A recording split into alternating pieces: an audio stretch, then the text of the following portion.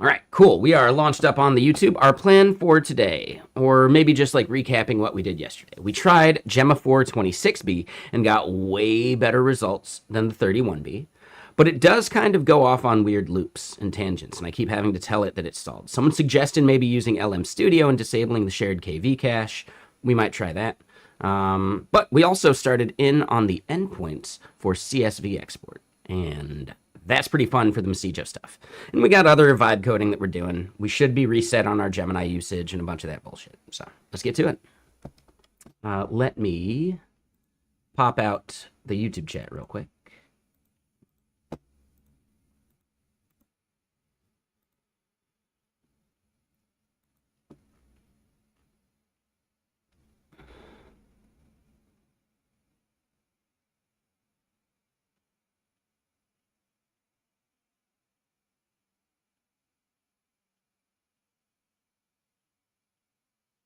All right, just double checking.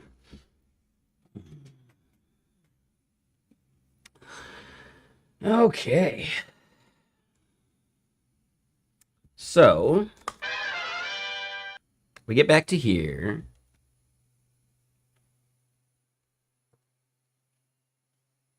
And yes, this is what I'm talking about. Like, it just gets stalled out. I'm going to say stop. I'm going to say, sure, we're good.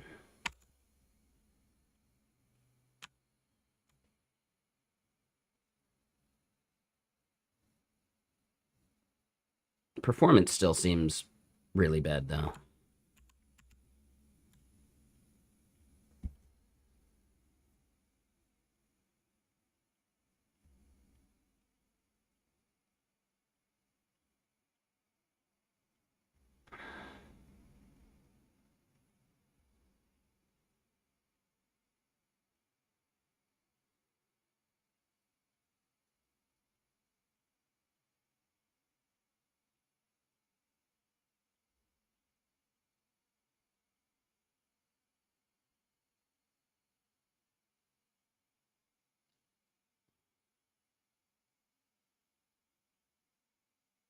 Oh, okay. Someone was asking about my context length. Looks like my context length is set here at the Olama settings, and that's where that 256 was coming from.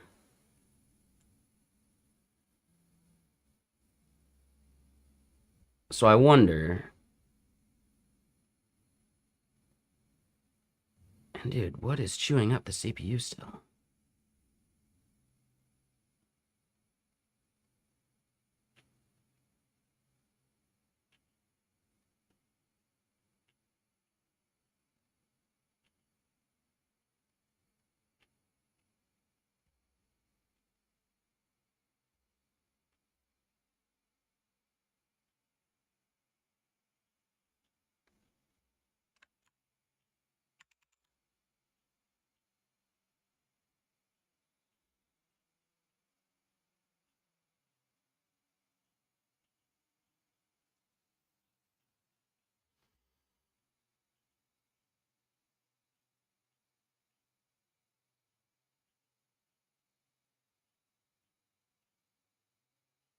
Something just doesn't seem right.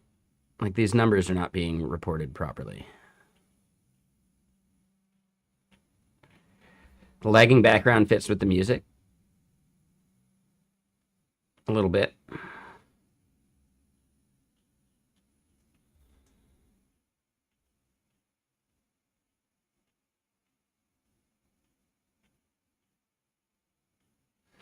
Are we thrashing right now?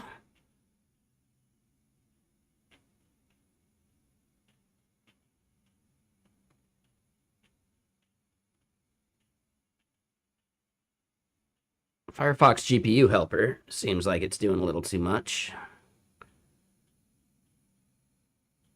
Yeah, stream's stable because these are two separate devices. I have a stream PC and I have my Mac Mini. They're completely separate so that one cannot affect the other. That's the only way to do it as a streamer. Anyone not doing that really doesn't know anything about streaming.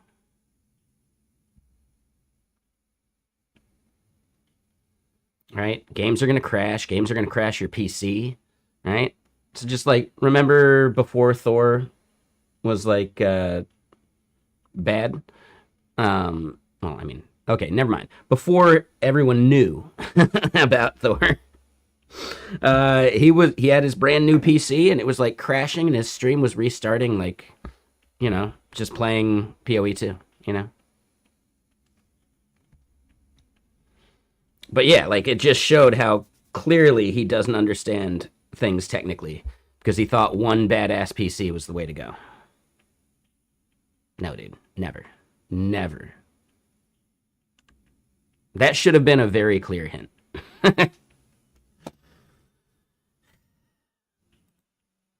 Dude is not technically savvy enough to understand why you do two separate machines.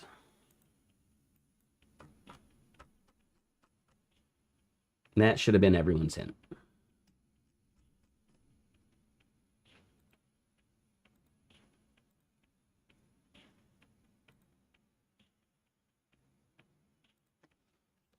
Anyway, continuing along. I think we could probably just close Olama right now.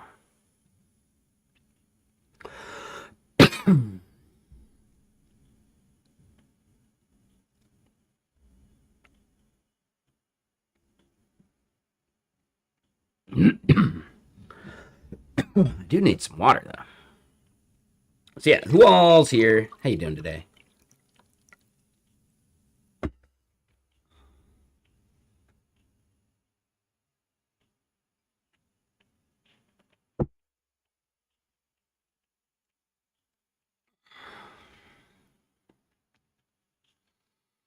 Yeah, Ghosty chewing up 2 gigs is not ideal. But okay. I think we're at a more stable point now.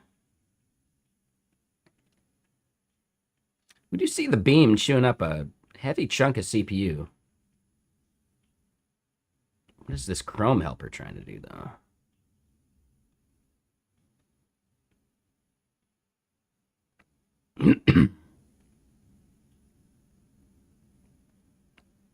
Yeah, what tab even was that? We don't even see the crash tab. Hey, what's up, Jason? How you doing, man? Hey, you like the new gig? You're at JetBrains now, right?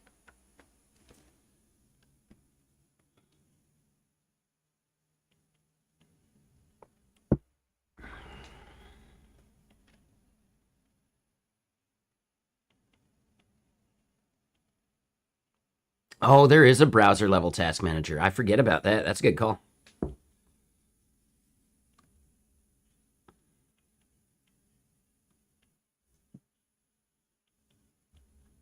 Ah, there it was. It was the Agentastic tab that was chewing up way too much.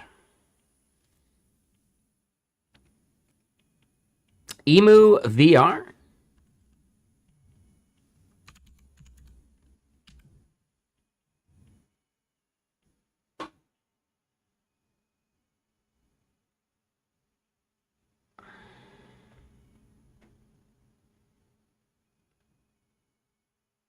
No, I hadn't.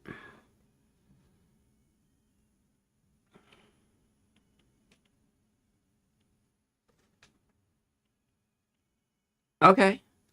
Yeah, I still haven't tried any of the VR stuff. I get motion sick pretty easily. Theo's even mentioned that it's gotten way better. So I should definitely give this stuff a try again.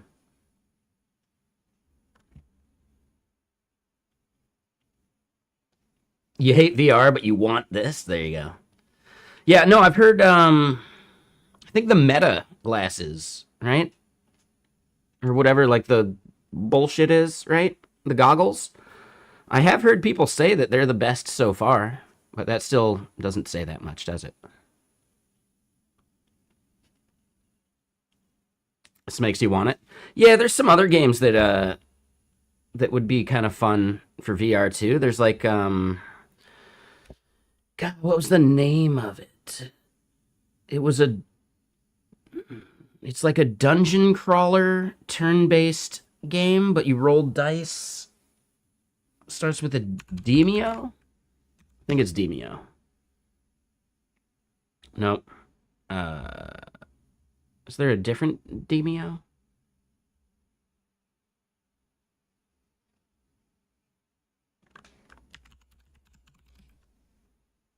I spelled it wrong.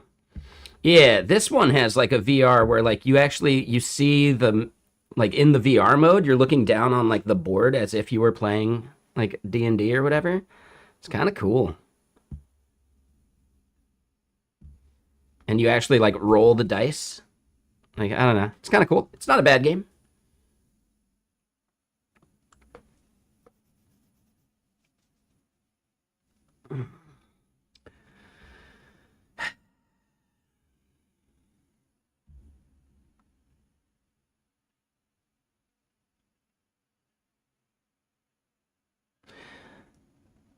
Didn't you just do an unban request?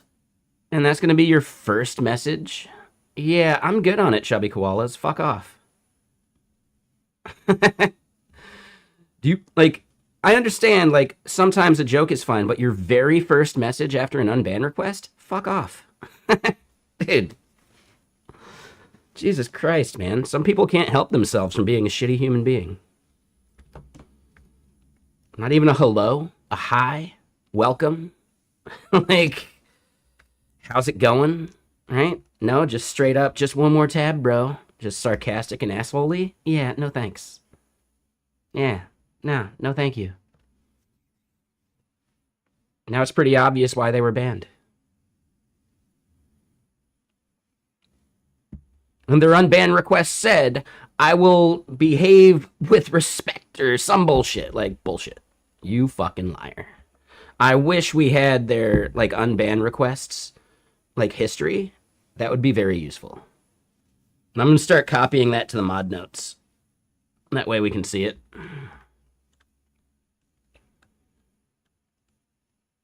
Here's the thing. He got banned in 2020. I don't remember who banned them because I don't think they were even tracking those stats heavily back then. But it's likely that they got banned in some other, or they were in some other channel and maybe they annoyed me and I banned them. Or one of my mods banned them and forgot to leave a note. It could be any one of those things. But 6 years. They do their unban request. They say they'll be respectful. And then that's their first message. What a fucking dickhead. Like, dude. Some people just suck. They'll never get it either.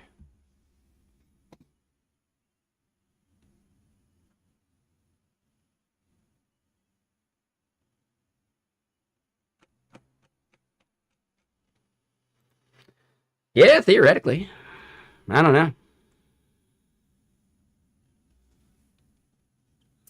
What's up, Eric? How you doing? Eric Anderson? Ooh, that's a cool name. I like your last name. Yes, I won a free ticket. I showed up to a Seattle JS meetup late, like a month ago, and I won a free ticket.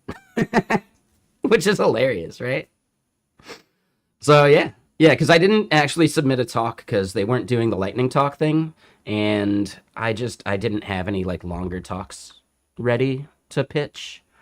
I think now I could maybe get a couple longer ones going, but I don't know. But yeah, so got a free ticket. I will definitely be there. Are you gonna be there?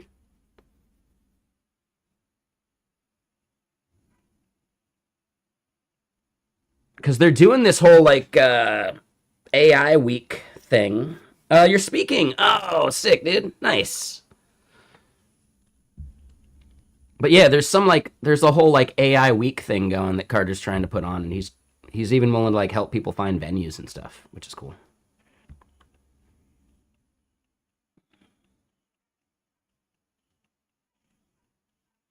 That place doesn't do cheesesteaks anymore. That place closed down. So it's good we got there while we could.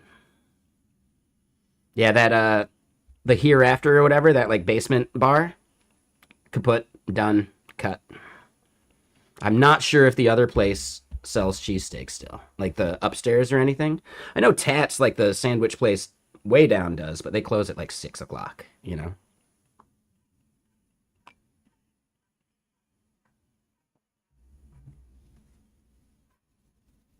So yeah, yep, kind of a bummer. I don't know a single other place for a really good cheesesteak. It's a bummer.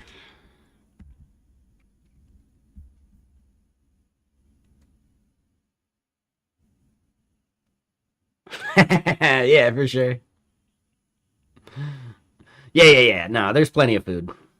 There's late night ramen we can do right up there in Capitol Hill. Um, yeah, like most of the late night spots are up in Capitol Hill anyway. I just did it. I don't know. The how is much less important. Who cares? If you do want to know a little bit about my history, there's that free code camp podcast.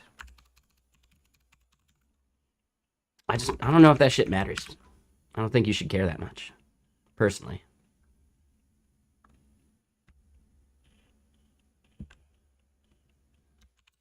But yeah, if you do want to get the history of how I got into tech, it's in that podcast. Yep, no worries. 12,000 views. Not perfect, not great.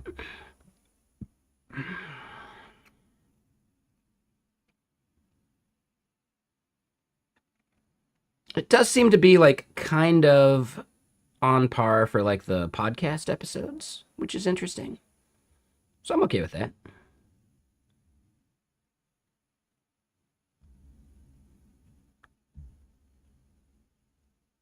Oh, I didn't want to do the whole thing. I just wanted to look at the numbers. Whatever. My highest viewed piece of content, the thing I did for highlight.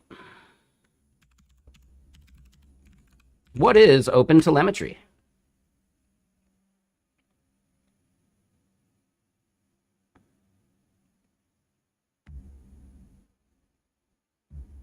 So 35,000 views. It's probably more like 2 years ago, not 1 year ago, but yeah. That's the biggest video I've ever done. And it wasn't even on one of my channels.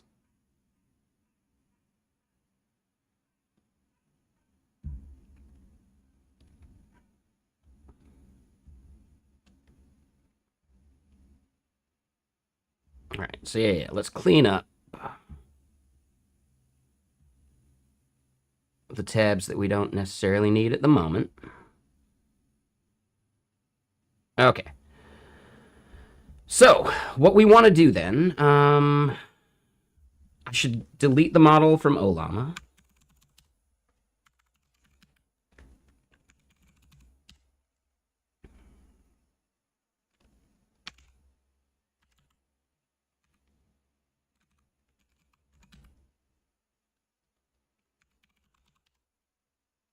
All right, so then Olama RM Gemma 426. And we'll do that with the 31 as well. And yeah, gotta lurk. So, hold on.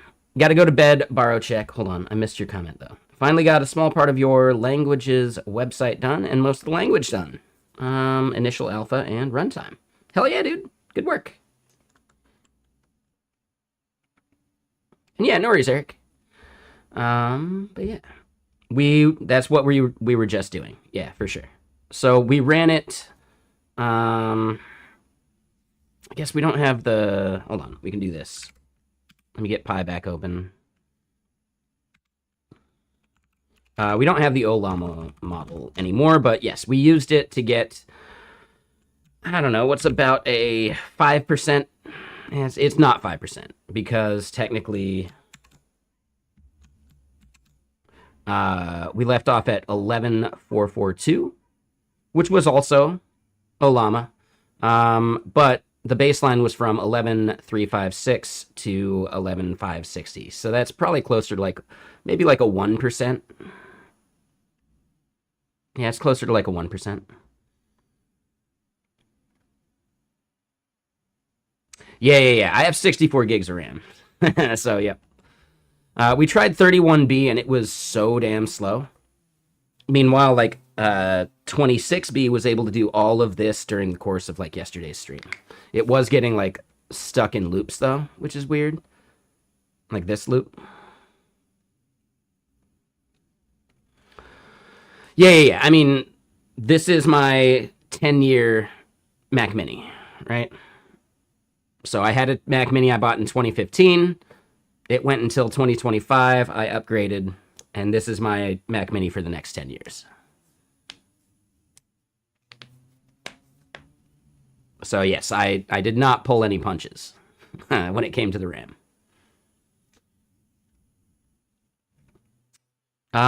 Did 26B work okay? Yeah, like we got a performance increase. We got some value out of it. It's fine. But it does go on these like weird tangents where it's like, I'm doing it. Execution, target, old text. I'm doing it. Now I'm starting. So it's just kind of stupid, you know? Oh, that's the exact thing you should be going nuts on. Don't they want you just like testing that stuff out? Like I wouldn't do any side project stuff with it, but it's kind of your job as a DevRel. You got to know what devs are doing.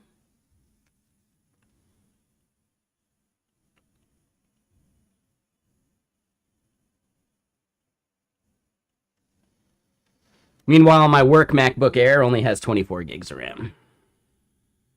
So yeah, my work, and it's an M3. So it's like, you know, it's not the most performant thing. I can still edit 4K video with it though, which is pretty crazy. I can actually edit 6K video with it, which is crazy. And yes, I do have a 6K camera. It's the one that sits behind me that rarely gets used. I need to use it more.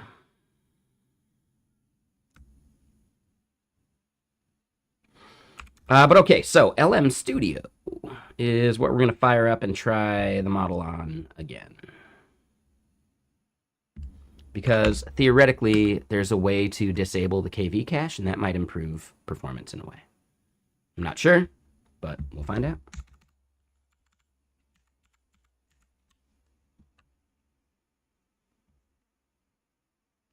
So yeah, Gemma 4. That's the one.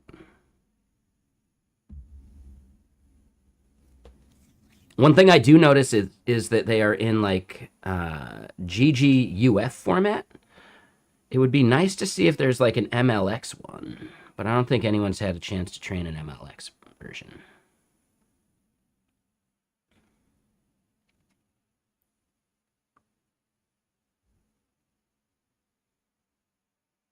And maybe it's just not possible. I don't know.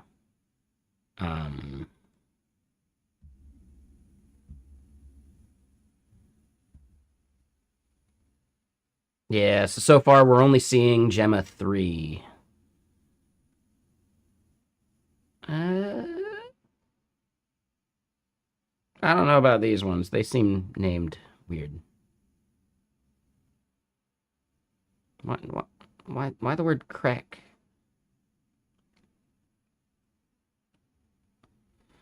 MLX community might be one worth checking. There we go. There we go. This one might be worth it, actually.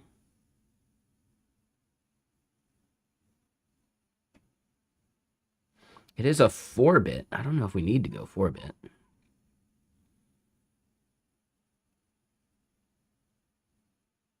Hey, what's up, Nelixis? How you doing? Let me get more music going.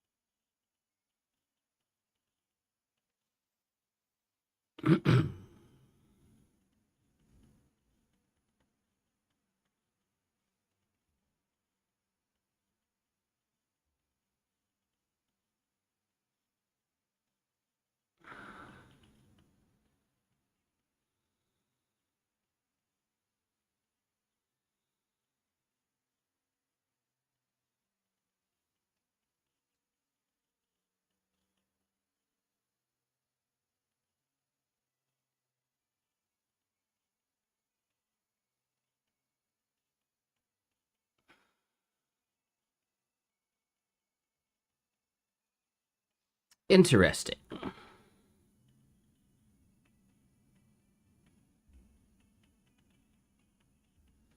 Yeah, we're doing good. We're checking out like another way to try and run these models.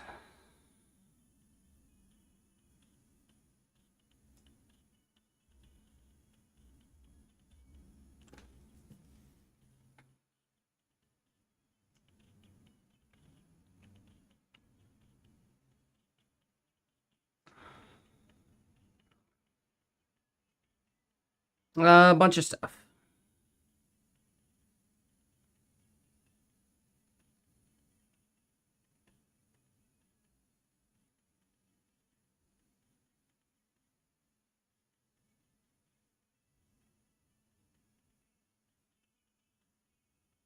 Hmm.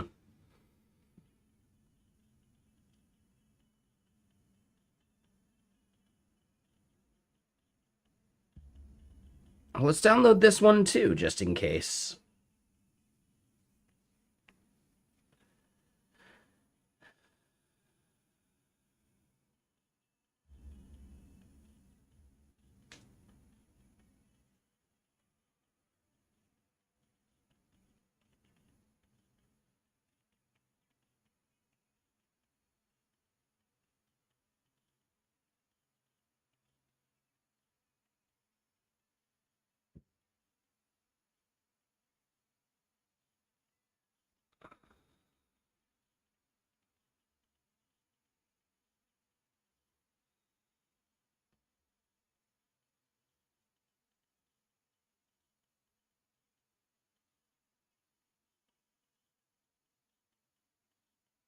Okay, so this like crack V2 or whatever does kind of fail on more of these tests, which is interesting.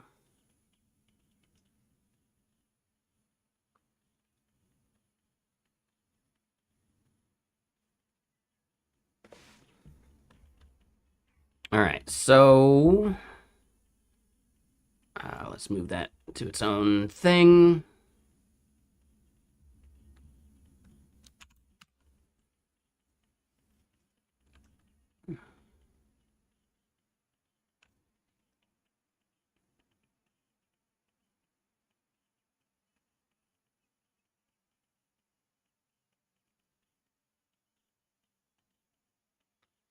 Interesting.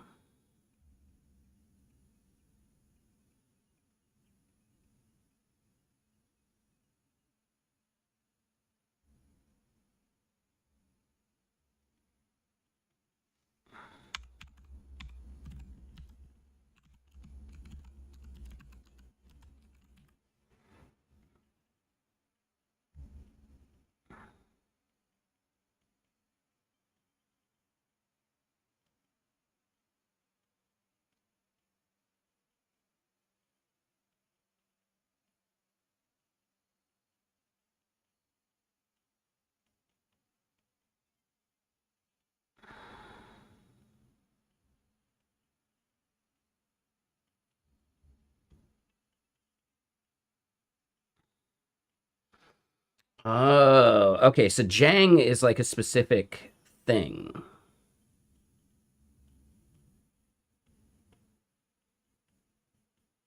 Okay.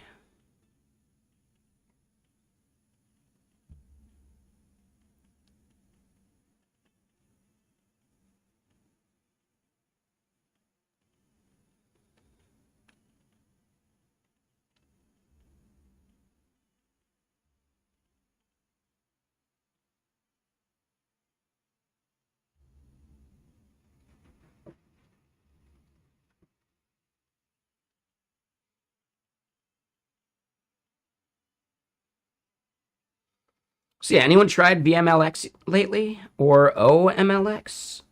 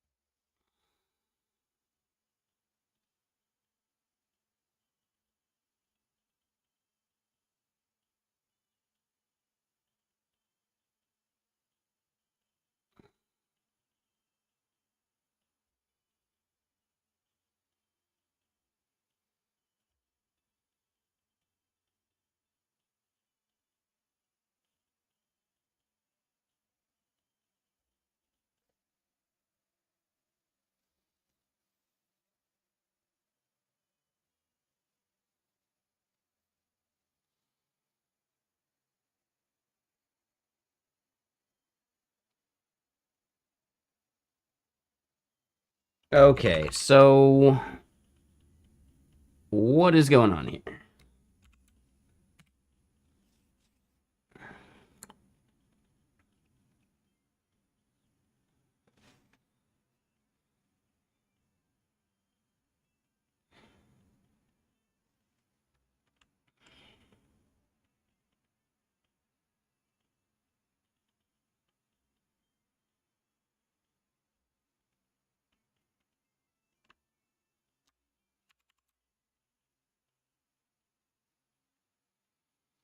Okay, Pipex makes sense to me.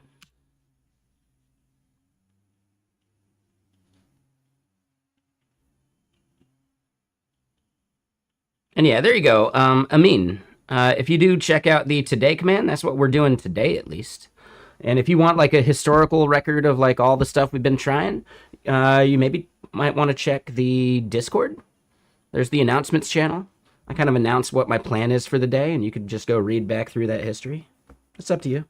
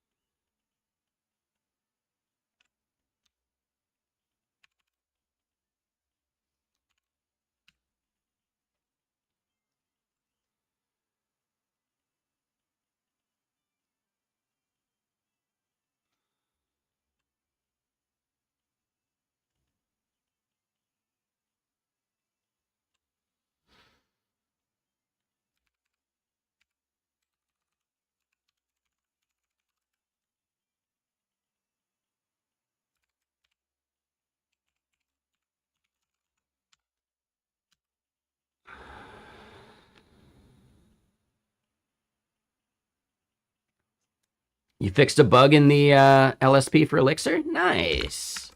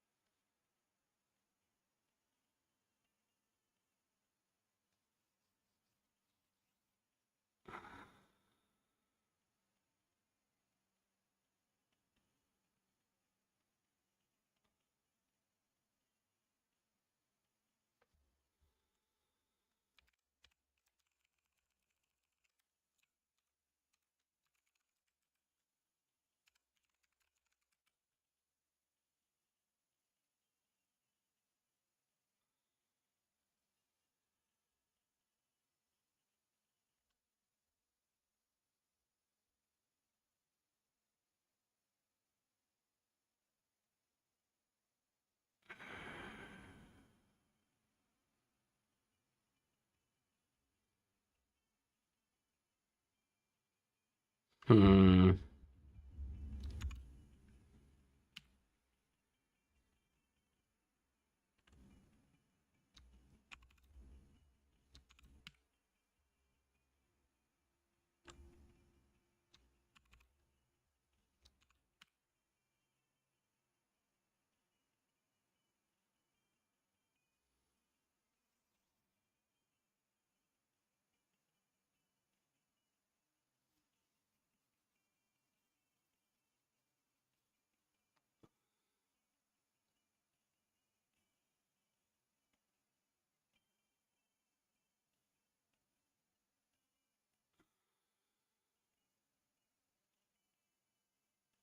All right, so that's continuing along.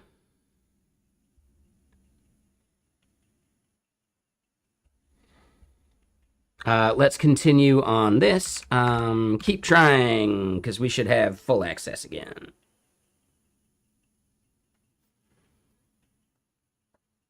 All right, so that thing is churning along still.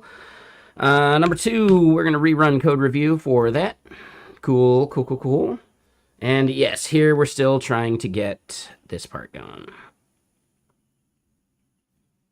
All right, so then this fucking thing.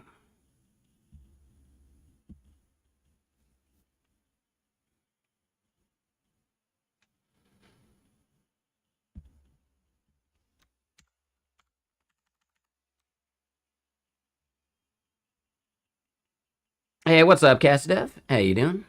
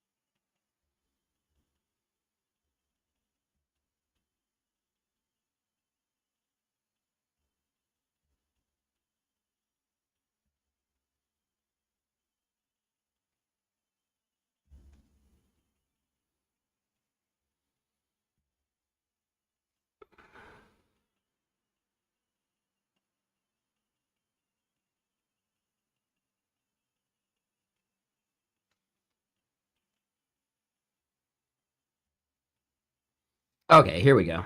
So then this is Gemma 4.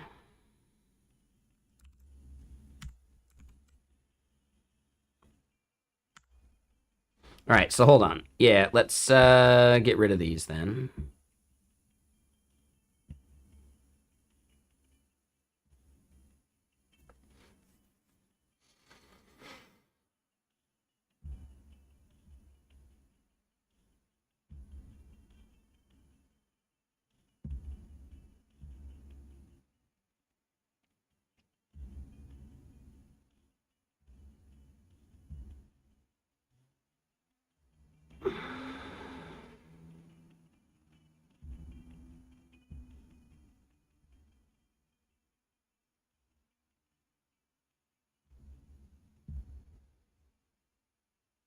Okay, so Gemma 4.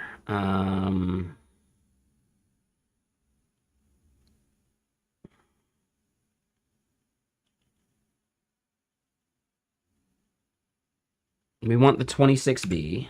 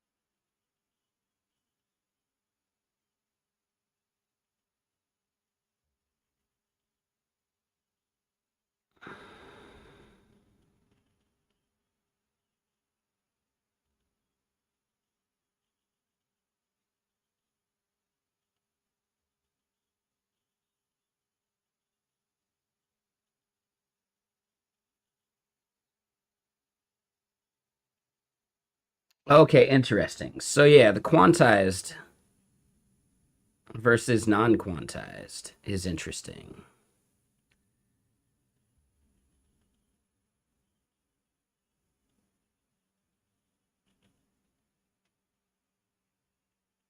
Hey, what's up, Miku? How you doing?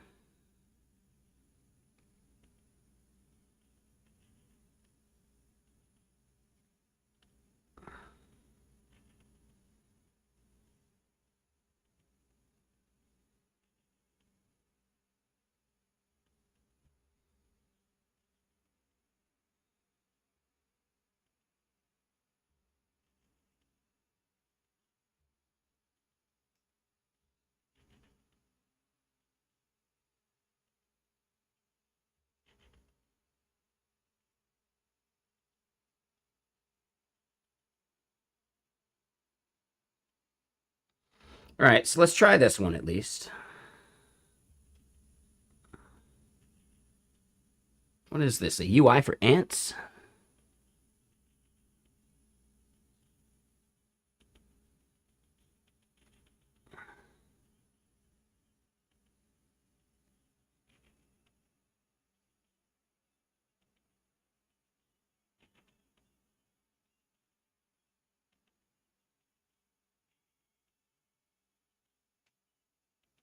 Okay.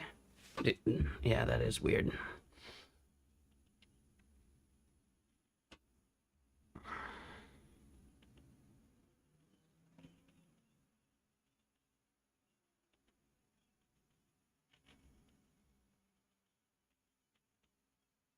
Okay, so it's going, it's going.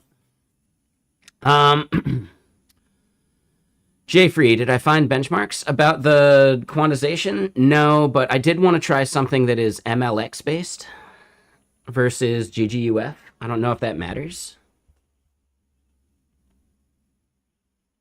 I don't know. Let's ask Gemini.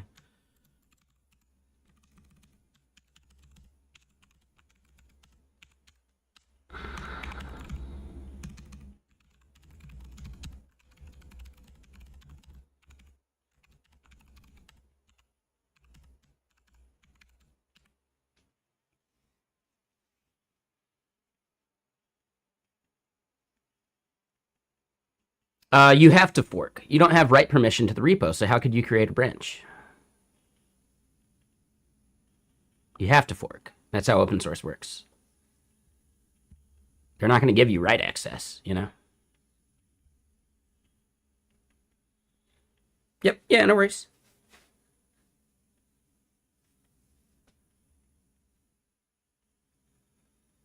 All right, so MLX is theoretically going to be 10 to 20% faster. Good. Okay. But as far as memory usage goes, GGUF wins.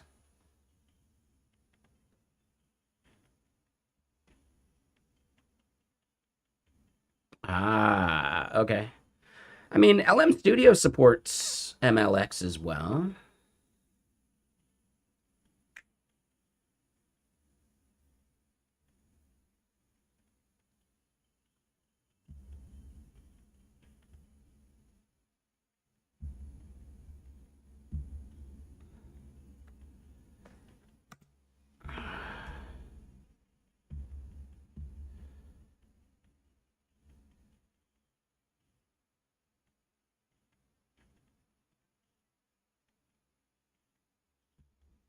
Yeah, that was weird.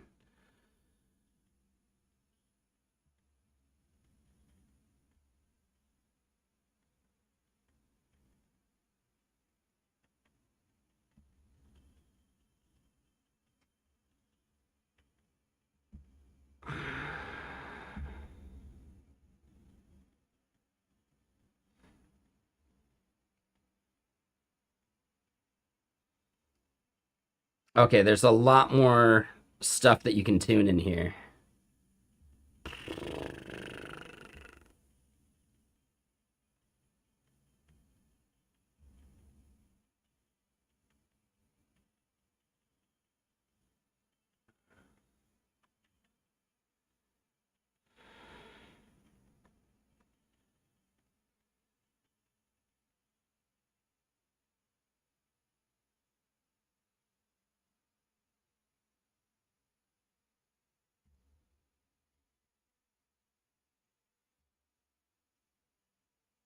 Oh, so this thing ends up using turbo quant?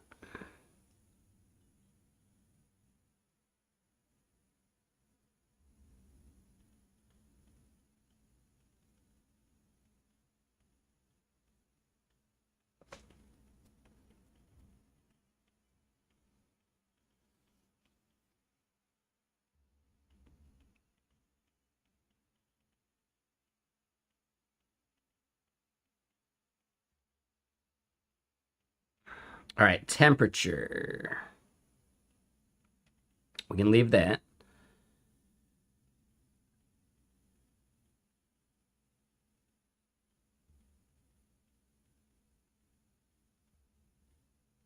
No, we're not doing anything distributed.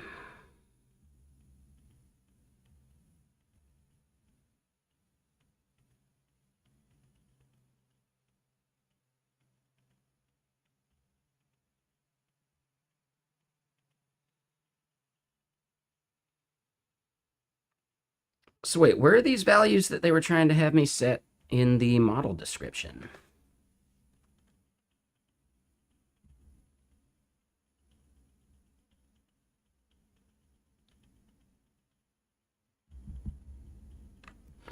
For optimal results, configure your inference settings. All right, so thinking on, we want 0.7, sure. Top P, we want 0.95.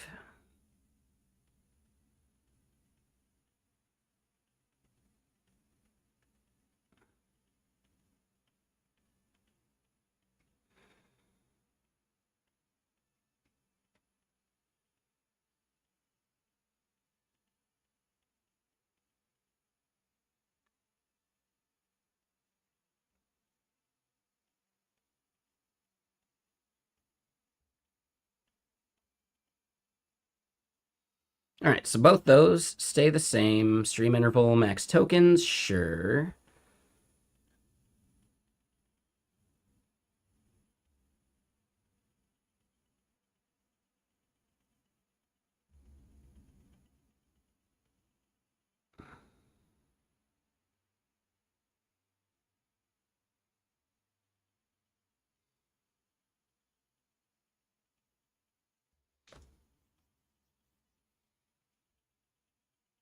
All right, so then they have me setting some settings over here that maybe that might have the other stuff.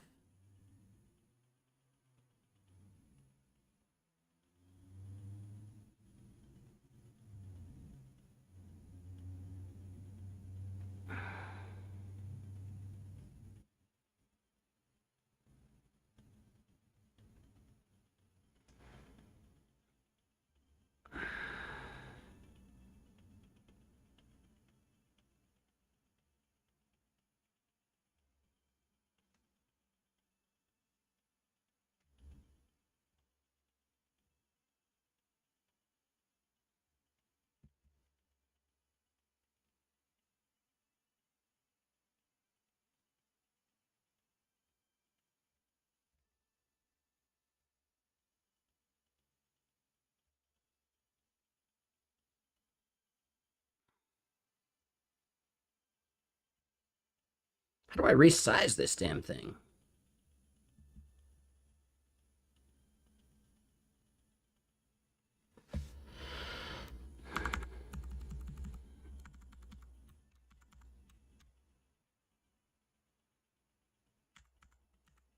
Oh, I can only zoom in. I can't zoom out? What? What?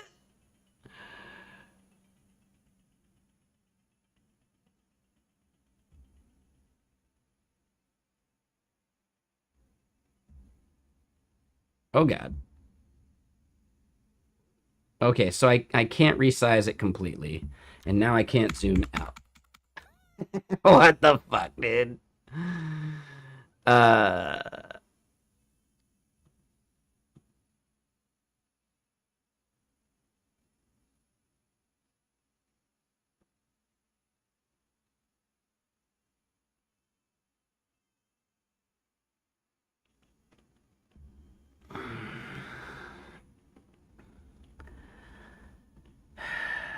Okay, hold on. So I can do it through this.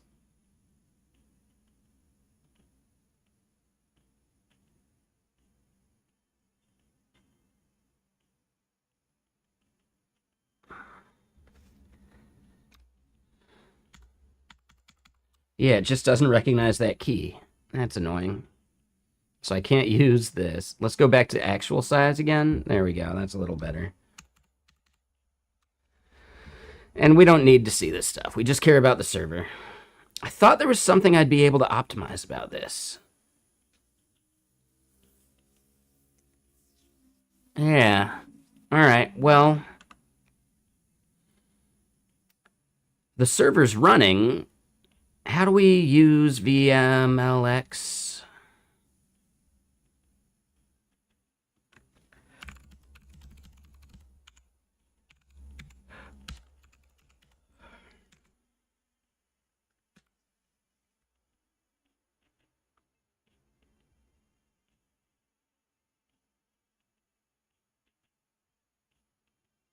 No, I did not want that. And maybe instead, hold on.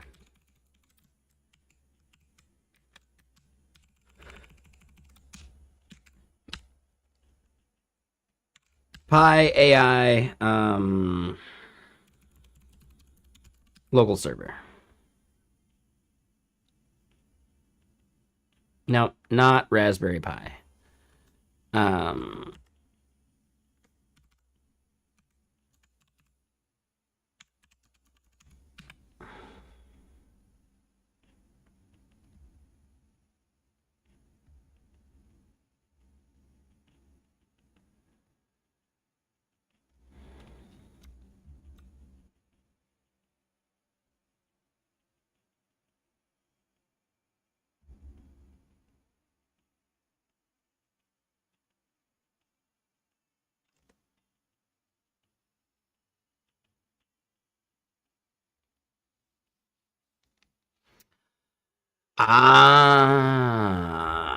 that's it. So we can modify this and do the local.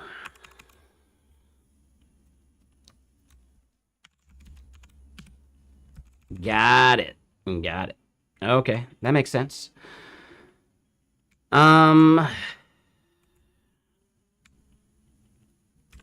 You know what? Hold on. Let's do this with a proper editor.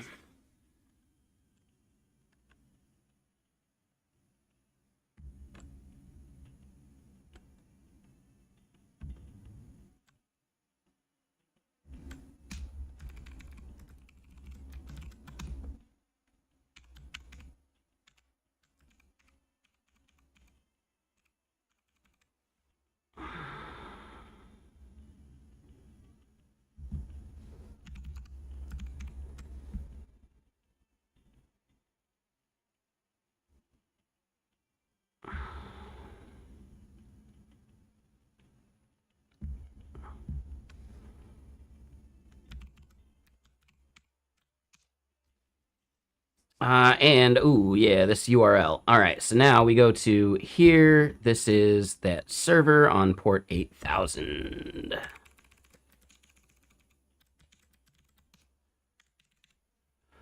Um,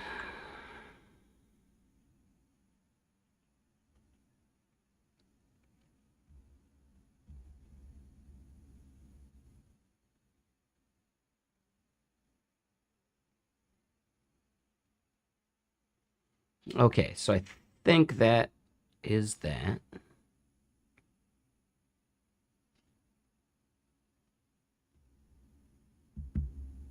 So now, yeah, the name of the model.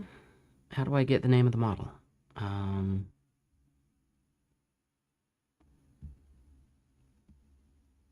Here we go.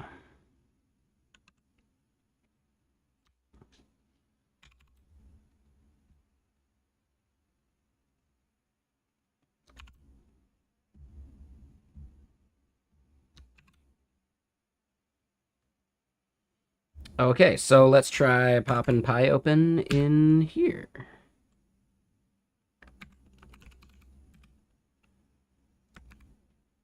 We do see it. All right. Let's go back to. Oh, how do you go back a folder? I don't even know how to do that.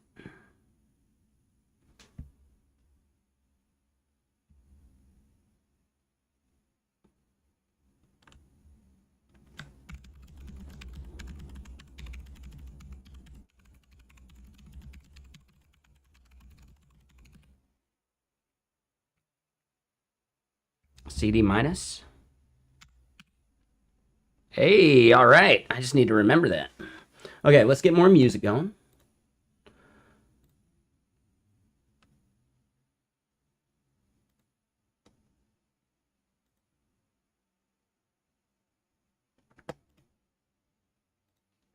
And what's up, Ethan? I know, right? Yeah, it's one of those things that I know it's possible in most systems. It may be a Zish thing. Like maybe it's not in Bash, but I don't know for certain.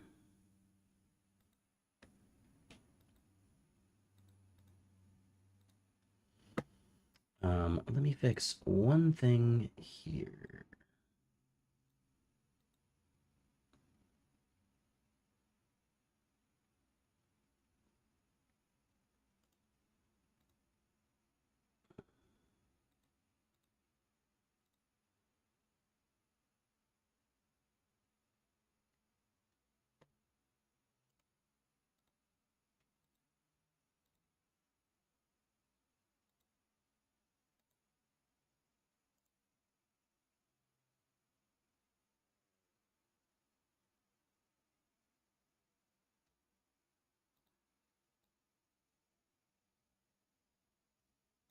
Hold on, I'm just trying to like reset a thing so I can give another album a try, so I can actually like decide if I still want to buy it.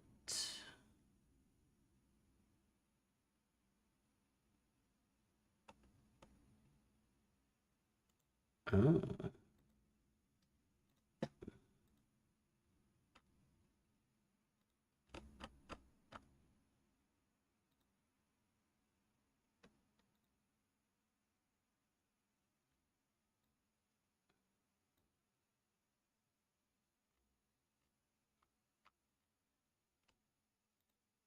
Ah, okay, okay.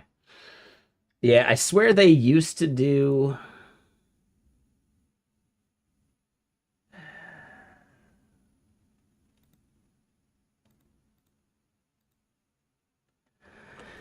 Bandcamp got smart. They used to do the like the amount of times you're allowed to play an album before you have to buy it. That used to be client side, which was just hilarious. Um, but hold on.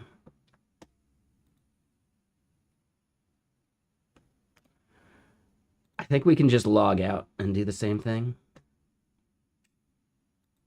I'm pretty sure we can do that.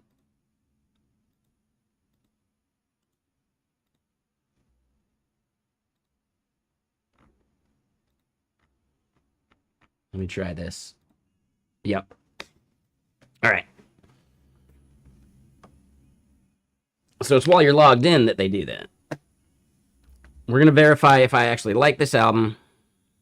And if so, we're going to add it to our shopping list at least.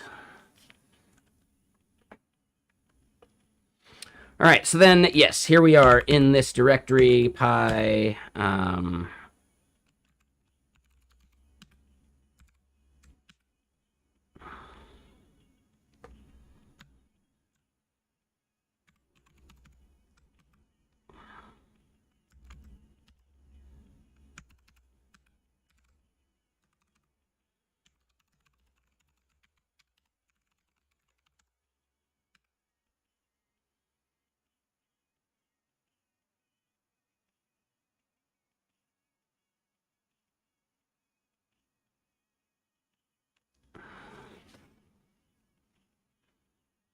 All right, so theoretically, it's kicking up. We didn't have a way of changing the BS of it, though.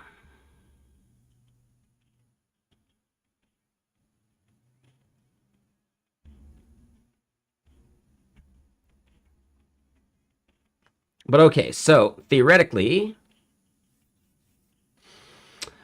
the VMLX thing is kind of reminding you of what they've done for Intel with their AI playground dedicated for NPUs. Interesting. Yeah, I wanted to just give like a VMLX a try. Like, you know, if an MLX model is better somehow, that could be cool.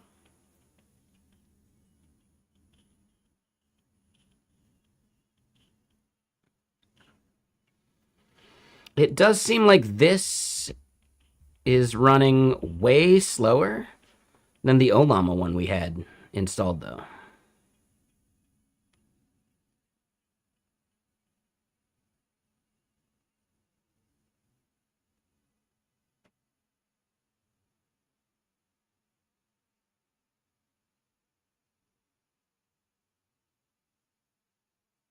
Like, we saw results way quicker with a different Gemma 4 model. I'm wondering if this VMLX thing is just meh.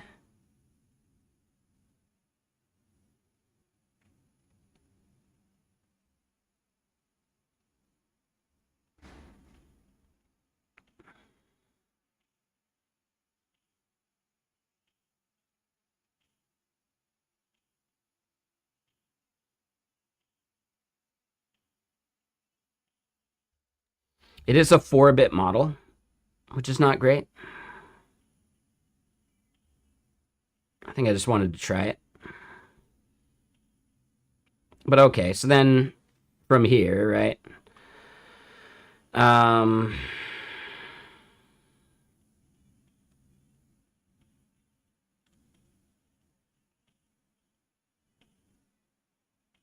right, MLX Community. That's also a 4-bit.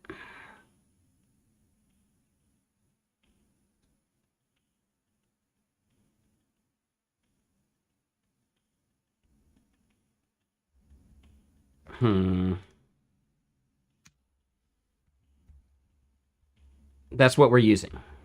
That's literally what we're using right now. And it's still really slow. And we had a different one via Olama that was much faster. So there's something weird going on with this one.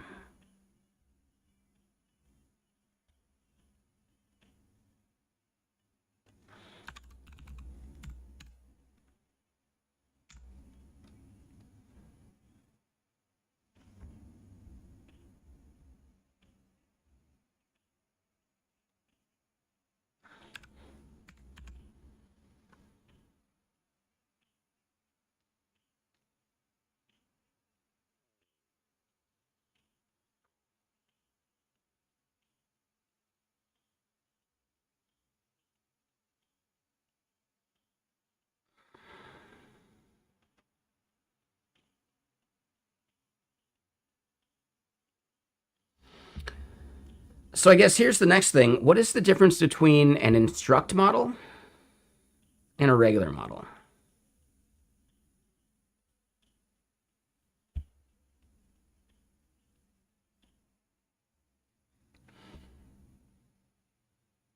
Dude, yeah, this is super fucking slow.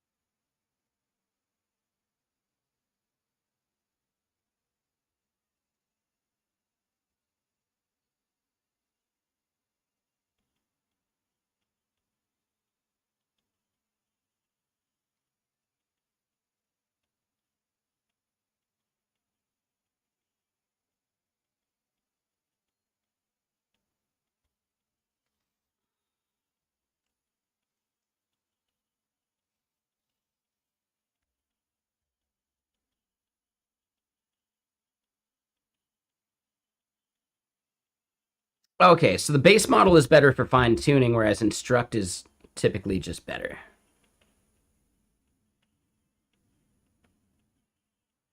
Okay, so instruct is actually like what we're kind of looking for, yeah?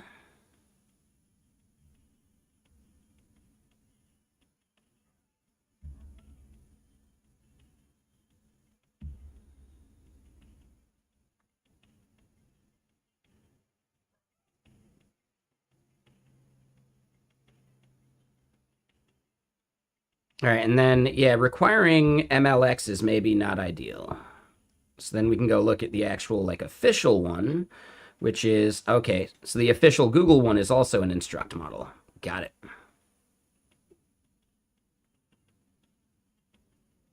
And this one is not quantized. Oh, no, Q4. So it is quantized.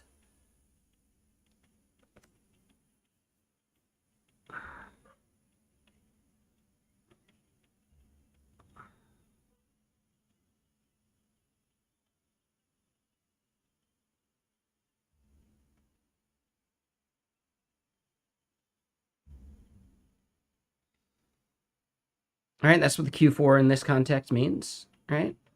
Oh, and they have the other versions. Oh, yeah, yeah, yeah. All right. Brain fart. I wasn't looking right.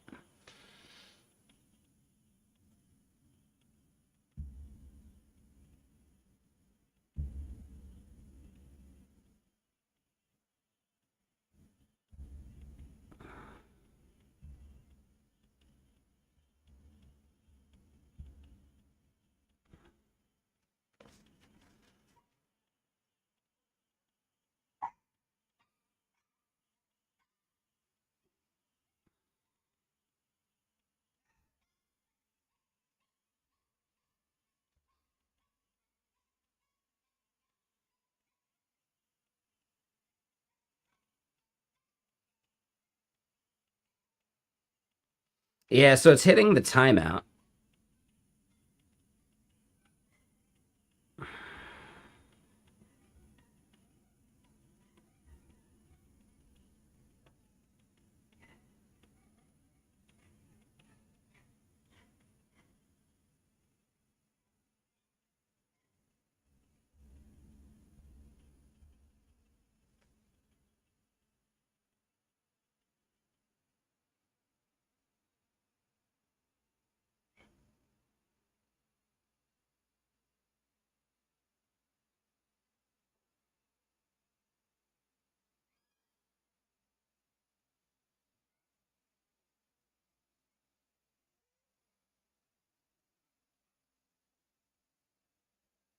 So theoretically, we could get the Olama one back, and I'm wondering if like the temperature of one is what was causing the loops more than anything.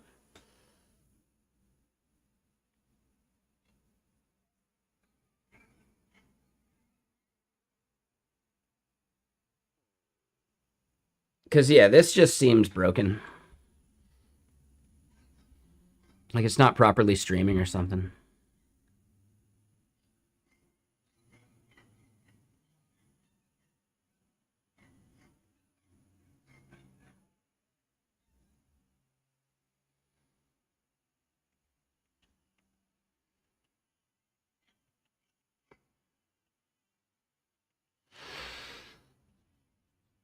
For your local stuff. Yeah, no, that makes sense. Yeah,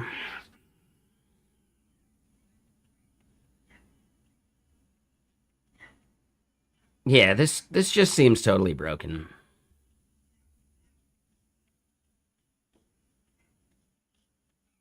So this still needs to finish, right? We can see that it's got a little bit of time.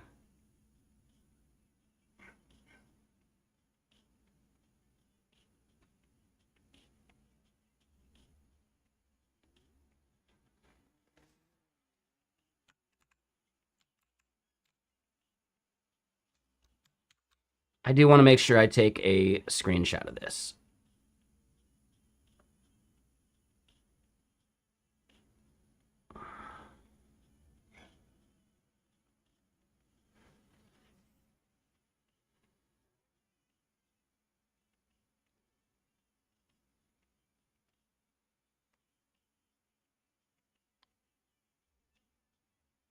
We could set it in whatever this VMLX thing is. I didn't see how to do that in Olama.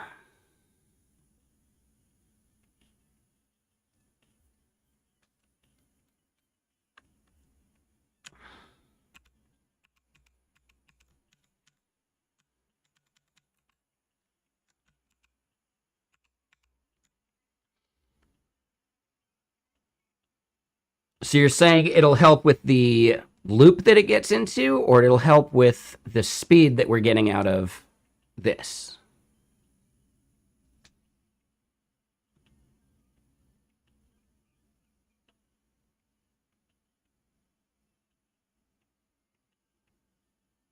Oh, that's an LM Studio only feature? Well, yeah, we can try that. I mean, there's some stuff in here too. Okay, so you're saying for the loop issue. That's a separate thing. So, yeah, right now, we're trying to figure out why this thing is so damn slow. All right, like we could set no limit. I don't think that's going to help us, though.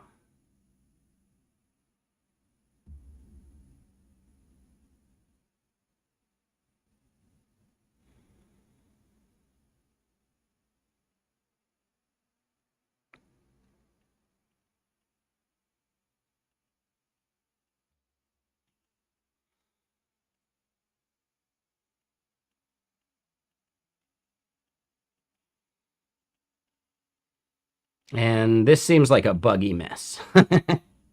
But, okay, let's try it one more time.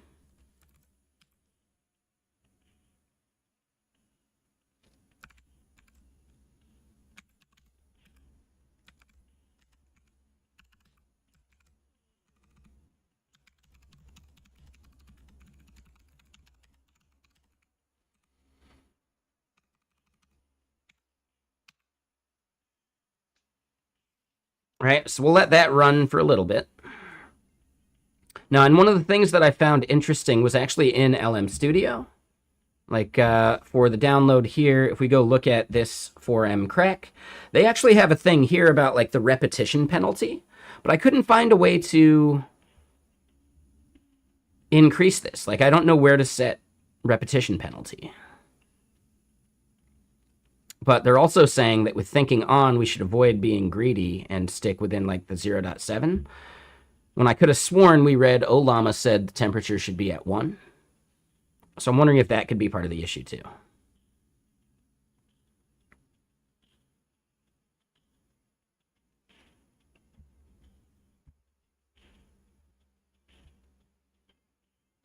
Okay, so this went quicker. Oh shit.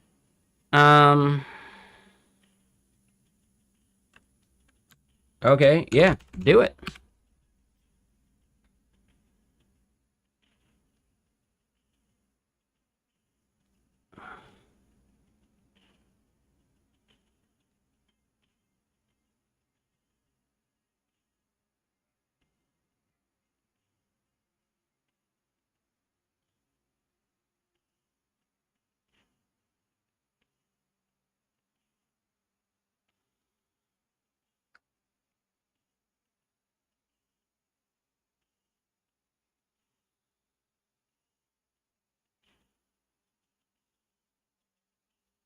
And yeah, we should really be seeing more streaming come in out of this. So yeah, I wonder if that's a problem with the server.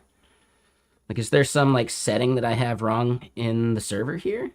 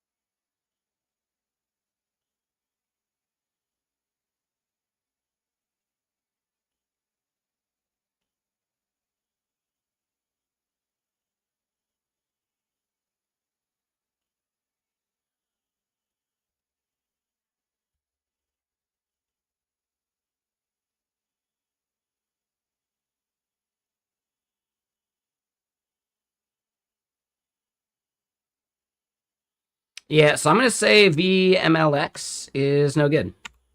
I'm tired of it. Like, it's just, yeah, no good. So what I'm gonna do is we're gonna stop that server. We're going to go back to here. We're gonna delete that model. And we're gonna quit VMLX. Okay, now, so we should probably do the default one first. Yep.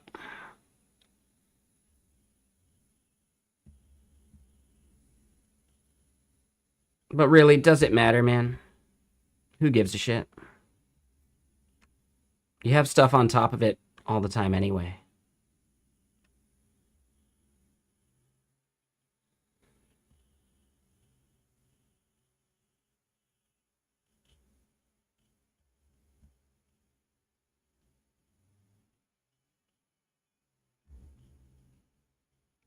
All right, so as far as inference, and yeah, maybe let's shrink this down a bit.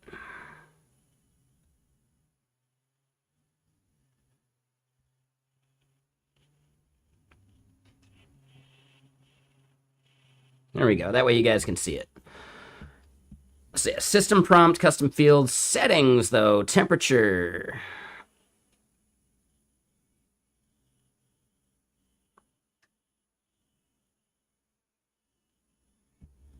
Context overflow, truncate middle. Oh, I don't even know about that one.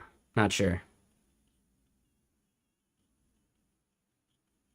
CPU threads 10, sure.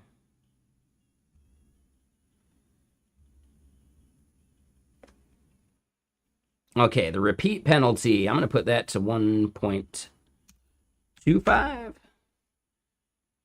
I don't know what the top K sampling is. Speculative decoding, prompt template. So then here, context length supports up to, yep.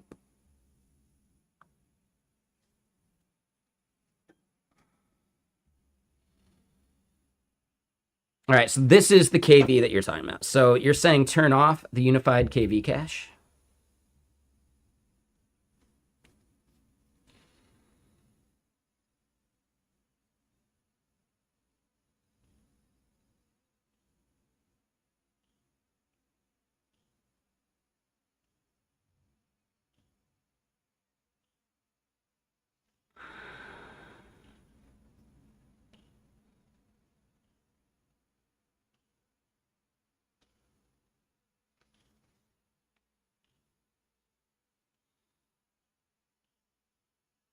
Sure, that's fine. What about the whole like offload KV cache to GPU memory? I think we probably want to keep that, right, for speed.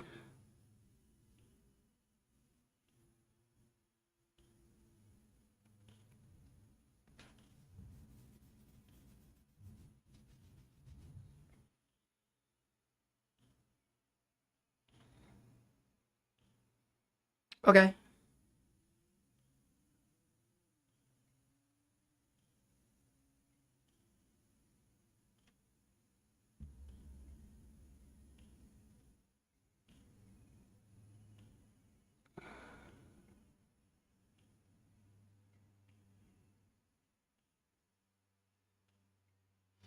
Aha. Okay.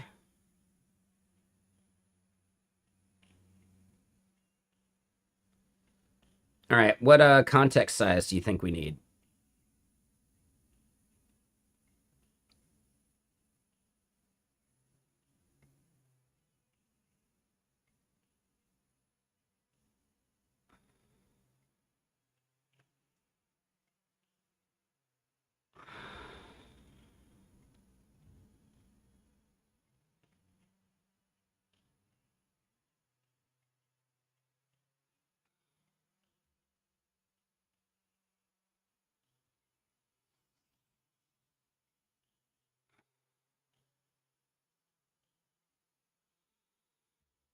Failed to load model. What?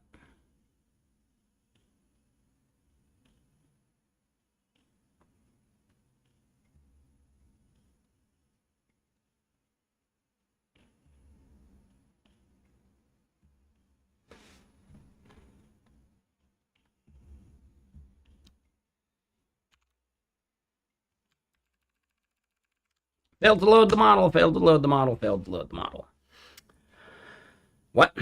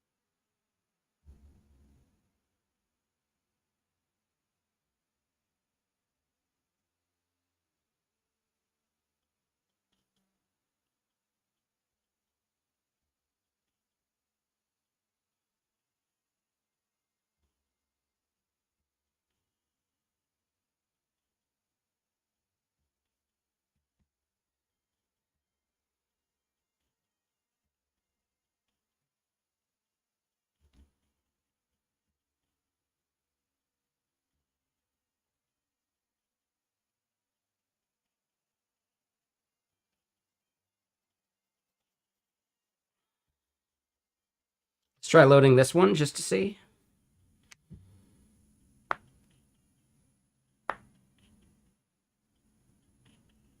This is an MLX one instead of a GGUF.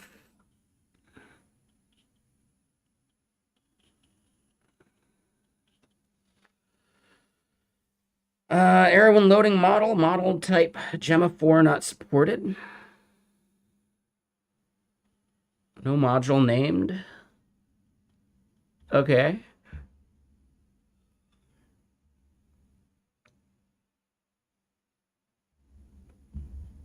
How do I reset my settings back to default? Oh, you can just hit delete.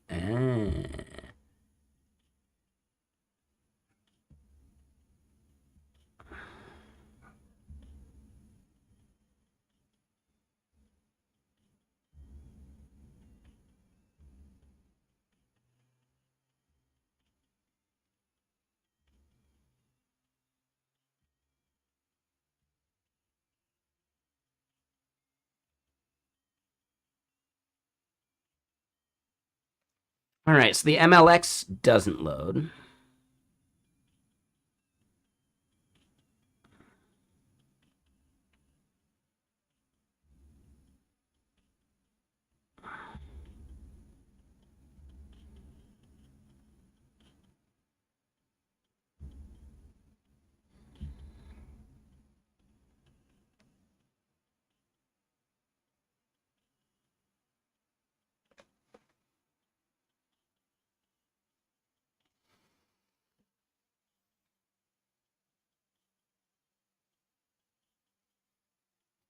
All right, so then theoretically,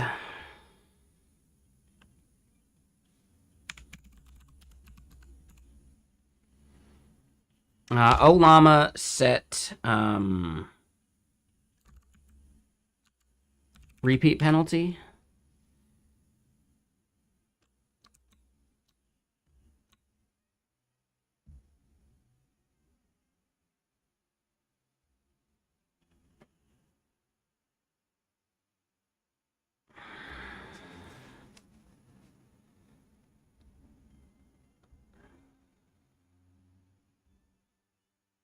Okay, so this is just for that format, for the model file, but is there any way to override that?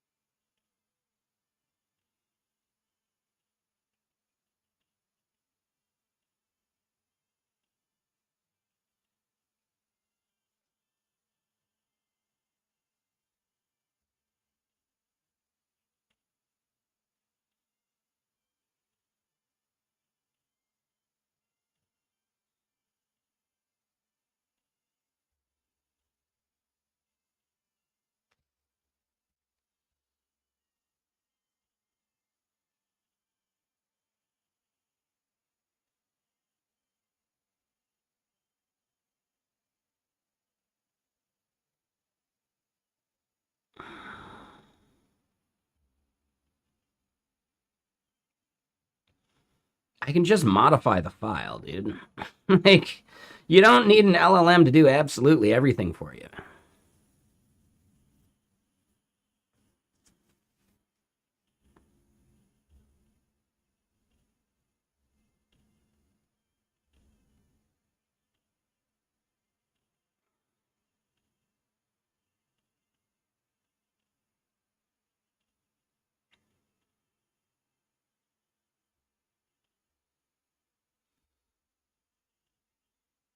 All right, so while this is finishing up,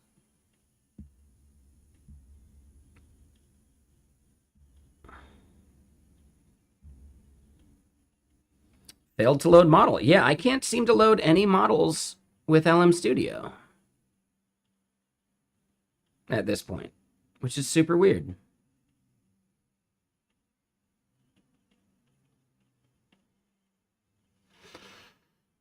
So yeah, Olama's it. We'll just modify Olama ourselves if we have to.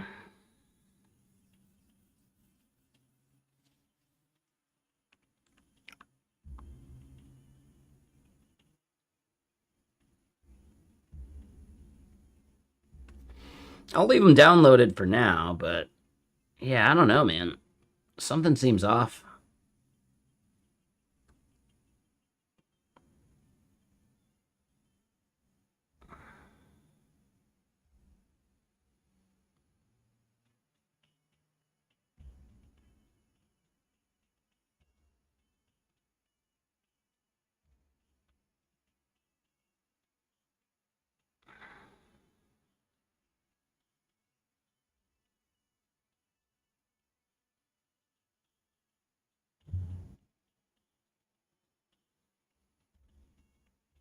Hmm. Yeah, that's really annoying.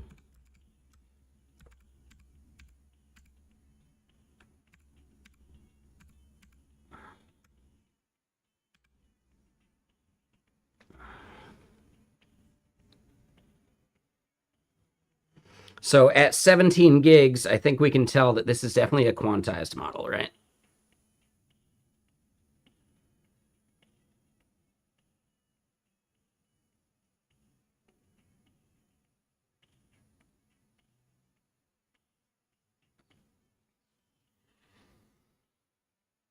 But yeah, it keeps getting like stuck, which is interesting. So, okay, back to this part. What was the last thing we did?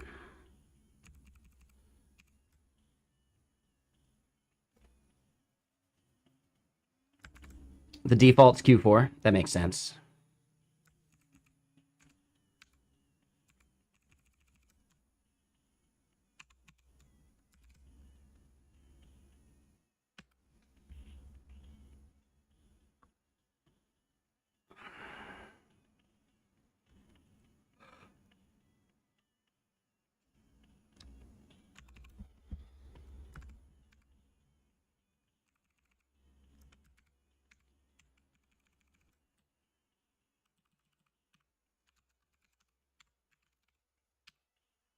All right, GSD verify work 5. All right, so we'll kick that off, keep it going.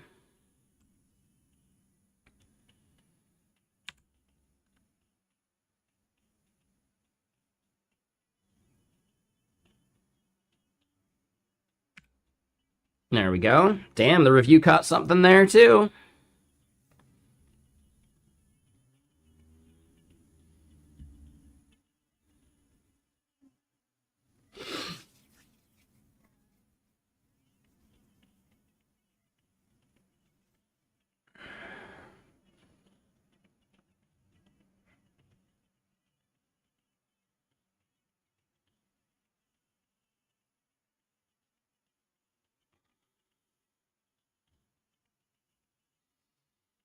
Oh, we need to update Pi Auto Research too. I almost forgot about that.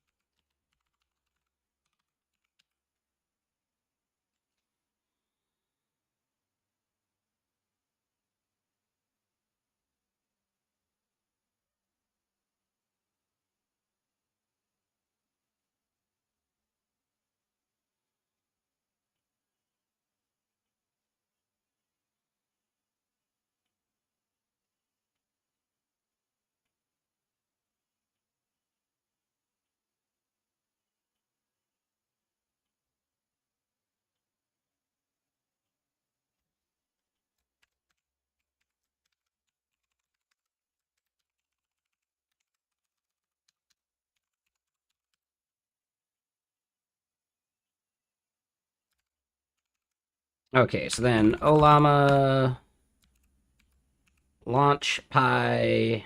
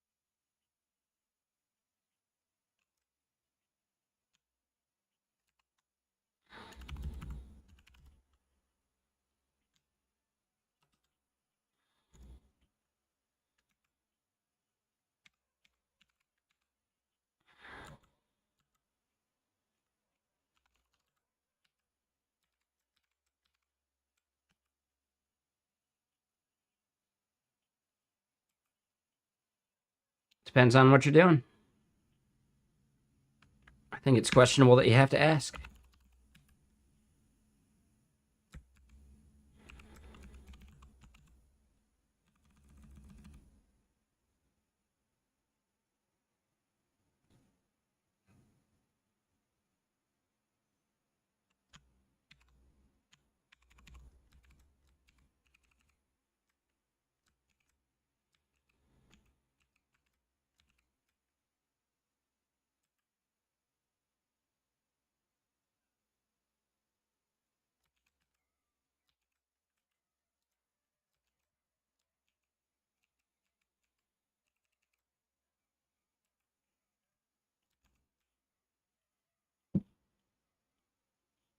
Why is it asking me to download that?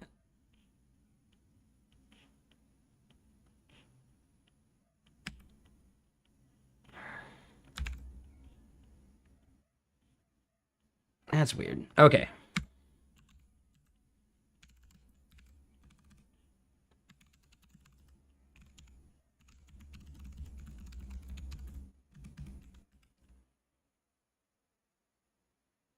Okay, at least that's connected. We do see that reasoning is on medium right now. We could turn the thinking mode all the way up. But then I feel like that's when it gets into the loop.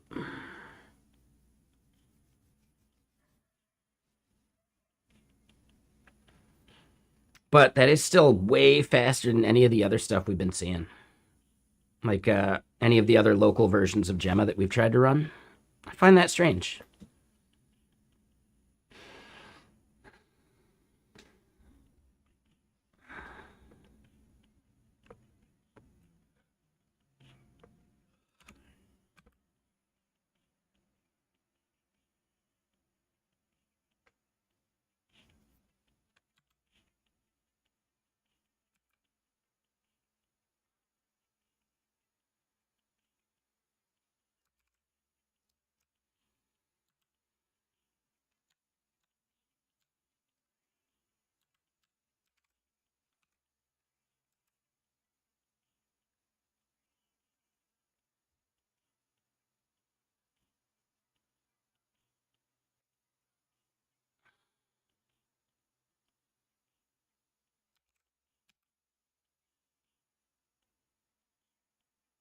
All right, there we go. So that's going.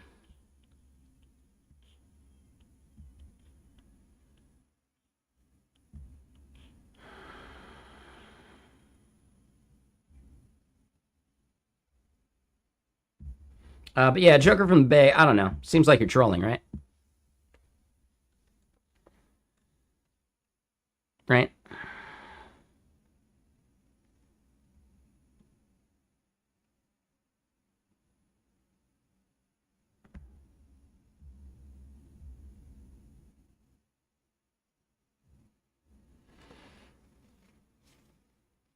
All right, so here's something interesting. Oh my pie.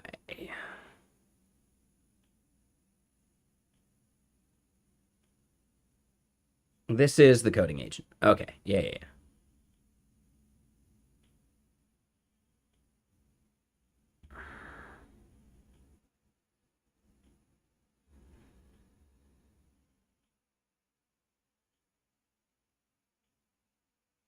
Is it actually?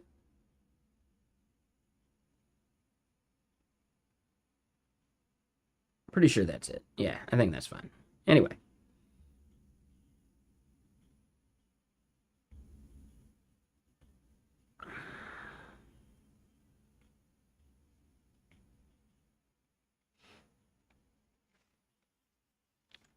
Alrighty, so let's actually get back to what we're doing.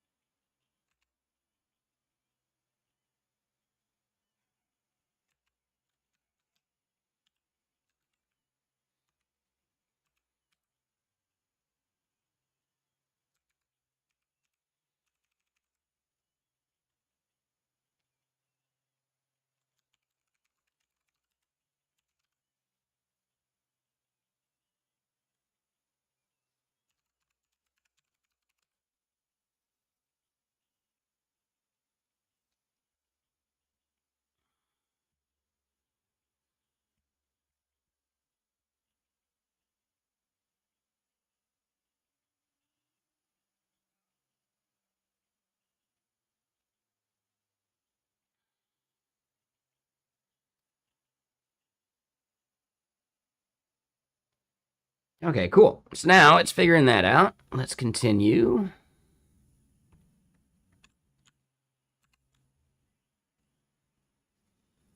So we did a baseline run in the current state, sure.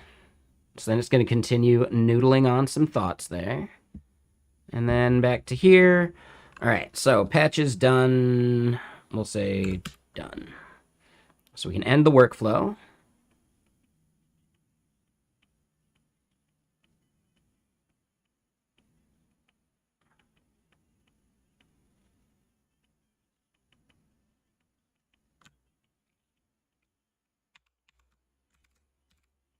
All right, so then this, we are using Pi still, yep. But a different model, and this is going to be Minimax 2.7. And we want to do BMAD. No,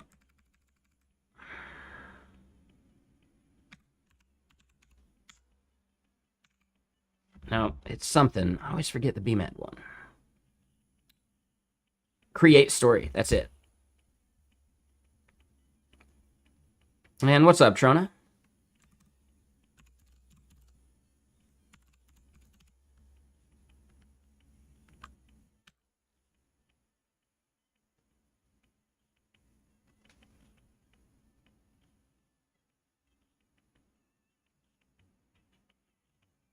Just chilling? Nice.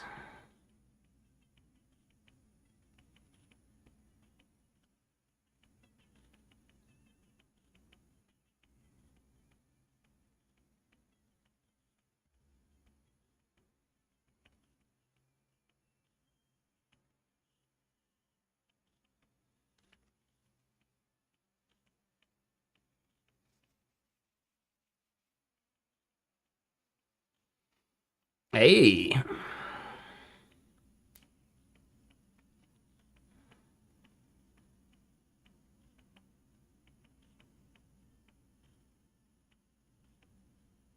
That's one hell of a performance boost on that one. Not bad at all.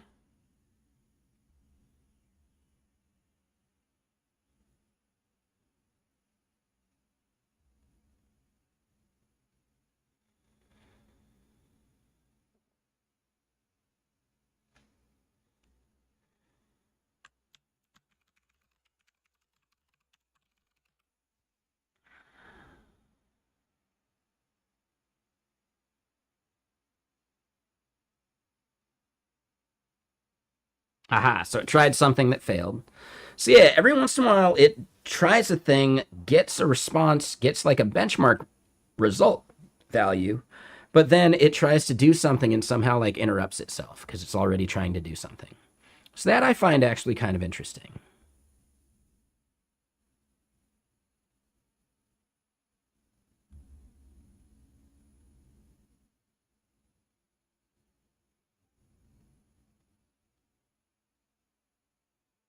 And then yeah, that thing churning along, do your thing.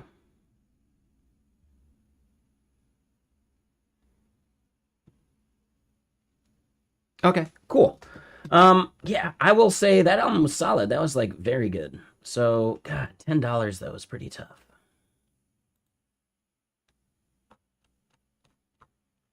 $10 is a fairly spendy album for some synthwave.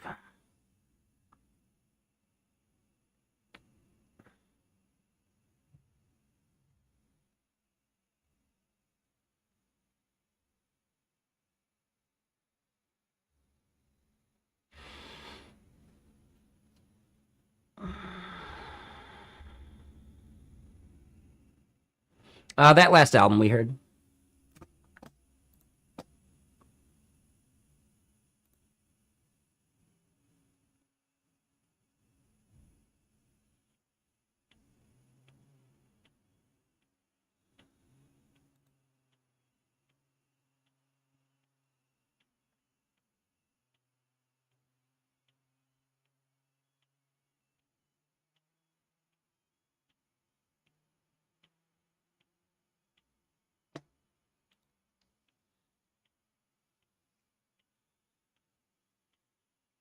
And what's up, Surly? Yeah, happy Saturday.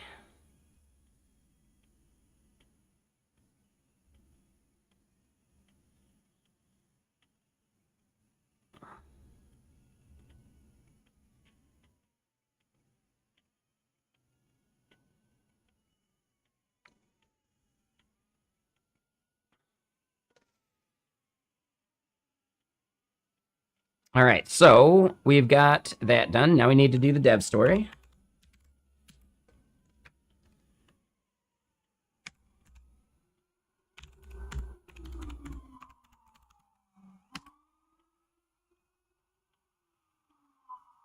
One thing I've been like worried about, like, oh man, if I move into Seattle, there's going to be the sound of sirens all the time.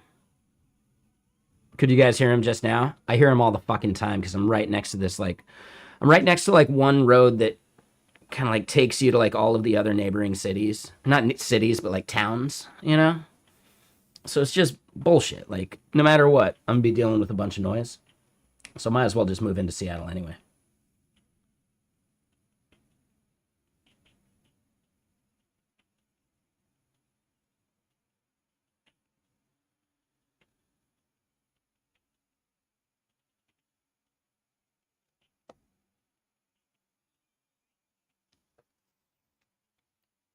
No, I don't even know where that is.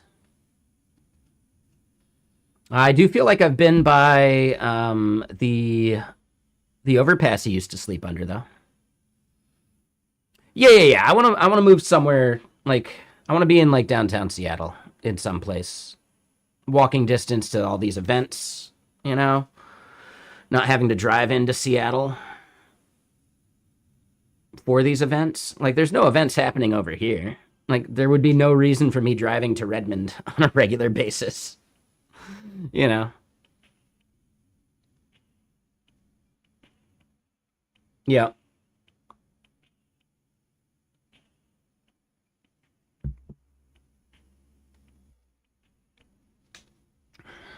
But yeah, like Just being stumbling distance home from like all my favorite music venues is a huge win, but also being walking distance to Pike Place for like really good fish and other stuff sounds like a really good option too. I'm not sure if the pricing is any good.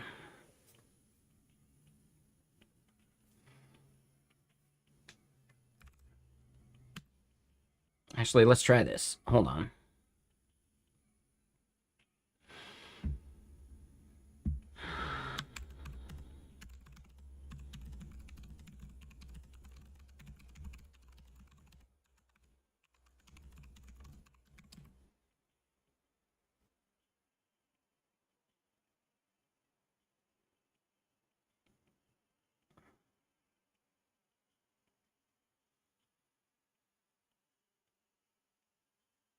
Then I'd be tempted to go out more, and that would be bad.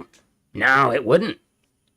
Because if the like most concerts don't end until like 7 or 8 anyway, or don't even start till like 7 or 8. What it really means is when I find a concert I really want to go to, I can actually stream later here and then just walk out the door and go there instead of being like, well, now I got to drive a half hour into Seattle, you know?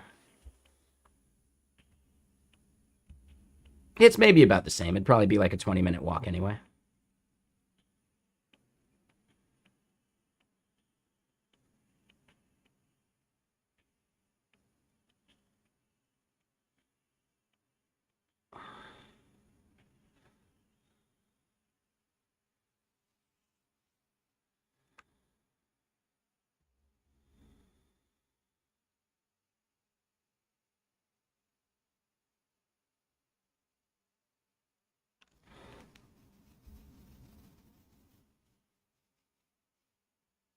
Mutual Fish? Where the fuck is Mutual Fish? Permanently closed. Well, that's not good. 2 years ago.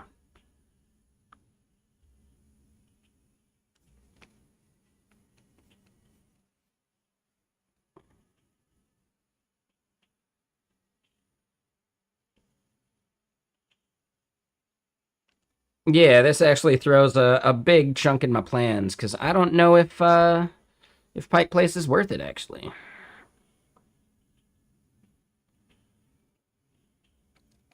Living near Nawajimaya could be good. Wild salmon at Fisherman's Terminal.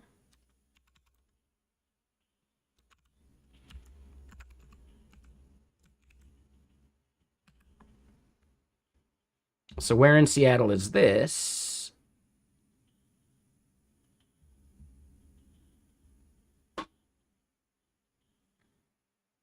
Okay. So I could drive for that. That does throw a little bit of a wrench in the plans, but it's not the worst thing in the world. Being like right over by Interbay, like, ooh, walking distance to Interbay could be good. I would no longer be walking distance to Belltown, though. So that's the problem. Yeah, that sucks. All right. Well, I guess I'm going to keep getting my fish at Costco. Did you tell me you were buying a stand-up desk? No, you didn't, but sounds cool, man.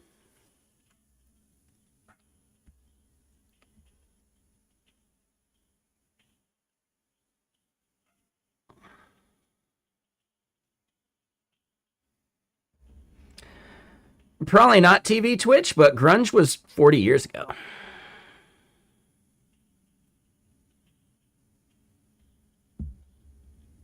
Like the entire grunge movement was 40 years ago, dude.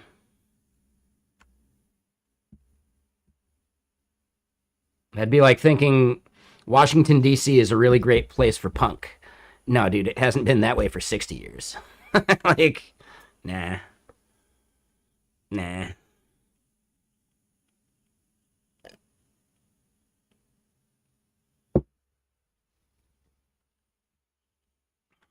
Nah, it's probably about the same time frame. 40-ish years.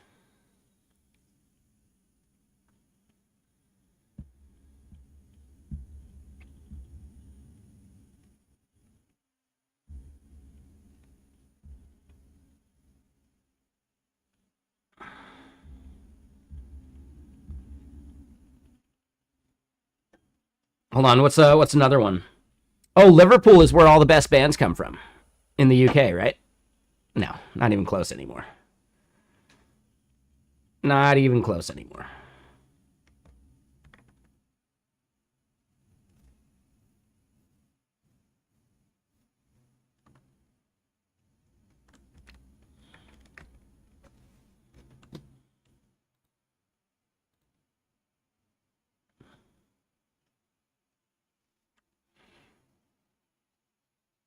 All right, so you treated yourself to a stand-up desk. It arrived.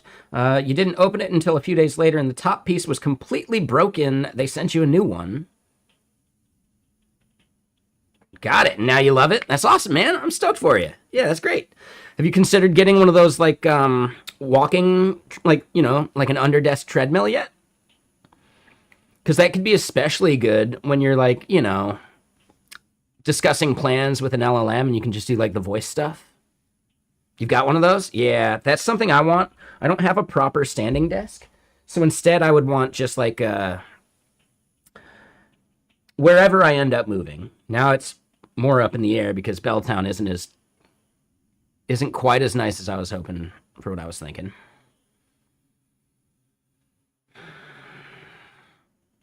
It would still be nice being stumbling distance home from my favorite music venues.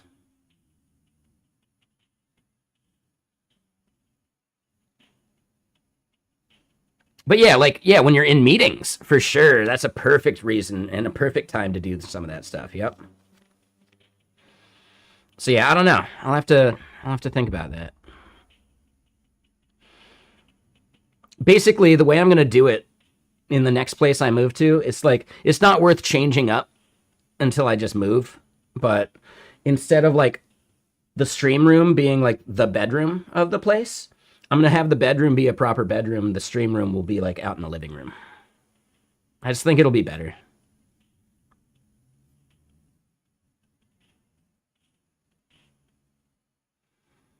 Well, that's an extra special thing there, Surly, because then the meeting ends sooner too. That's just science.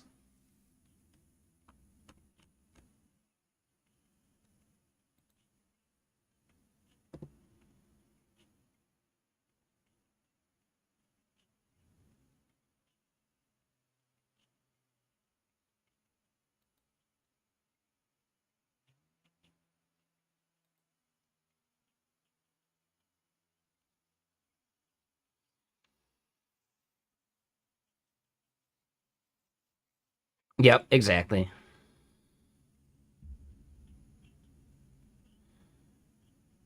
Hold on, Kinslayer, what is that?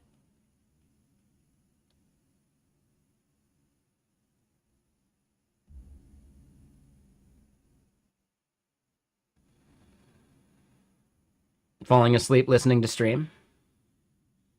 Hell yeah.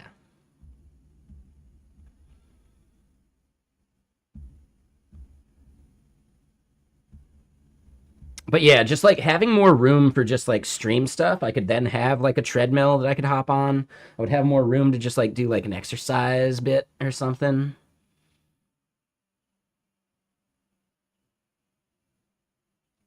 I'd have more room to like go around and like fiddle with things instead of feeling like cramped when I need to like plug something in or change stuff.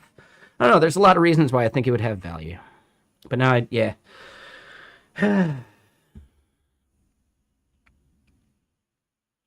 And sometimes the chill channel, unless I'm playing games. Yeah, because the games are a little too loud and you can't sleep to those, right? Oh, the guy in Full Metal Jacket. Yeah, yeah, yeah. He can motivate you while you're on the treadmill. Yeah, for sure.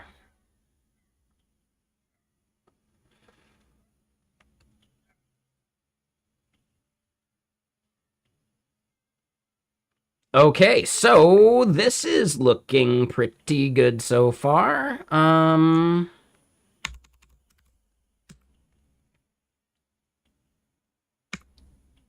So we just did the GSD verify work thing. So then back to the start of the loop for get shit done. All right, we verified the work. We don't need to do the ship thing because that's fine. But then, yeah, discuss the next phase. And the next phase is phase 6.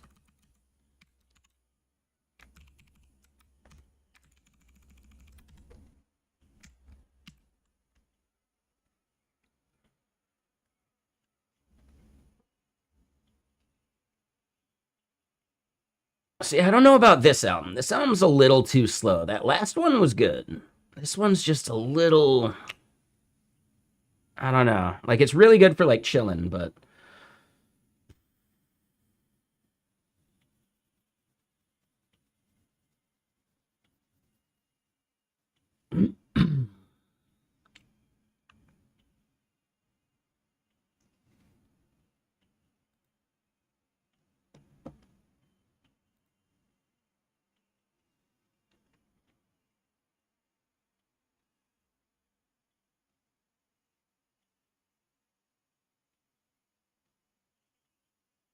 Network connection lost. Oh, yeah, no, no. That one's fine.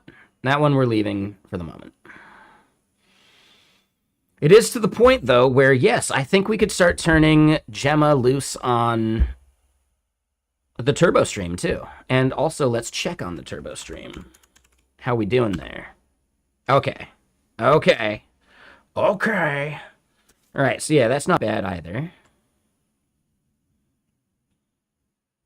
It does look like we fixed our uptime issue. No, because this is just today. Well, no, this is yesterday.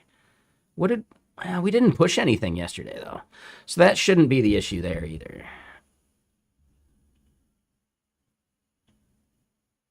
Actually, hold on. When did we push that?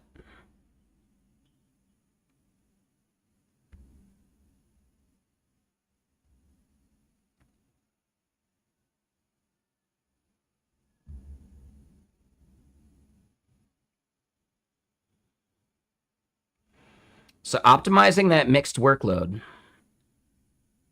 looks like it may have given us the stability, because this was, what, 2 days ago at 3 p.m. Pacific.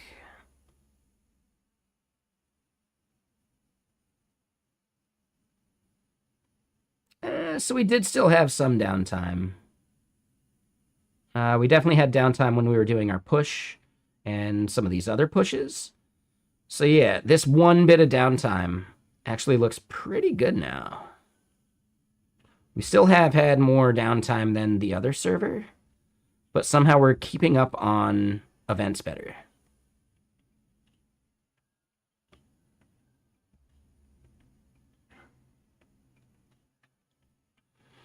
Yeah, I would say we're almost at the point where we could...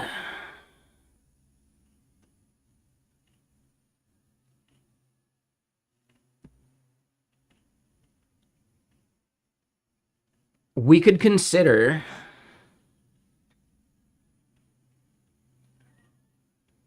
replacing it in Messijo. Yeah, I think I like that idea. I think we're stable enough.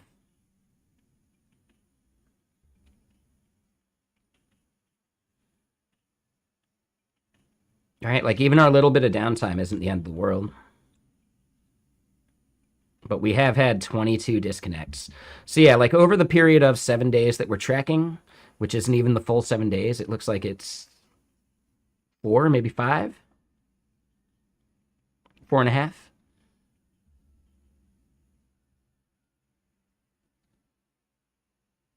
We can hit the peaks with the best of them, which is nice.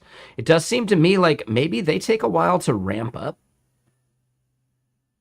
Whereas like we handle a surge better, but then there's definitely at least one point where they outperformed us.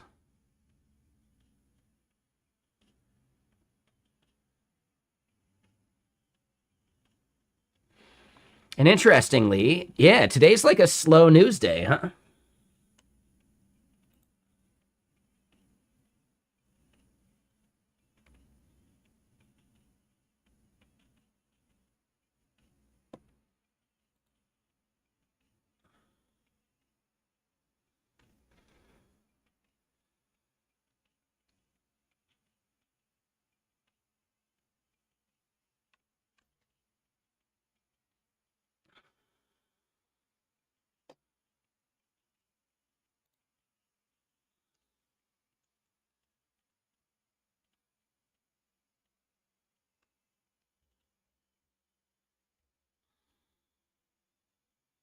Okay, hold on. Let's continue with these.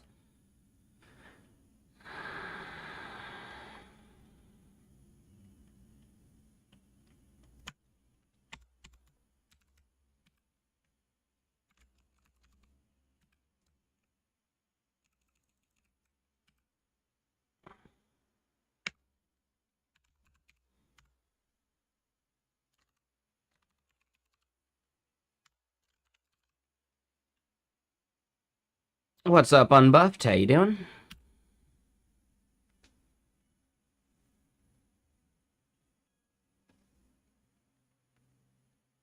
All right, so then this did the planning phase for number 6. Oh, discussion points. So, Monaco complexity.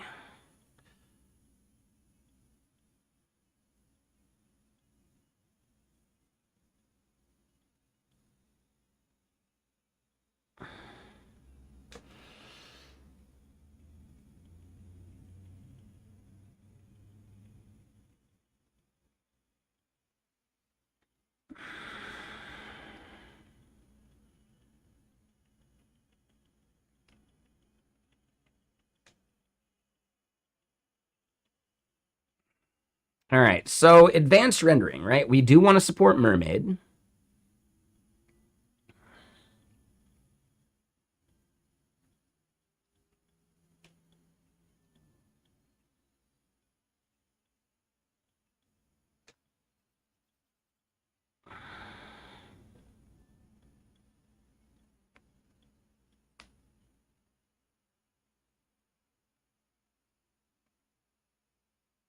Oh, I thought drow was a typo. Okay.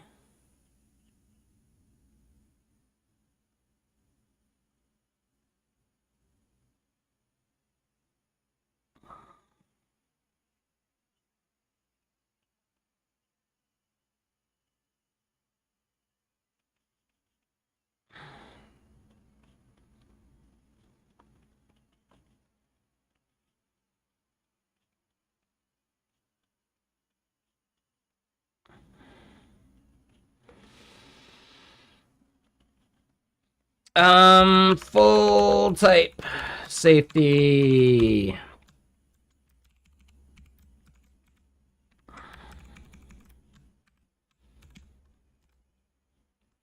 Local storage is fine for now.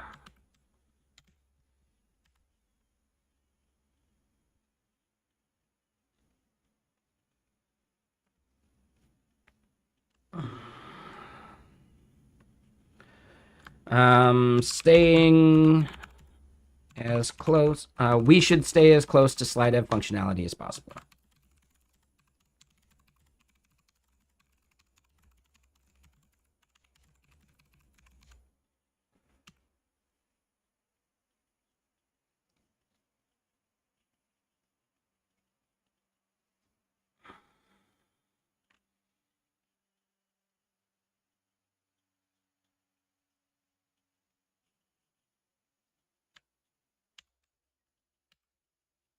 All right, so that one kicks off.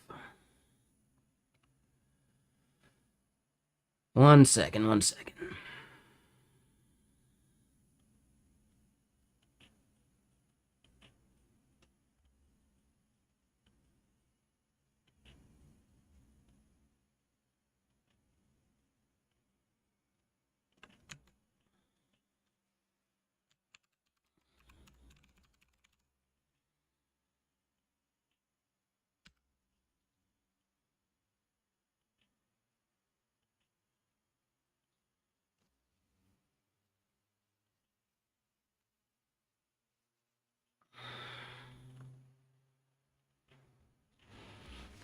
Oh, I just realized I don't have my phone on me. We can close this though. And yeah, I think we've kicked off enough, right? Like AI wise, that it's about time, I think, for a whiskey. And maybe to get into some of the CSV export stuff for Messijo. Right? This sounds like a great plan to me. All right, so then let me double check.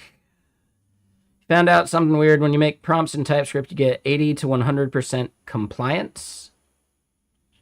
Haven't gotten further with it. What? What do you mean 80 to 100% compliance?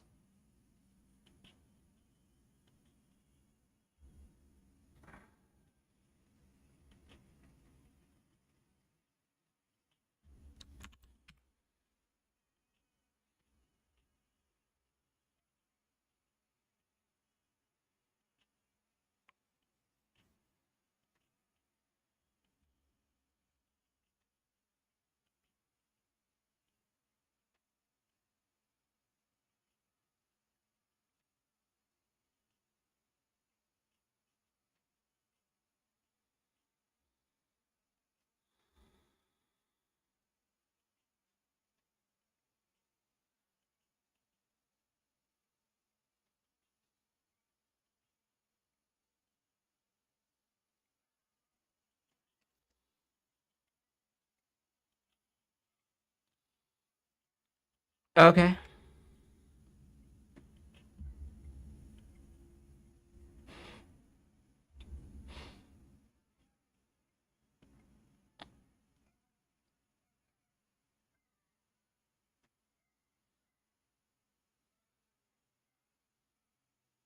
All right, so that thing's churning. Oh, this one.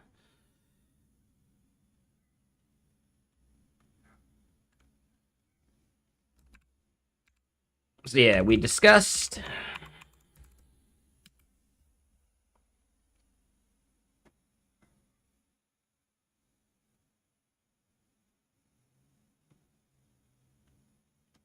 And then we'll plan. Yep.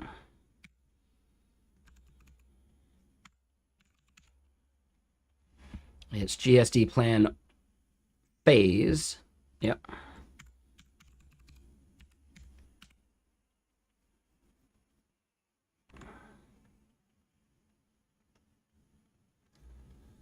All right, so those things are kicking. Give me a second. Actually, we can watch the orchestration. I'm going to go pour, or actually, I'm going to dump the stale whiskey. I've got plenty of water. Yep. And I got plenty of whiskey. So, BRB, give me a sec.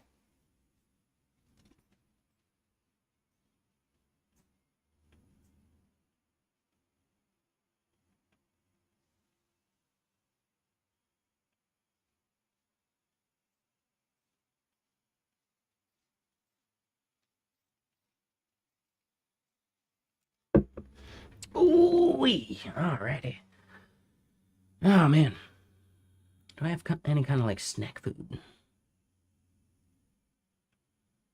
I should get something in my belly. Give me a second.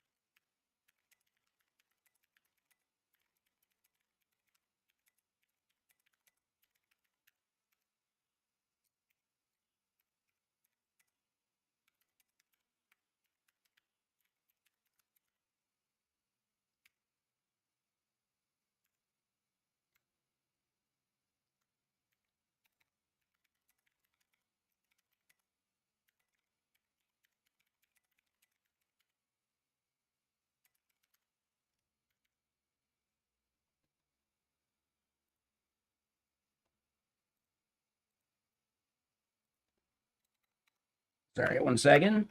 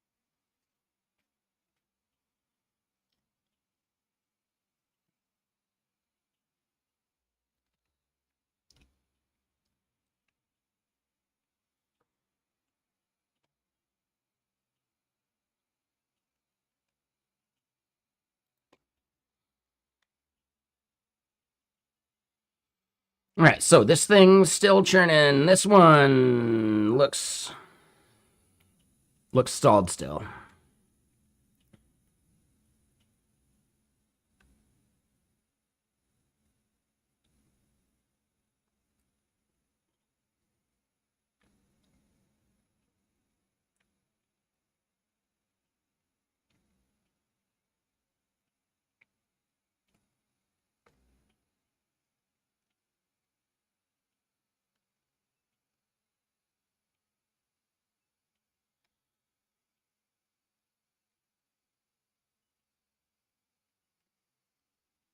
So yeah, let's pour auto whiskey. Let's double check on this guy. This guy probably wants us to do this. Yes, adversarial review.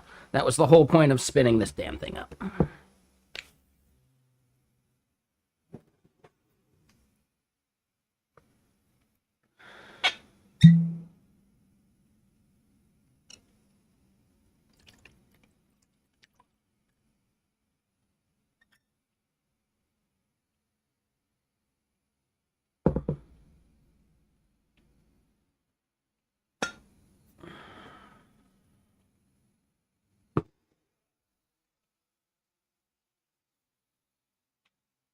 What up, soldier? Yeah, cheers. Let me pour it first before I actually say the cheers. Otherwise, it's just rude.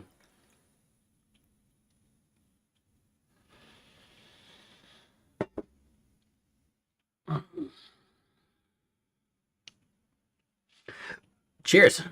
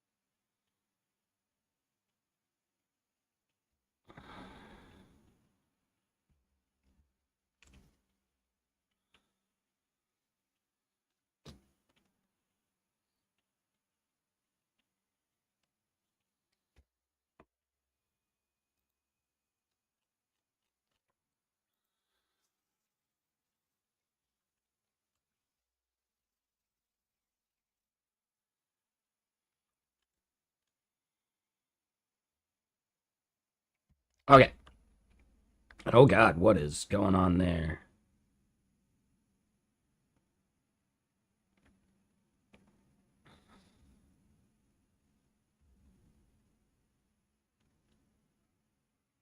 Try again. What the fuck?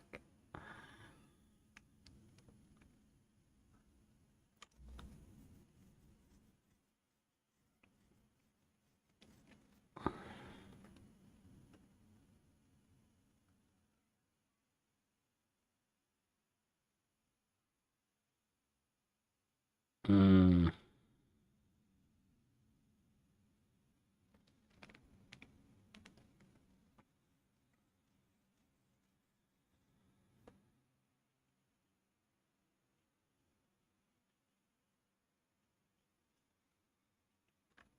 I'm coding with my hands.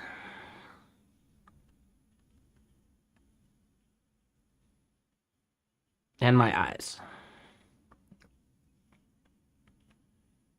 I think the brain is loosely involved as well.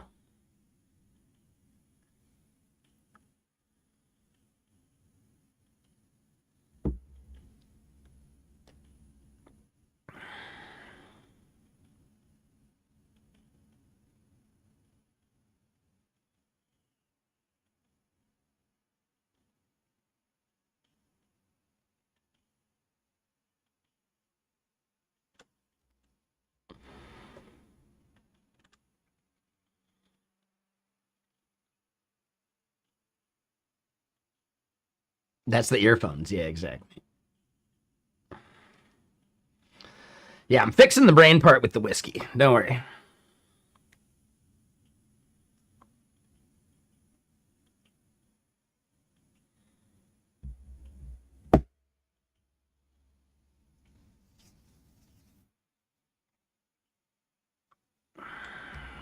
All right, so 1B.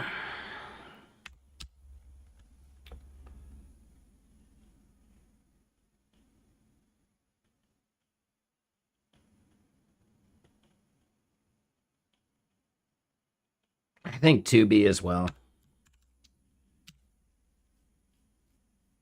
Depends on the thing that we're working on.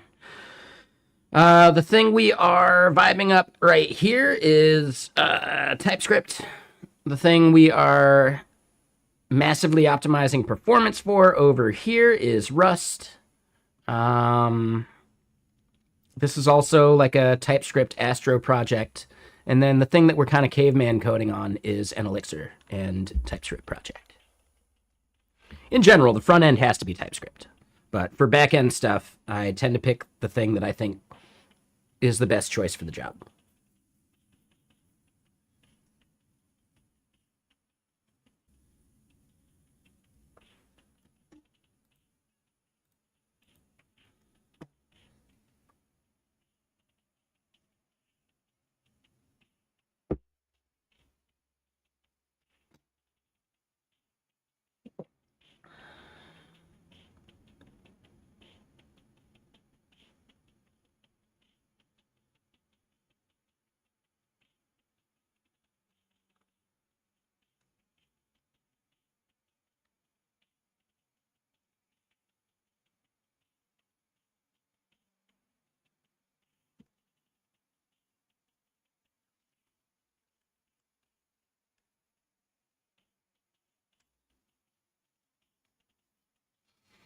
All right, so yep, that's fine. Let's clear that. Yeah, and I think here we're just in this loop.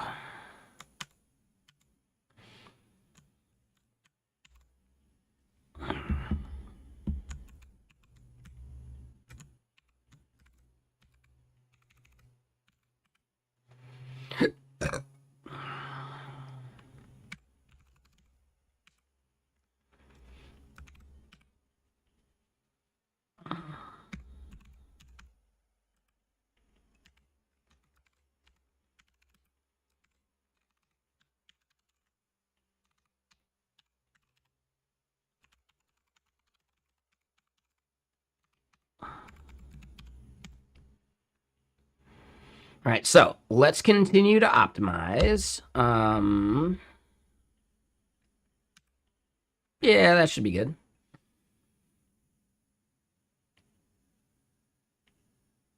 Walking pad relocated upstairs and under your new desk. Hell yeah, Surly. So you've been a lone wolf in your career for 8 years. I would say that's a huge problem. I mean, you know your career better than I do, but I would say you probably need to work on a team at some point. Otherwise, there's a massive gap in how you understand how code gets produced in general. I know you can do whatever the fuck you want, man, but I am saying, like, just eventually it would probably be better to try and work on a team at some point. I'm guessing you're a freelancer. Freelancing fucking sucks. Just because you can make it work and you make your own schedule doesn't actually mean that it's that nice, because it's really good working on a team where you can, like, trust and interact with people, you know? There's a lot of value there. So you've been trying to get on a team. All right, perfect. I just want to throw that out there. Hell yeah. At least you're trying. Fuck yeah, dude. I'm going to guess... So no, not a freelancer? When you say lone wolf, what do you mean by that then? Maybe I misunderstood lone wolf. You just mean hobbyist?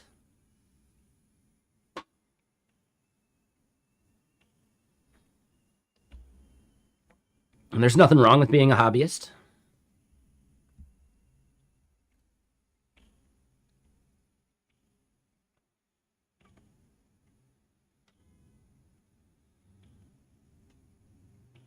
I don't know why it reminds me of that movie Airheads, though. Your band name is the Lone Wolves, but there's 3 of you. Or no, it's the Lone Rangers. Your name is the Lone Rangers, but there's 3 of you. You're not exactly lone. I love that movie. I need to rewatch it at some point.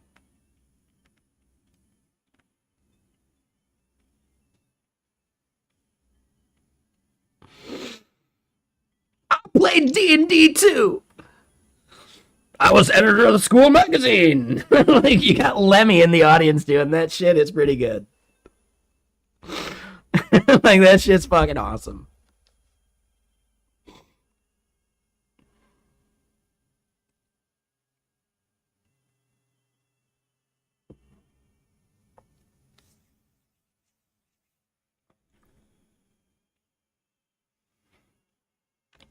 When Lemmy died, you did a rewatch and you couldn't finish it? Why? I'm so curious about that. What do you dislike about it? No, that's awesome there, Tech Chief. That's cool, man. No, TV Twitch. Lemmy died in real life. He doesn't die in the film.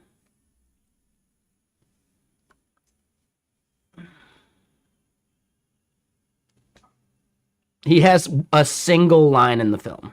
Like, take it easy.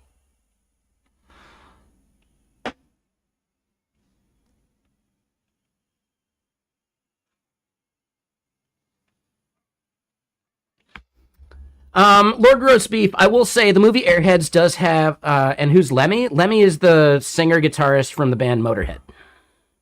The movie Airheads is about 3, like, waster fucking, like, kind of like shitty bandmate guys who hijack a radio station to get their, you know, their mixtape, their, like, demo tape played on the air. That's it. Like, it's a very simple premise.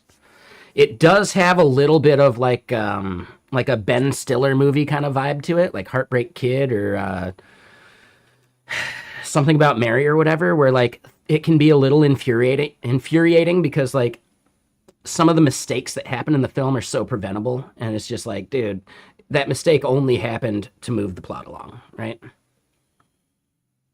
Like, there's a bunch of that. Like, and it's just like the Confederacy of dunces, kind of like, just everyone's an idiot in the film. There's no one who's actually smart in the movie.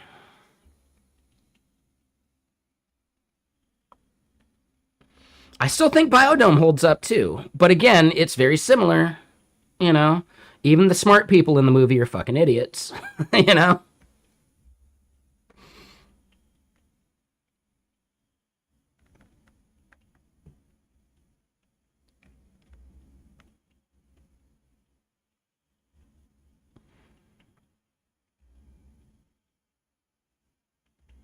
Yeah, I think Biodome holds up. I think Airheads holds up in the same way too, though.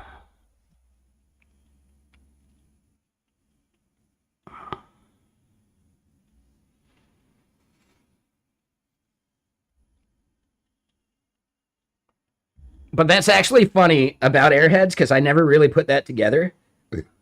There's the bit where it's like, you know, there's like a lawyer or someone from some like A&R shit, and it's played by Harold Ramis, right? Hey guys, totally, I'm gonna get you a deal. All right, hold up. Whose side did you take in the Van Halen Lee Roth split? Van Halen. He's a cop. Like, no, give me a second one. Give me a second one. Okay, who'd win in a fight? Lemmy or God? Lemmy. No, God. Trick question, asshole. Lemmy is God. And then Lemmy's in the film later, too, which is really good.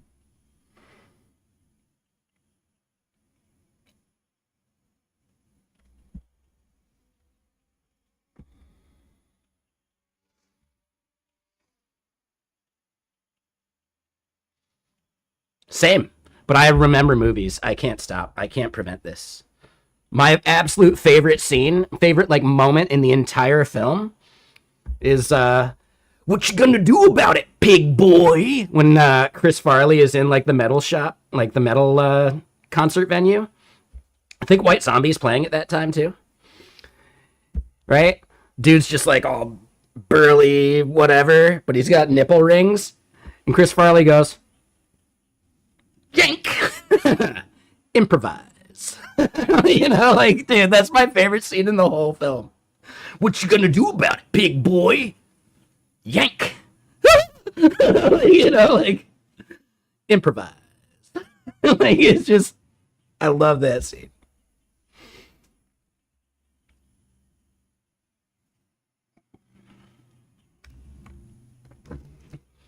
Yeah, for sure. It's an amazing cast. Yep. It's like at the peak of fucking Brendan Fraser's like awesomeness of his career. Like at the peak, like post Encino Man, maybe like right before The Mummy kind of thing. Maybe like a couple years before The Mummy. It's got Steve Buscemi and Adam Sandler as like the bandmates before Adam Sandler really like truly blew up with like Happy Gilmore, It's got Chris Farley before he like truly blew up with like Black Sheep and Tommy Boy, Yeah, it's really awesome, man. Yeah, I'm glad to see Brendan Fraser back. Yeah.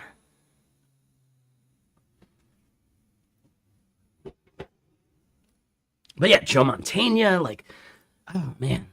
Yeah, it's such a good film. Or at least like a really good cast, right? Ernie Hudson as the police chief, right? Chris Farley. Even Michael Richards does a good job of playing just like the asshole who doesn't really know what the fuck he's doing and almost gets everyone killed. Judd Nelson playing a supreme asshole, which is actually what he's best at. Yes, exactly, dude.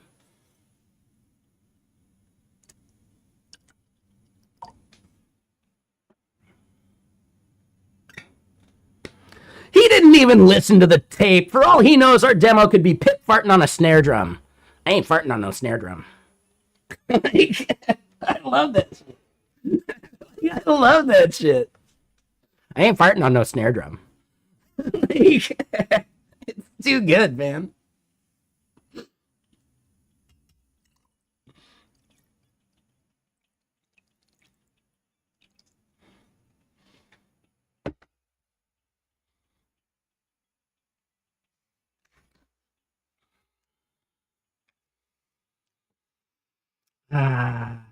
Encino Man was known as California Man in Europe. Oh, that's fun. Oh, that's actually really funny.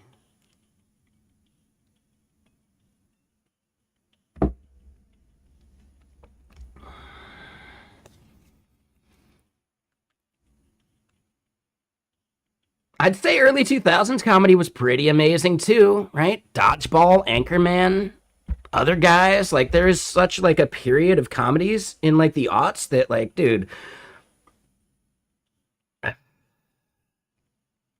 why isn't comedy any good today? Like why aren't people taking chances on good comedies anymore? And I blame Netflix. Basketball. Fucking basketball. Basketball is definitely up there as, like, I would say if we were to really try and figure out my favorite comedy of all time, basketball is in contention with a bunch of shit, but basketball is probably winning. In high school, I had a friend who could recite The Cable Guy from like start to finish if the movie was on kind of thing. I can also do that with basketball, or at least I used to be able to.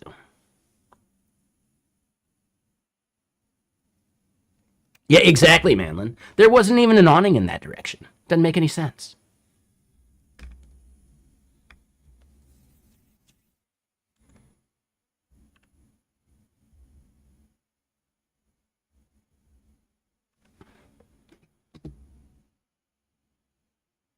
Idiocracy? Eh, it's good, sure, but it's just as relevant back when it was made as it is today, right? So it's not like it somehow became more relevant, you know? No, he wrote it based upon the shit that was happening at the time. Like it's the same as it ever has been. Like people say it's prophetic. Like, oh man, it predicted the future. No, it was actually just talking about modern day with a sci-fi future twist, but it's the same thing. It's like 1984. Dude wrote 1984 not because he was predicting where shit would go. He was talking about how life actually was in 1948 already, you know?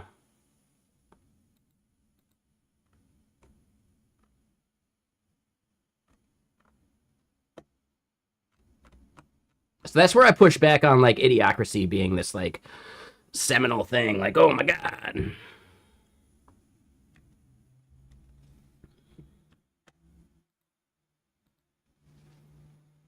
Well, it wasn't even a guide, right? It was evidence, or at least like a somewhat parody of what was already happening, right? The panopticon idea of a prison was already thought of and created before he wrote 1984, before any of that shit. Like, it's always been kind of like dystopian.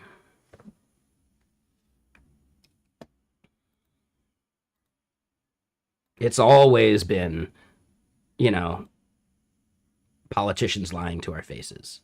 That's not new. McCarthyism was in full swing.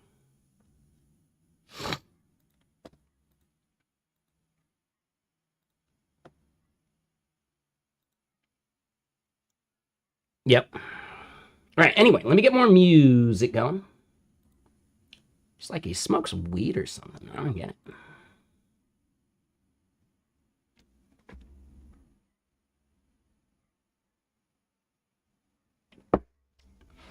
An app to monitor systems for you. You called it Panopticon? There you go.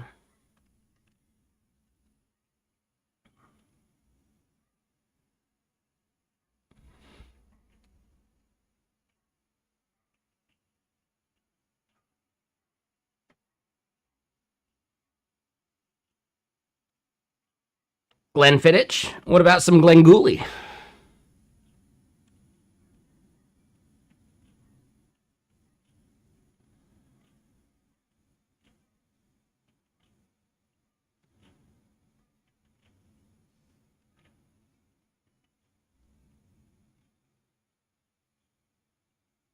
Take it easy, Manlin.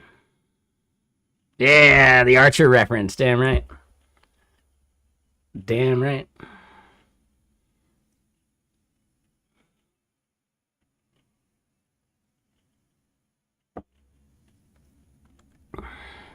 Yeah, the coding is secondary to the movie quotes, for sure. That's just science.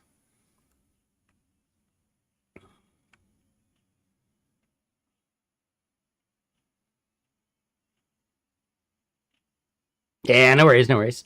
So you went around the Glengarrick distillery in Scotland last year. Nice, nice.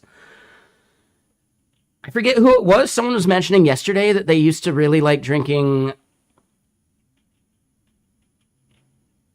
Glenmorangie. Oh, it's pronounced Glengarry. Glengarry Glen Ross.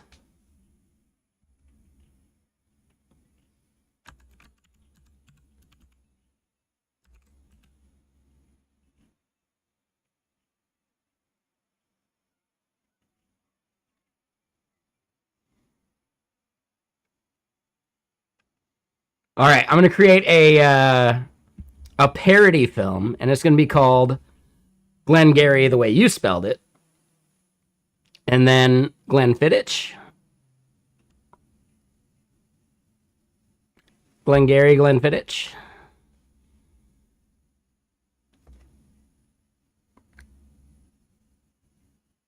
Has nothing to do with the Glengarry Glen Ross movie. No, it is purely about. It's basically a sequel to Leaving Las Vegas, but it's a different person trying to drink themselves to death. Boom, nailed it. Glengarry Glenfiddich. And they're doing it in the Scottish countryside.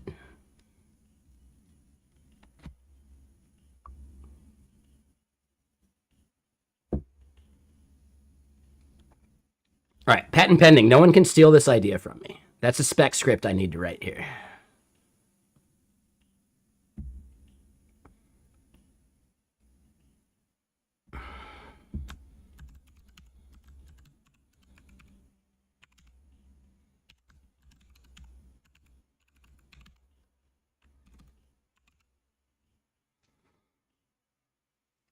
Glengarry Glenfiddich. Boom, right? A spiritual successor to Leaving Las Vegas, but set in the Scottish countryside.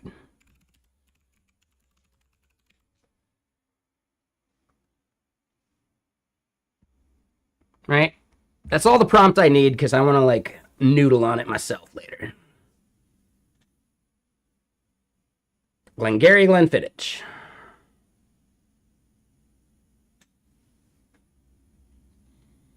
And the poster would have to be like very similar.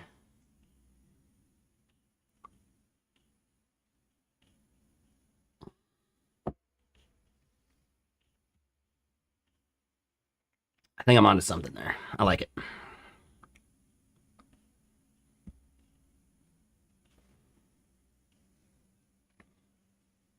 We could turn it into a series. No, I actually like writing. That's one of the things I actually don't like using clankers for. I like using clankers for like the brainstorming and like maybe getting an outline going or something. Distilling, I don't know, a bunch of like research and PDF bullshit into like chunks, and then I'll write the chunks myself.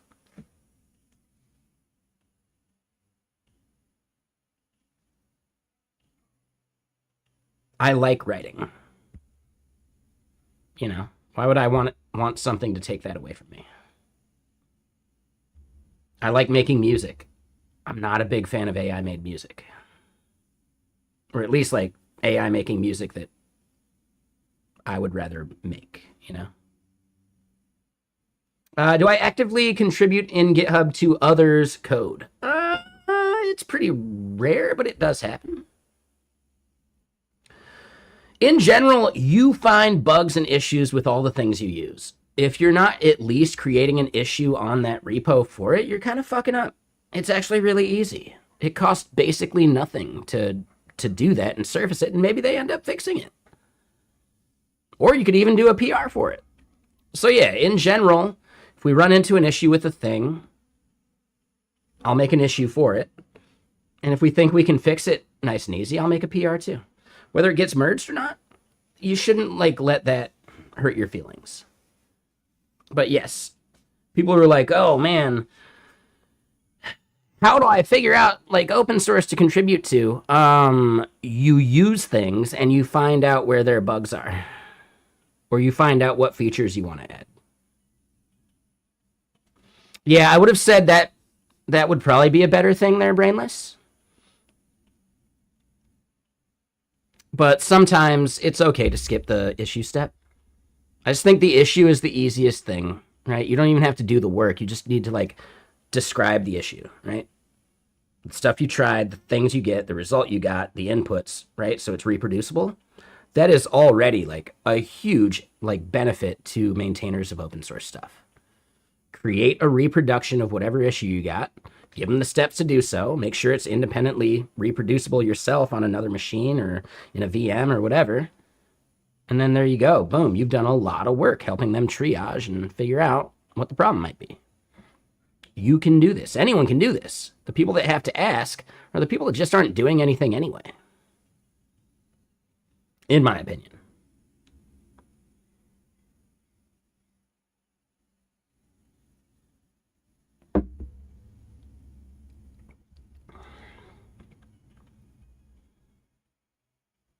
Ooh, hold on. I did want to keep... No, we didn't care about that anymore.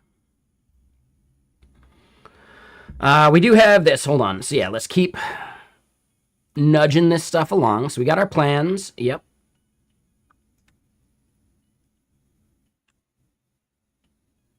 All right, so now we're ready to execute this. We do it with a new context because I do not trust context bullshit.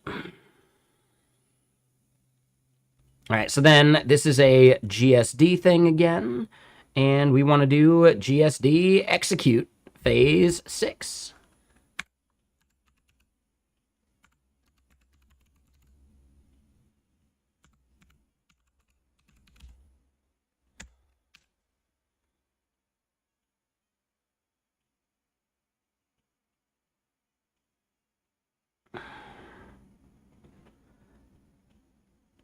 Manlin, but the library you're consuming was also someone working in coding for free. So it's a little bit of quid pro quo. Don't worry about the community. You use things. If you find an issue, report the issue. It's actually very simple. I think you're making it bigger than it needs to be. It's actually incredibly simple. You find an issue, you create an issue. Boom, done. Stepping on toes? No, that's not anything. Who gives a shit? All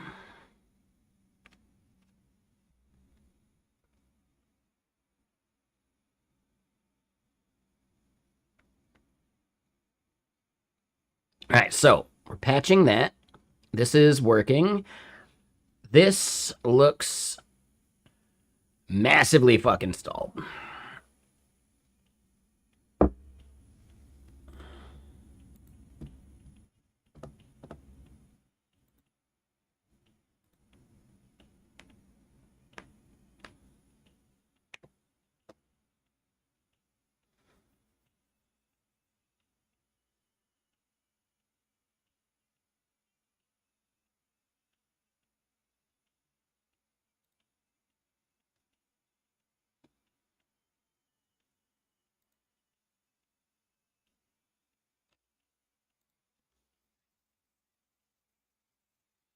The two you're seeing here, this is Pi. Pi is strictly what I use for the auto research stuff because it's the only one that has an auto research plugin. I do think it would be nice or cool to maybe make a like an open code plugin for it, because why not? Could we vibe that up? I bet we could. Could we make a Claude Code plugin for it? Could we make a whatever plugin for it? Yeah, that'd actually be kind of fun.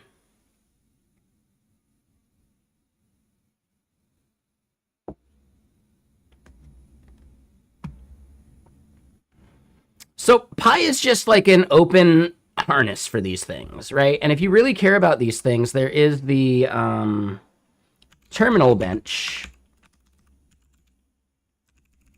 right? There's a leaderboard for all this. And what you might actually like take away from this is that if we pick Claude Opus 4.6, yeah, there's 11 harnesses or TUIs or whatever that support Opus. When it comes to the results, Claude Code is number 40 using the same model, right? So I've said this before where I don't think the harnesses matter that much. No, I guess I'm actually wrong. I don't know how this voting is determined, but holy shit, dude.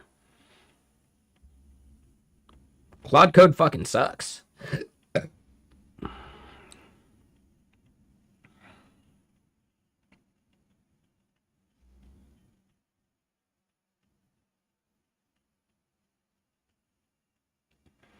Now, here's the problem. They're going to be really fucking mad at you if they catch you using Opus in anything other than Claude Code. which is a problem.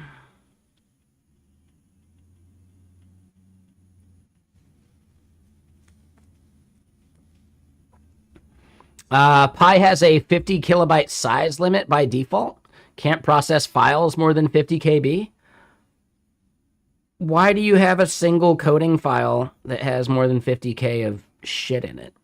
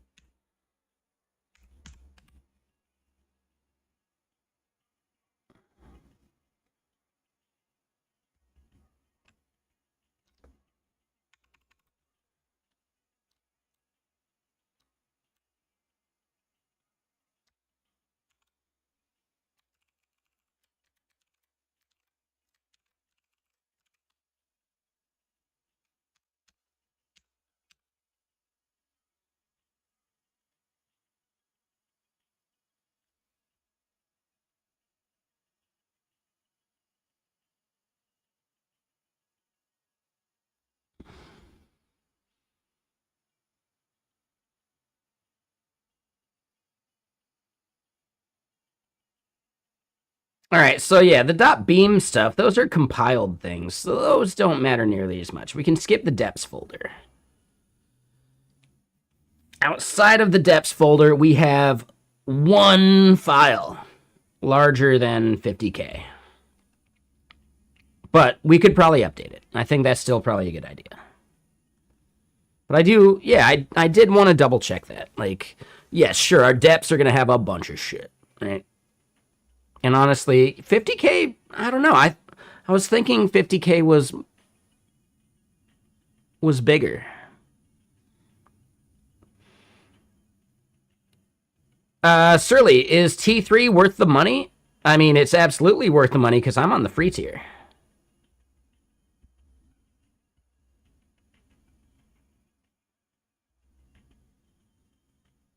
Current plan, free tier.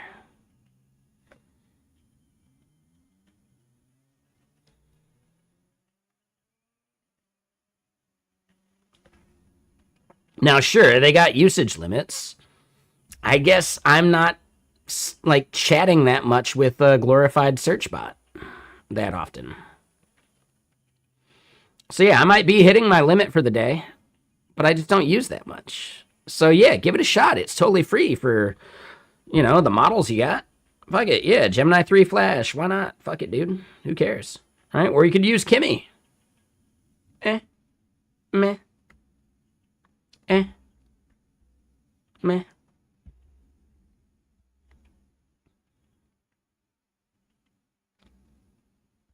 I know, should I be paying just to support a friend? Yeah, maybe, but Theo isn't paying for my thing, so I think it's okay. There's no Gemini 3 Flash? Yeah, there is. It's the Flash preview. They're just dropping the preview part.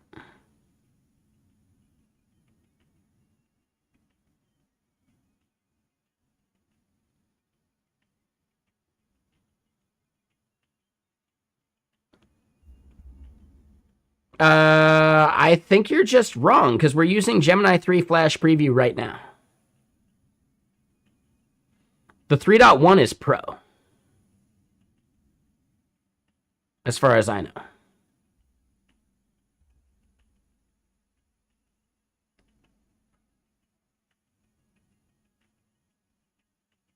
There's Gemini 3.1 Pro, but Gemini 3 Flash is absolutely a thing.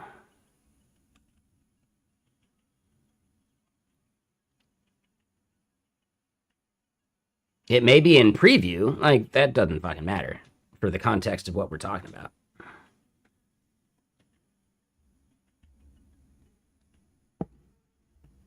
I am using Gemini 3 Flash right now through Gemini CLI. So take it easy there, TV Twitch.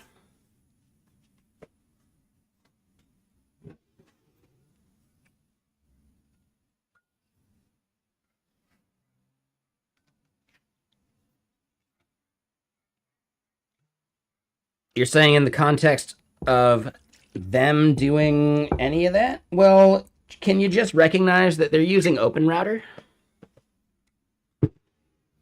So we could just go check OpenRouter right now.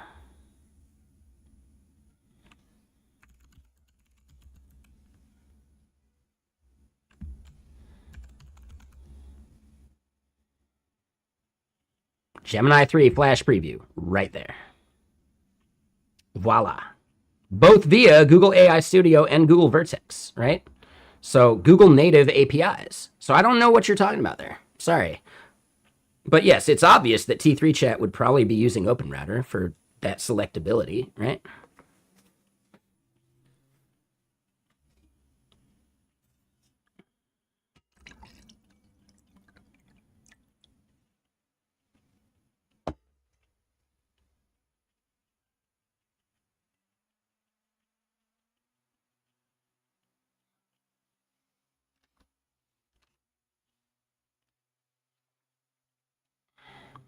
Yeah, this is why I am so fucking bullish on OpenRouter and why whether I get the job or not, I should probably apply.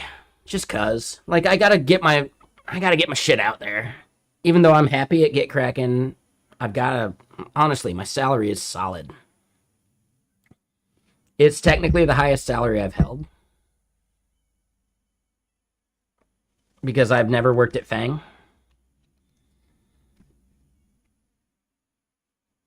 So yeah, Get Kraken is really, really like awesome. Like super killing it. The raise this year accounted for inflation. That's about it. And then there was a bonus. Okay, that's cool. Yeah. I'm usually not a fan of bonuses. I'd rather have a better raise, you know?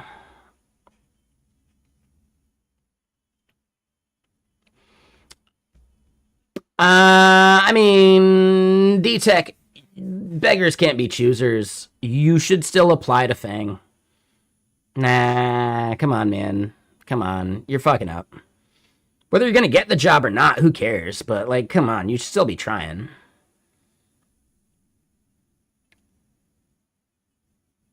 In this economy, an opinion like that does not make any sense. In this economy? Hold on. What were the jokes we were making before? You don't want to be part of the hamster wheel. That's called having a full-time job anyway. Every full-time job is the hamster wheel.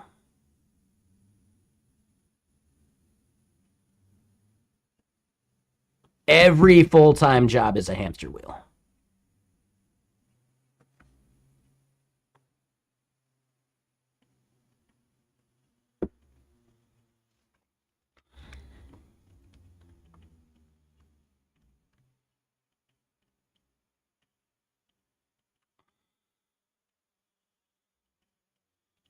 Take it easy, Manlin. That's weird. Just chill.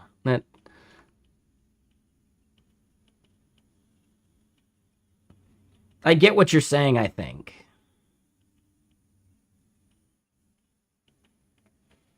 Enterprises outside of Fang have better opportunities? No, they don't. Actually, no, they definitely don't. You're talking like proper enterprise outside of Fang? You're talking like life insurance companies and shit. No, that is absolutely worse. They will be paying you half what you're worth. Ask me how I know. I've worked at a life insurance company. Like, nah, dude, they fucking suck. They really fucking suck. If the only enterprise you're talking about is banking, well, yeah, working at a hedge fund or a fucking major bank, even the major banks suck. No, you would want to be like Wall Street wise. You work for a large enterprise outside of Fang, ask you anything. Shaka bruh, what is your salary compared to Fang salaries? Way lower, right?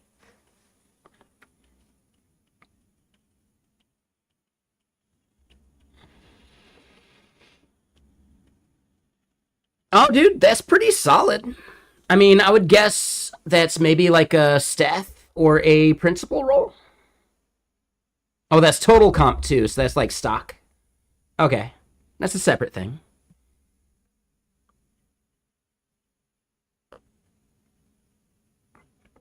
Base of 210 is still really solid, dude. Yeah, principal. Okay, so that makes sense. I get that. That makes sense, Shaka, bro.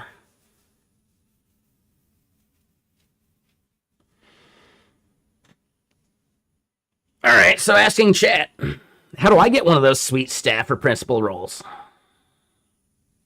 Shit.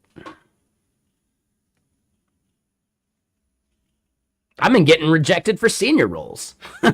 Fuck. Not lately, because I haven't tried.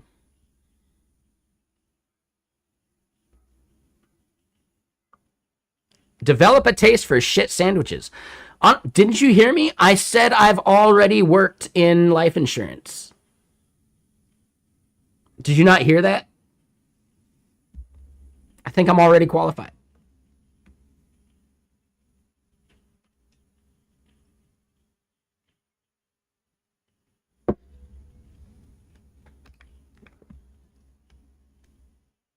Now, it's tough. It's actually just really hard out there. But I was getting rejected for senior roles like a few years ago before this shit happened, you know, before like the current market. And the senior roles I didn't get, like, they were so bullshitty. They were so goddamn bullshitty for like the interview process. Like, dude, there's a bunch of them that I'm just like, I'm fed up with, and I'm so pissed.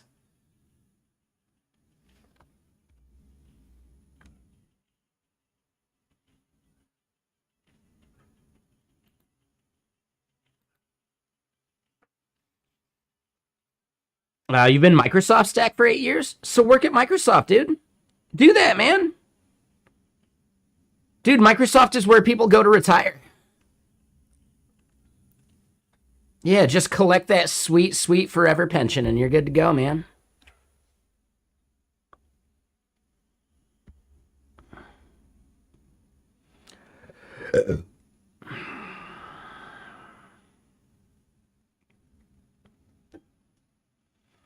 And then Shaka, they were remote roles. Yeah, for sure. So yeah, for remote roles, like, you know, they can really like pick and choose, and yeah.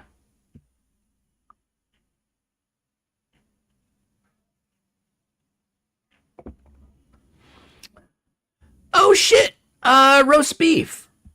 I met someone else who was a dev from the Caribbean. Or Caribbean, I forget. From the Caribbeaner.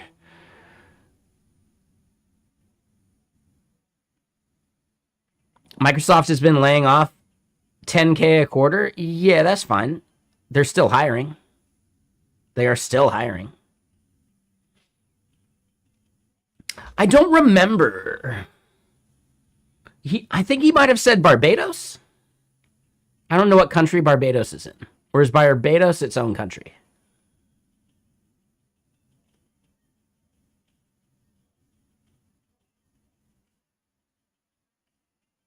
I think he had said Barbados. Okay.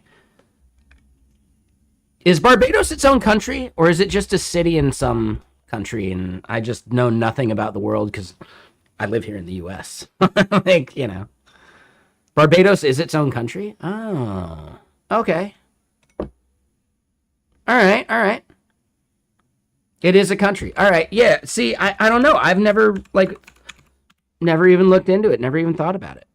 But, yeah, this dude was super fucking cool. And some of the shit he was talking about was, like, mind-blowing, man.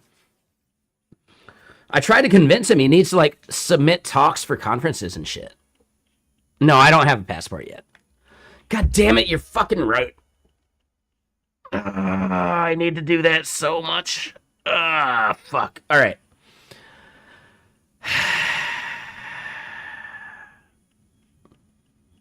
I'm going to schedule the thing tomorrow.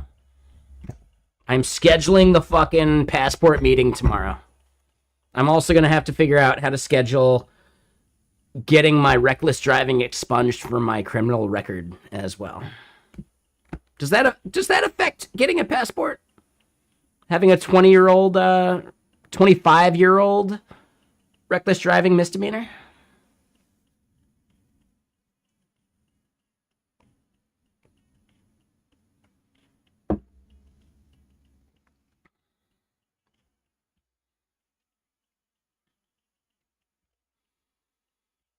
I don't know. We'll find out. Won't affect getting a passport, but it may affect your ability to go into certain countries, right? I think that's mainly like the thing.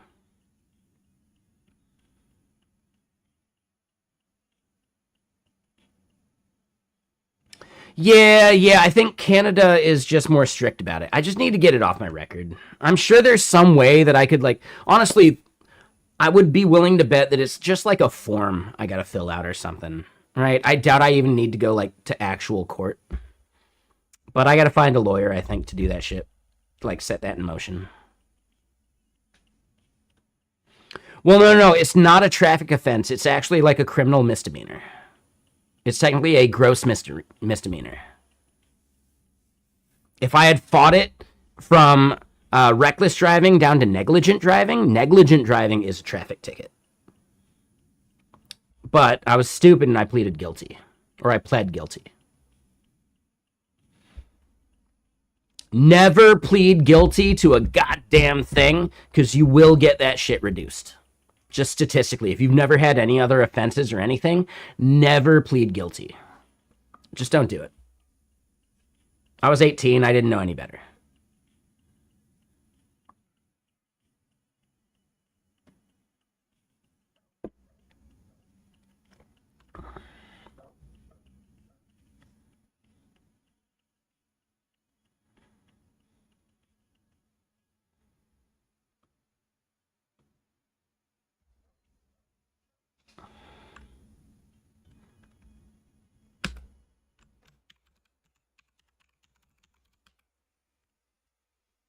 No, it was just reckless driving. No. I was just going way too fast. Here in the US, if you're going 20 above the speed limit, that could easily qualify as reckless driving. 20 above the speed limit. Easily reckless driving. They are especially wanting to do so if you're above 100 miles per hour. Thing I was driving on was 70 miles per hour for the speed limit. I was going like 105, which is what they clocked me at. It was on I-5. It wasn't that crowded. It was fine. But no, I was just stupid fucking teenager wanting to get home quicker. It is criminal. It is a gross misdemeanor. Yep. If I had fought it, it would have been negligent.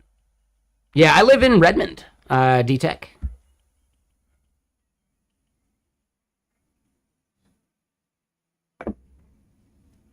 Yeah, I live just outside of Seattle. The reckless driving I got at 18, I was living down at Mount Hood for the summer, and I was driving back to hang out with my girlfriend at the time. Is it any wonder why I was driving so fast?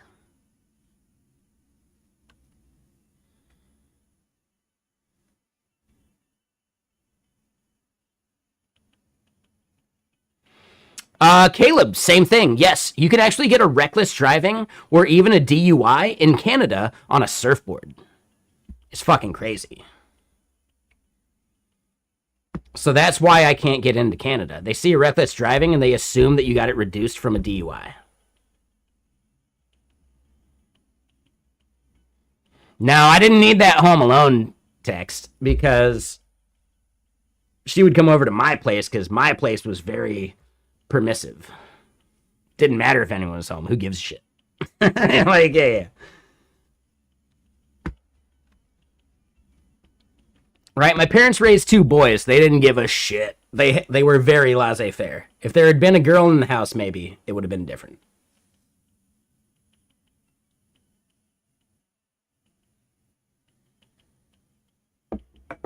TV Twitch? No. There are insane people that put on the thickest goddamn wetsuits they can find and actually surf in Canada. It's actually the craziest goddamn thing I've heard. Right? You just get your, like, dude.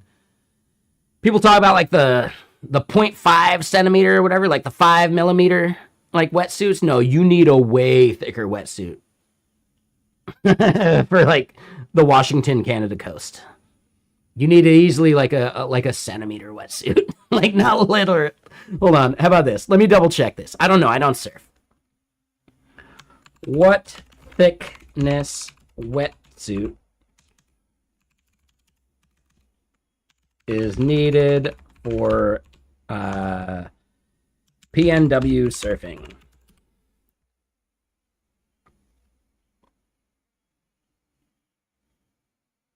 Okay. So a 5 or a 4 millimeter wetsuit.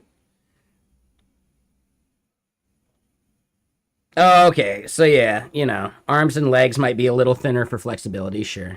Your booties, you probably want to go 5 to 7, and your gloves maybe 3 to 5, sure.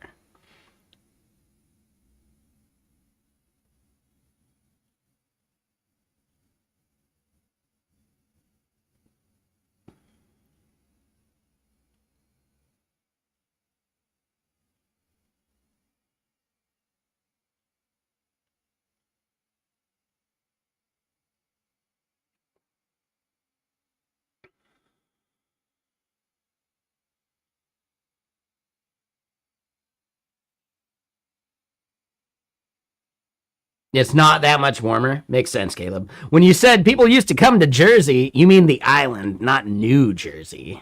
Yeah, touche.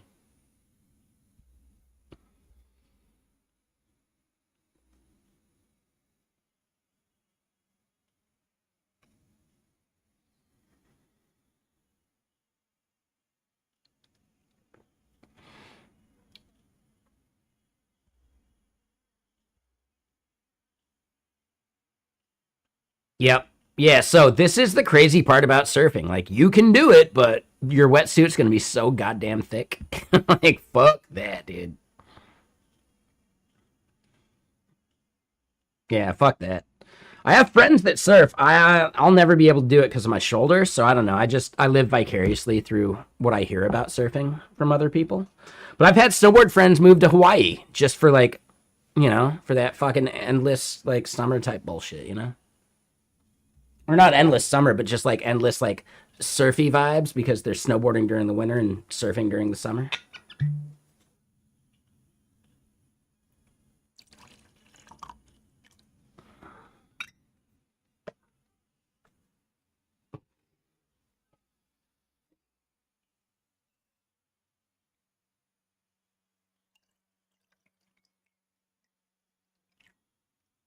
Yeah, with my dislocated shoulder, I have a major like a major bout of anxiety when it comes to swimming.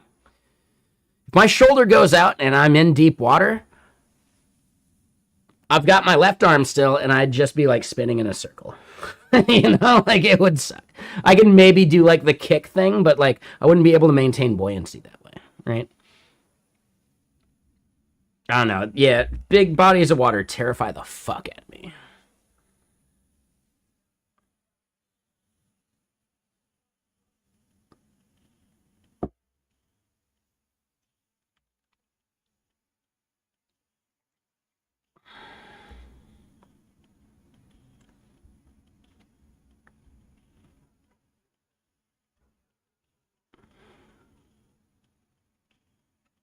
Yeah, exactly. Yeah, no, like big bodies of water fucking terrify me. I can't do it. Which is crazy because I love seafood. I fucking love seafood.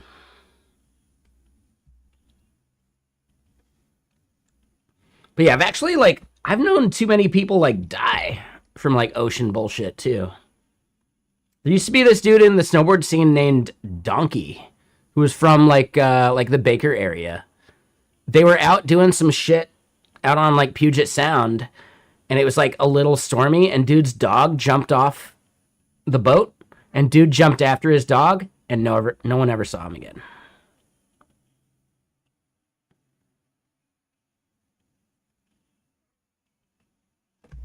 Like, yeah, dude, I got so many like weird fucking water stories.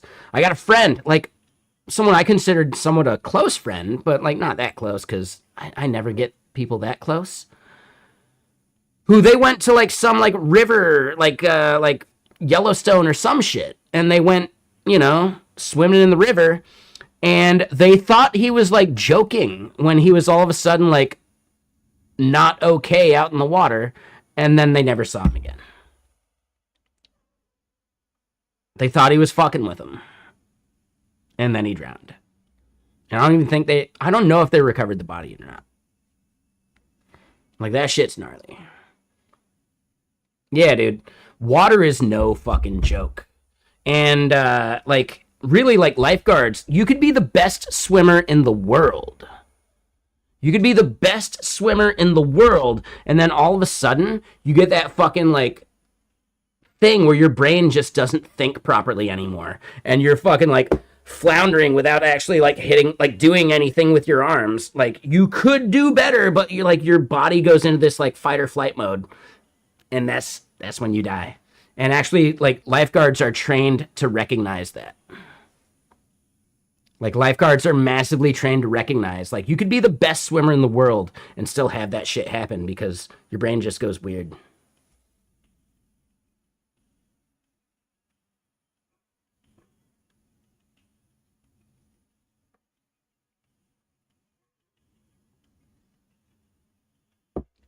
It is not a rational thing once you get into that fucking, like, not able to, like, tread water anymore, like, mode, you know? Yeah, exactly, Caleb. You're not gonna fucking swim against a riptide. You have to just swim out of it first. Yep. Yeah, dude, water is no fucking joke. I've actually had major water anxiety before my shoulder even started dislocating. There's just something about it. Like, something about being in a large body of water gives me that same feeling of, like, what if you were an astronaut just drifting away from the space station because you lost your tether? There's no rescue mission coming. You're just drifting. That's it. Goodbye. You know? Fuck. To me, that's what, like, floating in the middle of the ocean feels like, too. At least, like, anxiety-wise.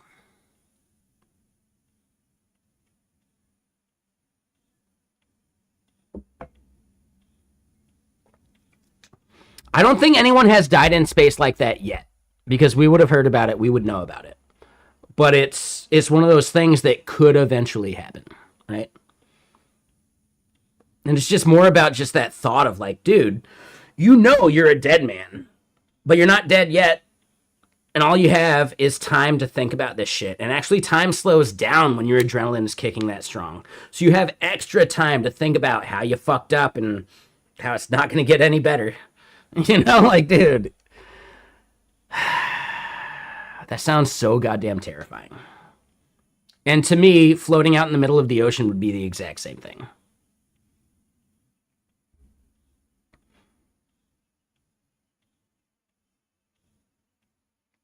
I think so too. I'd become very zen-like about it, I think.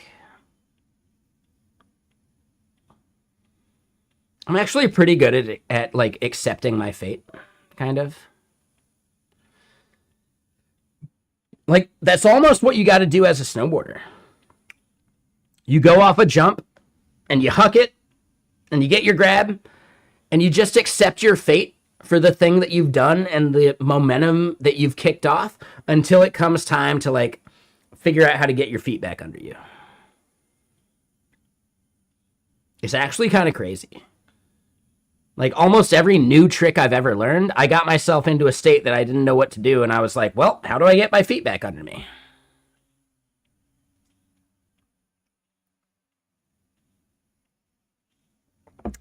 Yeah.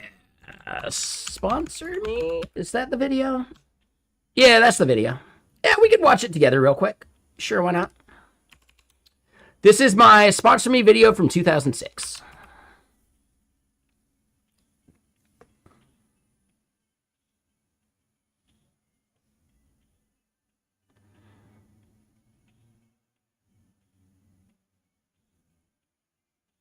I meant to go over that. I didn't have the speed.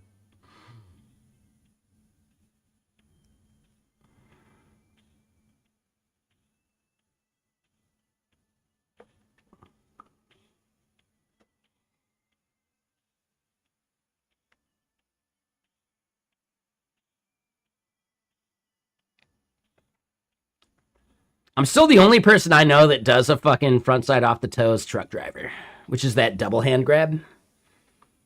I'm also the only person I know that does a cab bus driver as well. Bus driver is when you do like two hands on like the front of the board, like a mute or a stiffy.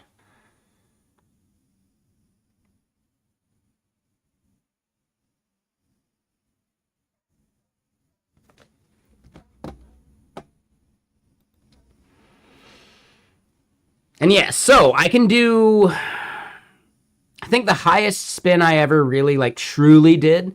I'm pretty sure I could go still do like, I'd have to lose some weight and do it, but I'm pretty sure I could get a fucking like a double cork front side 1080 happening, but the biggest spin that I've been able to do consistently is a backside 9. And there's something about spinning backside where like on the off things like a 540 or a 900, your legs just kind of like drop under you because you're like, at least the way I spin, I don't spin flat when I spin backside. So I hit that cork and the cork just lends itself to like, yeah, you're at regular and your legs just like drop under you.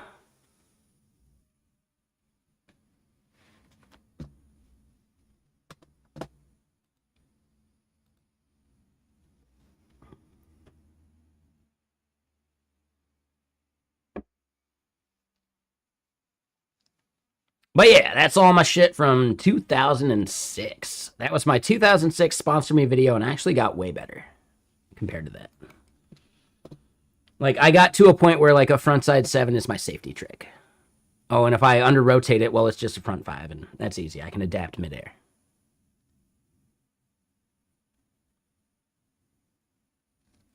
Are you saying for the backside, like, 900, 540 thing? No, it's because the way that you, like, it really all has to do with your shoulders off the lip. So the idea is more about like, are you looking over your shoulder or under your shoulder? And when I spin backside, I look under my shoulder. So because of that, it causes you to go off axis. And because of the way that I spin off axis when I spin backside, when I am back at like regular, I'm like corked still. And then all of a sudden, I can like bring a 180 and let my feet like roll over, Whereas like front side off the toes, I can spin super flat, because I'm looking over my shoulder instead of under my shoulder. If I'm spinning front side off the heels with like an indie or something, I'm looking under my shoulder, and that's how I do the corks. And that's where I could probably eventually maybe do the 1080 double cork. I've tried it a few times, for sure. I've tried it a few times. Never landed it on video in a way that mattered. So yeah, like the double cork front 1080 is not a trick I should claim, but I have tried it. Yeah, if you're not aware, Manlin, like that's how snowboarding is. You initiate the trick on the lip, and there's actually very much less you can do after that initiation. Like there's stuff you can do, but like if you just accept that you are where you are and what's happening is happening, it'll at least like look better most of the time versus someone who like fucks up and then just like flails and rolls down the windows, right? Now, yes, rolling down the windows and flailing can actually save you, but it looks worse. So if you get out of the habit of flailing, you're going to fall basically the same amount, but it's going to look better when you do so.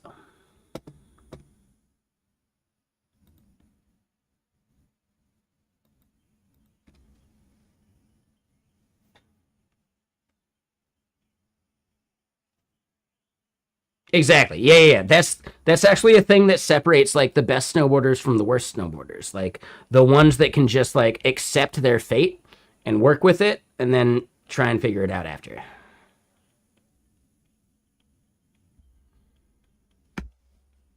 But you're an inline skater yourself. Oh, cool. I don't know if Ken Wheeler says this much these days. But yeah, Ken Wheeler used to be like, I believe, sponsored inline skater as well.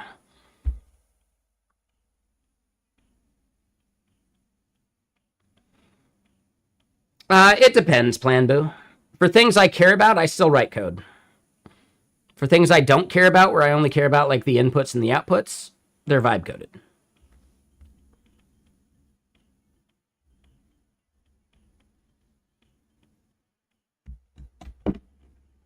Like these fucking things.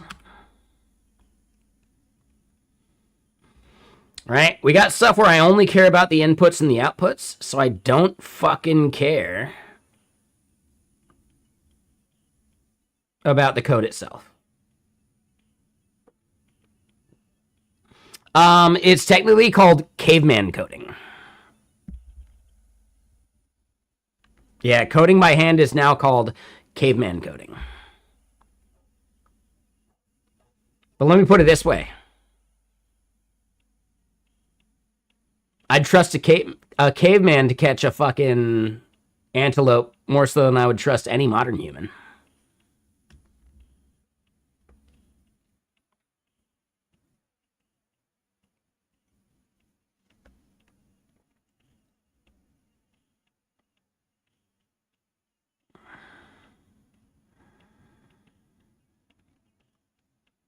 How true do I think the Mythos hype is? Dude, they spent $20,000 worth of tokens to get that.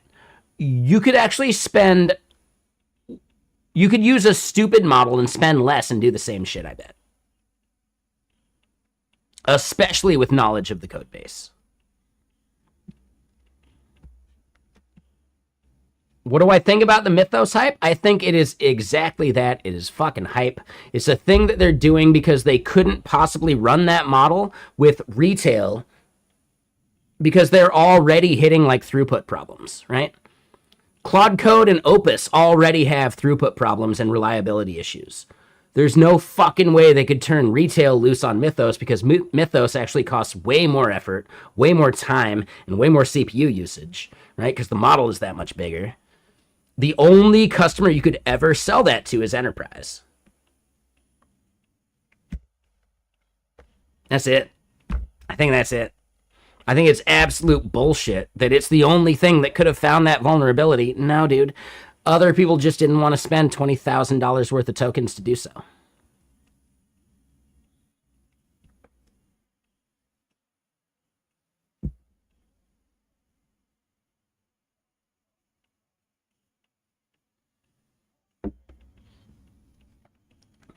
So I think it's going to go the exact same way as the like fuzzing tool that Google has, right? Have you seen OSS Fuzz?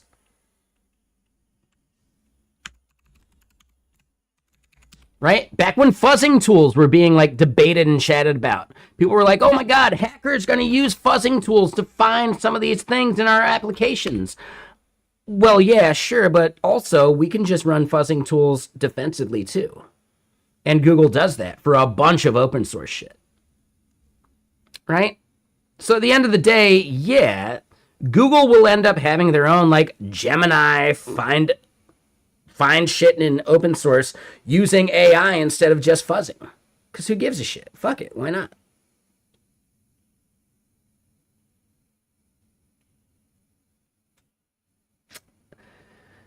I don't trust the Anthropic CEO as far as I can throw him. And with my bad shoulder, I shouldn't be throwing anybody.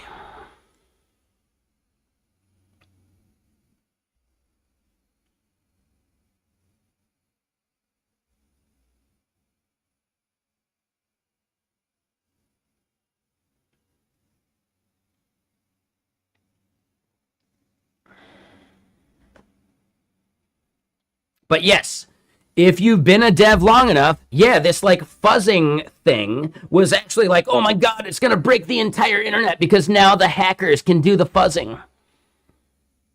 Yeah, okay, sure. What's wrong with the Anthropic CEO?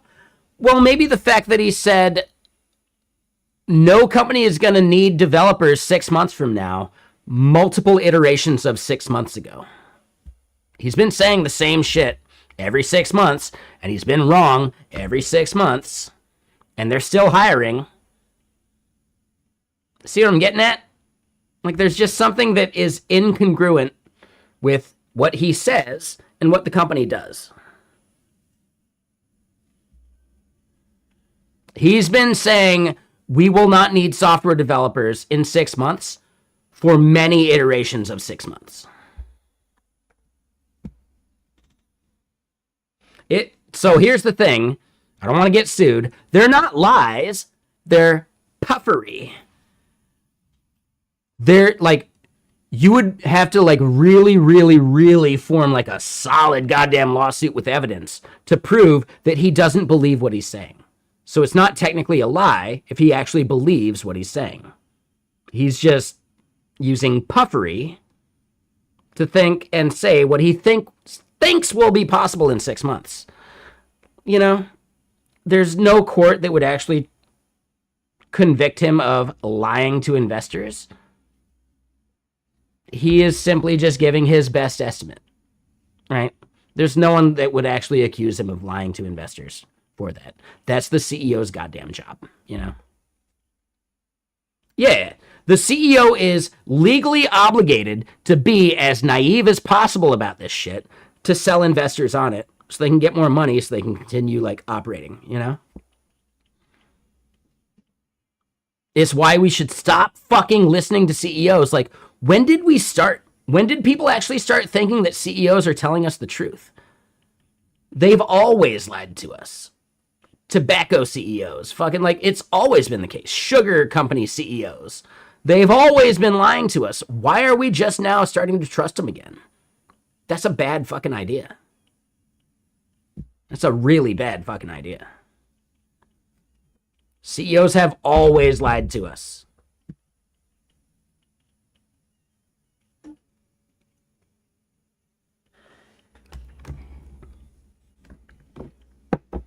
CEOs have always been suspect about the truth of what they're saying. That is always the thing. That's 100% their job. They're to sell you the dream, not the fucking product.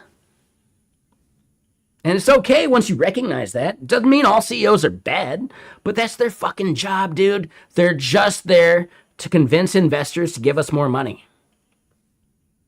You know? Fuck.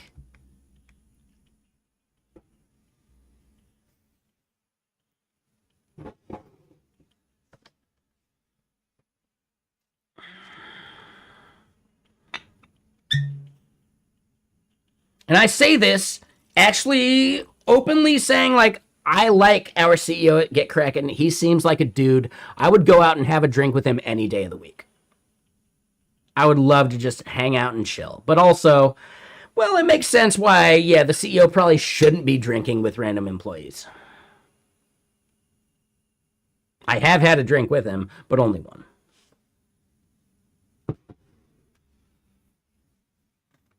After an event, after a thing, they went out for drinks, but I wasn't invited.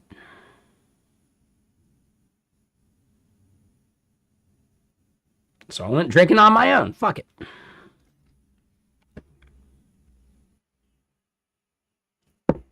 No, it was like the CEO and like management, you know? I can understand why management shouldn't be fraternizing with the help.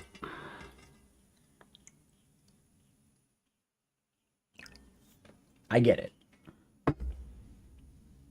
I get it.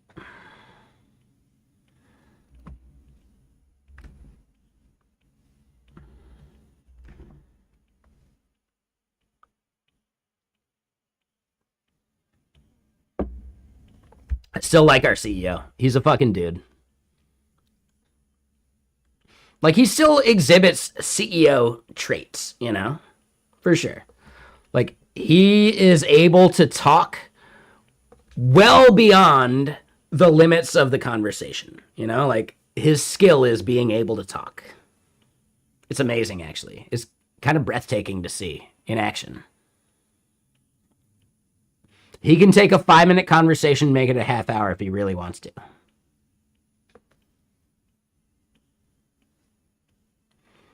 I don't think that's me talking shit. I think that's actually beautiful. It's kind of like cool to witness.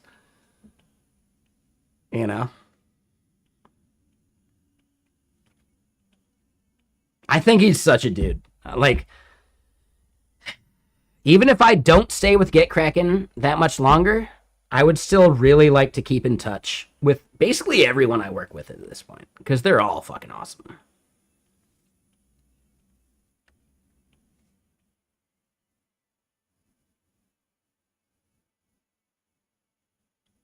Yeah, there's not a single person I would actually like be avoiding after this.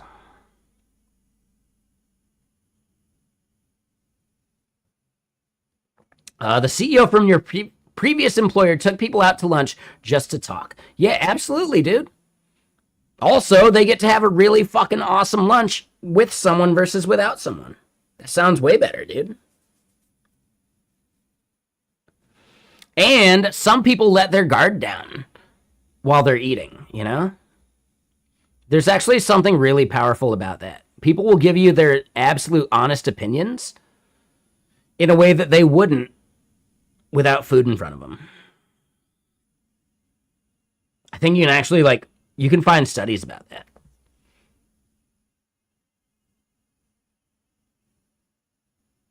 There's something about just like your brain is only thinking about food and it lets down its guard just a little bit.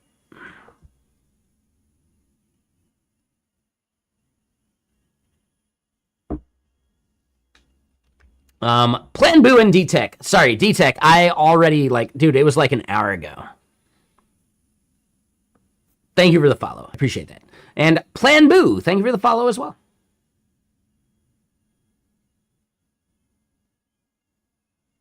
Is that why they offer food for confusion in those cop movies and TV shows? Would you like a donut? Yeah, like, I think that's also part of it. But also, it's more like it disarms you. It makes you think they're on your side. They're like looking out for you, you know? So it's like, it's definitely confusion. You spelled it right the first time. Confussion is a different thing.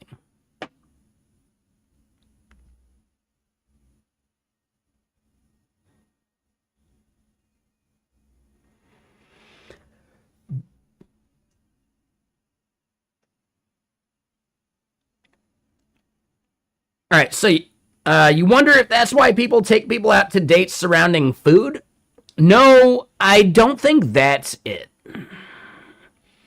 I think the food thing for dates is actually like somewhat separate. Number one, people gotta eat. And number two, and it's not necessarily about letting the guard down. No, how do you actually treat people going out to eat? That is the biggest fucking like surfacer of red flags. How do they treat the wait staff? How do they treat their waitress or whatever, right? Like there's so much stuff you can learn about a person by how they treat the staff at the restaurant or how they order food or like what they do in general that I think is somewhat different in that regard. Yeah, how are their manners? How do they dress? Like there's so much you can learn on like a food date. Like, is this person a fucking slob and they're eating with their fucking hands? Well, okay, I might be in love if my date did that. Just saying. Just saying. I might be in love. Fuck. Oh, shit.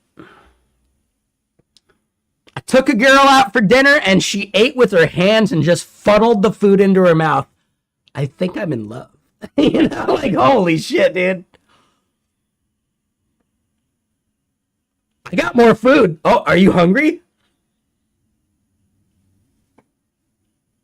Yeah, I think I'd be in love with a girl that just fucking, like, funneled food into her mouth. But she was still, like, fit, you know? Oh, yeah, dude. Yeah, I'd be into that. For sure. Damn, you were hungry, girl. You know? Damn, girl, you hungry? And then there's the half-baked quote. Fuck you, blank. I was talking to the horse. See the trouble you're getting me in? Oh, you like popcorn, huh? Oh, because, you know, when you eat it, like, you know, it goes pop, pop, pop, pop, pop. For everyone unaware, yes, I'm a movie quoter. I could quote the entirety of Half Baked at this point, I'm pretty sure. But yeah, strip the meat off the rib. Yeah. Like, technically, if they're good ribs, you should be able to just pull the rib out. Technically.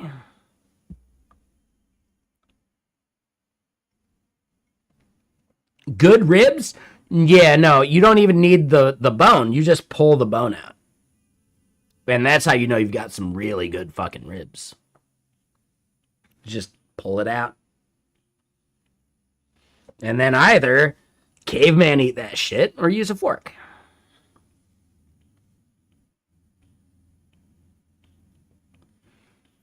Speedy, are you out there? Alex, are you out there? We don't see Alex at the moment.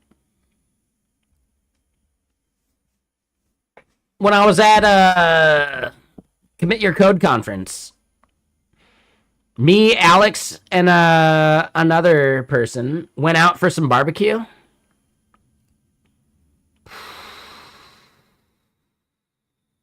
Yeah, I have a crush. I have a crush now. I definitely have a crush now. Because she could eat. Oh, fuck yeah, she could eat. And she was cool, too. Like, oh, man. Yeah. I have a crush. It's fine. It won't go anywhere, and I won't be weird about it. But, yeah, no, I got a crush.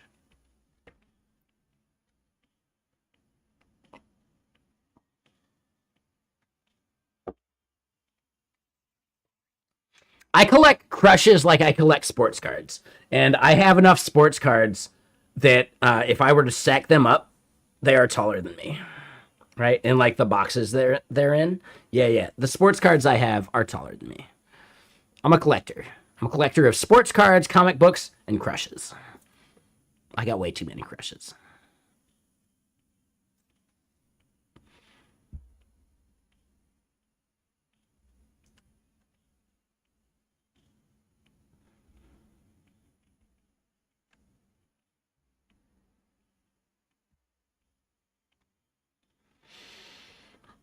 You always caveman eat your ribs and wings? Yeah, dude, those are meant to be eaten with your hands. Like, no, there's no like knife and fork for that shit.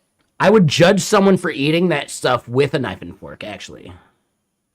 Like, massively. Massive judgment.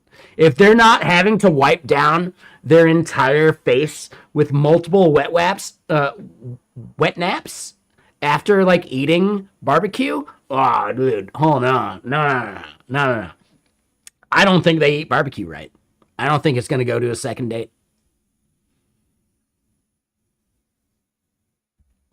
Barbecue should be filthy. Damn right, dude. Damn right. Fuck yeah. Barbecue should be filthy. You should want to get a shower later. You know? If you're not eating barbecue where you feel like you need a shower afterwards, you're fucking up.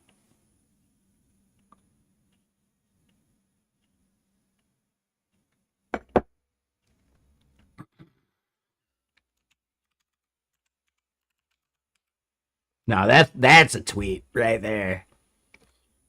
That's a tweet, dude.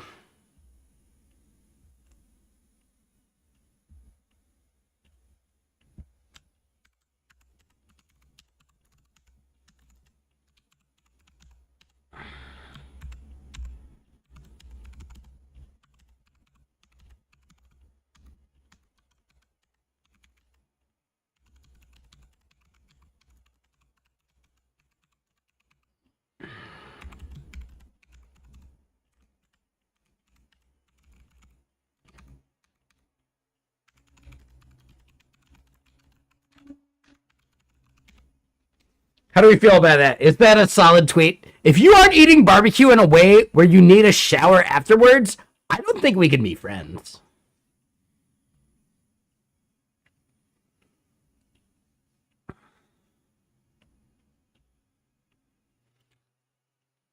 You'll use a knife and fork on a fucking burger? Hell no, dude. Shit. Hell no. All right. So yeah.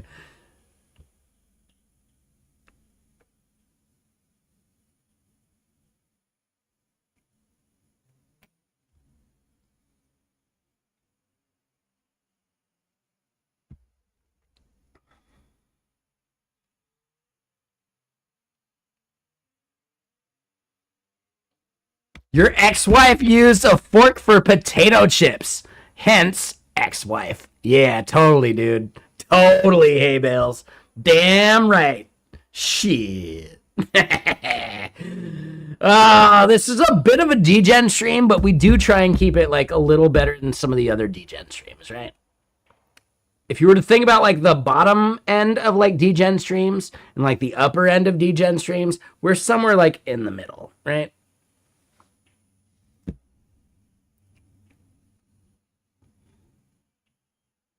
At a fancy restaurant. Hold on. Coding with Caleb. Why the fuck are you ordering a burger at a fancy restaurant?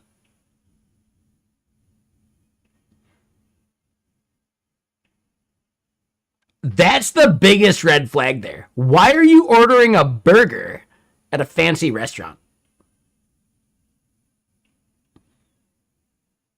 You should have gone to a fucking brew pub, you know? You should not be ordering a burger at a fancy restaurant.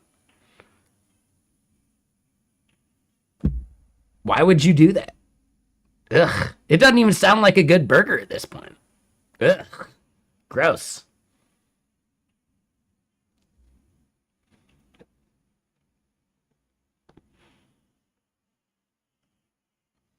There you go. McDonald's isn't fancy. Yeah. That date you took to McDonald's and you're using a knife and fork to cut the burger? Holy shit, dude.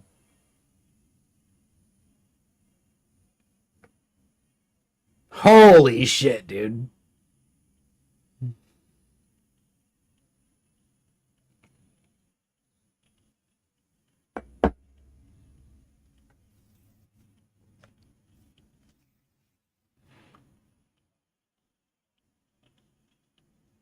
Everyone enjoys a burger. I get that. But you don't do it at a fancy restaurant.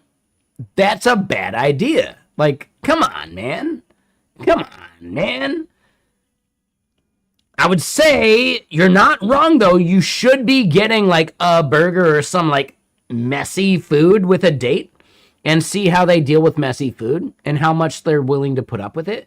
Because that is how much they're willing to put up with, like, maybe a slob as a human being as well. I mean, myself. Yeah.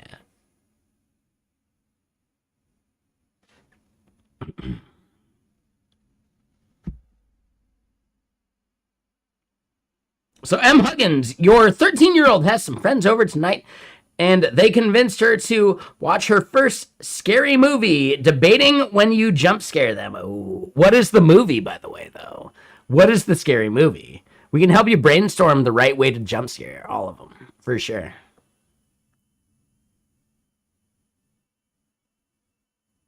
The etiquette videos for eating a burger, those are like the British guy doing the thing like any like being too proper, right?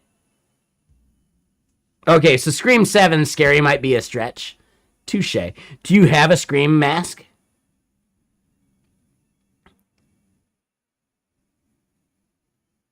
I would say M. Huggins, you're probably old enough that you have a Scream mask from 20 years ago, right?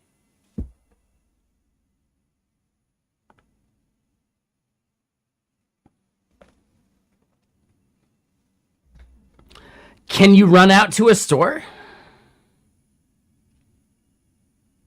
I know, we're like, dude, if it was like Spirit of Halloween time, oh my God, you could run out to Spirit of Halloween right now, have a mask, and be back home before we even like finish talking about it.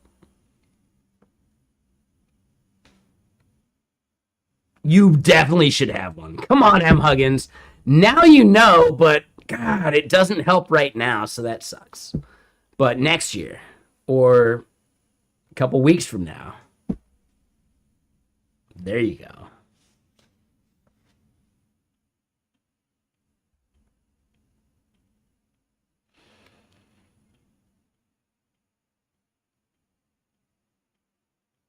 Oh, coding with Caleb. That's actually not a bad idea. Okay, so you were recently at a nice hotel in Helsinki, Finland, Sweden. Who knows the fucking reference I'm making there? Ooh, who knows the fucking reference? Oh, is it Helsinki, Finland? And I fucked that one up. I did the quote the wrong way. As in Helsinki, Sweden? No, Finland. That's the quote. Sorry, my bad. But if you're unaware, that's the thing they said in the movie Die Hard. They were talking about Helsinki syndrome when it's actually Stockholm syndrome, and Stockholm is in Sweden. So the dude was actually like kind of right, actually. And the doctor they had on the thing was actually totally fucking wrong. It's actually like a subtle joke inside of the movie Die Hard. It's actually a really fun, subtle joke in the movie Die Hard. Helsinki as in Sweden, right? No, Helsinki syndrome as in Finland. But there is no Helsinki syndrome. It's Stockholm syndrome, which is Sweden-based, right? I could be wrong. I'm in the US. I might not actually have the country correct. I think Stockholm is in Sweden, yeah? I think? Maybe? Fuck, am I messing that up too? It is. Damn. All right. So yeah. All right. There we go. Woo! Yeah. All right. There we go. Thank you for the confirmation. But yeah, if you watch the original Die Hard, that is actually like a really subtle joke in the film. Americans got it so wrong that the expert is talking about Helsinki syndrome when it's actually Stockholm syndrome. And the fucking news anchor, who's an idiot, chimes in saying, Helsinki, Sweden, yeah? Finland. But it's like, dude, the guy that's an idiot was actually thinking about the real study, and the expert was totally fucking wrong. I wonder if they did that on purpose, or if the writers of Die Hard were actually fucking idiots. That is, I don't know. I'm not sure. I have no idea. Did they do it on purpose? Or are they just stupid Americans? I don't know, man. I just don't know. I think it's a really fucking good joke if they did know, and it's just funny that way. But also, they could have just been totally fucking wrong. You know? Fuck.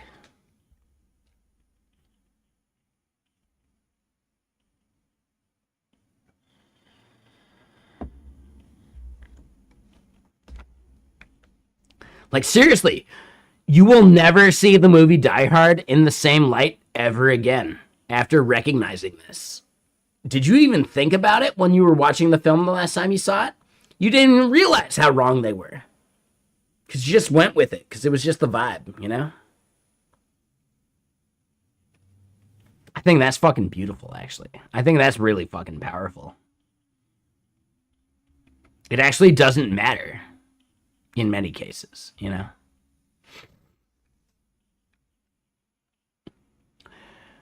You knew that the movie Die Hard was scripted. Wow, TV Twitch. Big brain. Big brain. Heat is probably the best action movie you've ever seen. I don't know about best action movie, but best action sequence is absolutely the bit where they're like cycling the guns properly and all that shit, right? The best action sequence, yes, 100%. Best action movie, I'll push back on that statement. But best action sequence is absolutely the one later in the film that they still cite in like training people how to use firearms, like especially like automatics. The ability to like cycle the fucking clip is a thing that Val Kilmer did better than like most people who use guns every fucking day, you know? That was insane. The amount of like time they must have put in to learn how to do this proper shit, like from like people that know and do this shit, is actually like mind-blowing, you know? So yeah, fucking awesome. But as far as like best action film, I don't know. Best action film is such like a, I don't know, man. I do not consider Heat an actual action film. It's actually a thriller. in my opinion. It's a thing that's meant to keep you on the edge of your seat, not like a fucking action film where it's just like pure action that's like bullshit and fucking like schlock, you know? Let me put it this way. I consider Predator, right? The original Predator film to actually be more of a fucking thriller than a proper action film. People might qualify it as action. It's not action. It's a fucking thriller until like the last fucking act, you know? Act 3 is pure action, but Act 1 and 2 are pure fucking thriller.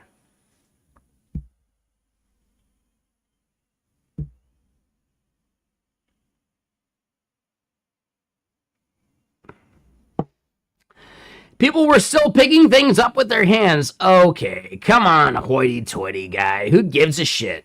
Ah, dude. I'm not gonna lie, Caleb, you sound like someone who would be upset that I'm adding, like, water to my whiskey.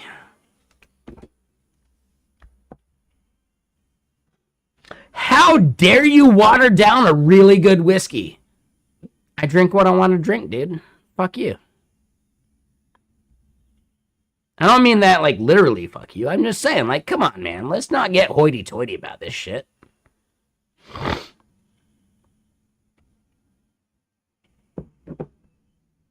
Let's not get hoity-toity about it. Like, come on, man. Like, just enjoy the food, man. Just enjoy the food. You can be in the best restaurant in the world and, like, still not necessarily feel like you got to be the asshole of British cuisine doing, like, the weird bullshit, you know? Like, come on, man.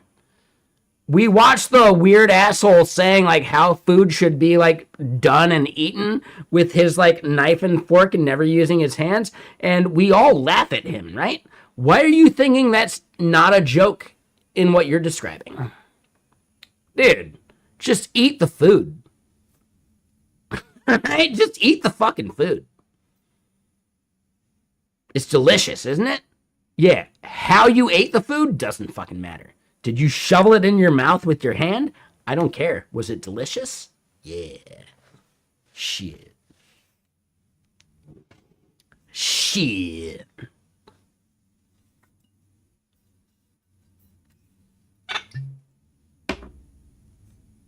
Shit.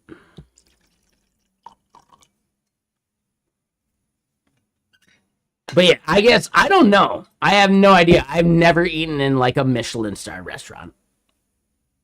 I don't give a fuck. I do not fucking care. I have had really fucking nice food because I used to work in the Cascade Dining Room at Mount Hood. And the restaurant, sorry, burps. Ugh. The restaurant is good enough that we've had like Richard Gere as someone who booked like a fucking like dinner service like reservation, you know? We've had major fucking celebrities for all of this food. And I've eaten every single meal that they've had as a dishwasher because dishwashers can do that. Night shift dishwashers at a fancy restaurant can request any fucking meal they want. They can eat the best of the fucking best. It's really fucking good. So I just want to say, like, dude, you can have really amazing meals and eat them like a fucking caveman. It doesn't matter. The meal was good or it wasn't. That's the biggest thing that matters, in my opinion.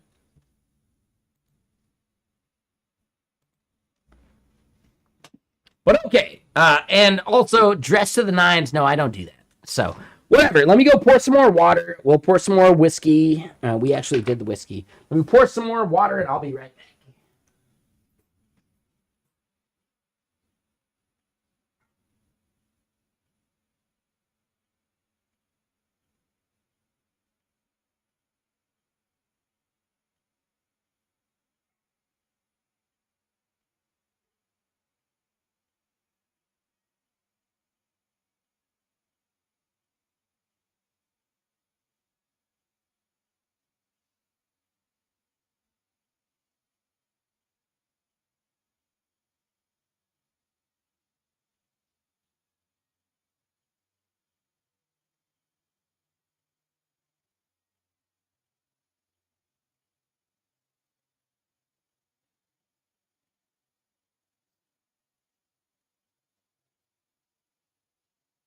All right, so hold on. I did pour the water. I have to pee.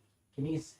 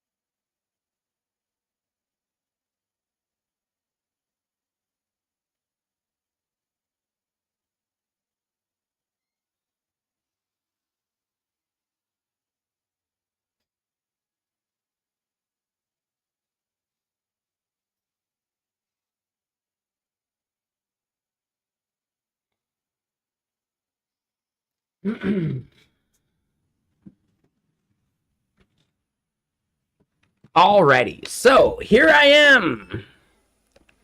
Here we are, born to be kings, masters of the universe.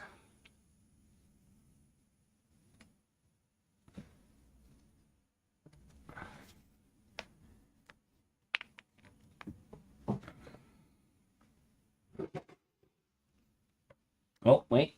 Good on that.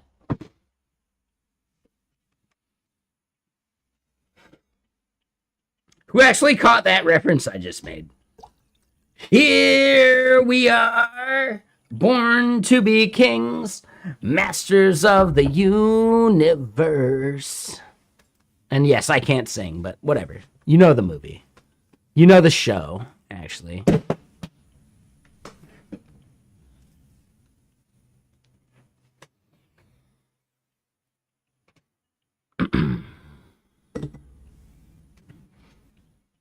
Here we are. Like, come on. Someone's got to know the movie reference.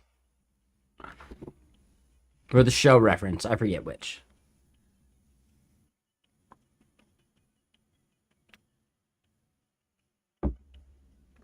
Damn, I guess we have no immortals in chat.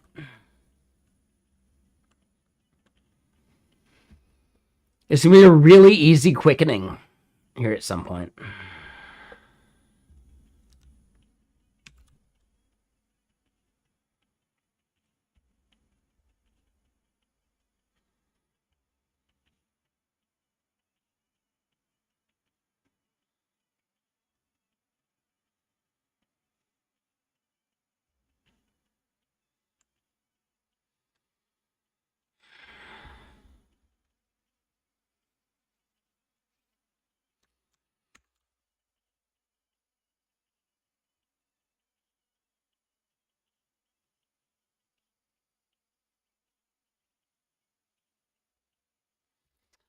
That is power mode. Oh, buddy.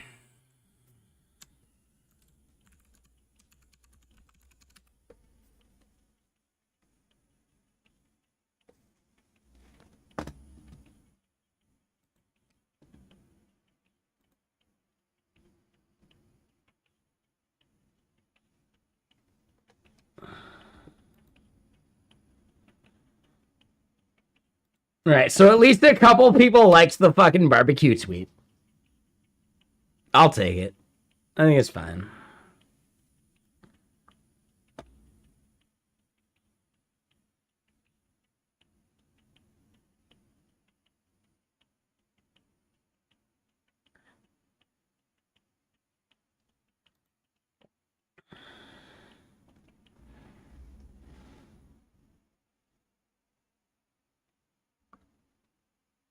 All right, so hold on. To each their own. We should be able to dine in that setting, and if we're not bothering the other, who gives a fuck if elbow is on the table some of the time? I say be comfortable. We get one turn through life. You can be fancy without indulging in judging and outright correcting others. And here's the big thing. Yeah, that was actually a big thing that I was taught in my childhood. You never put your elbow on the table. You can rest your arm, but you never do the elbow.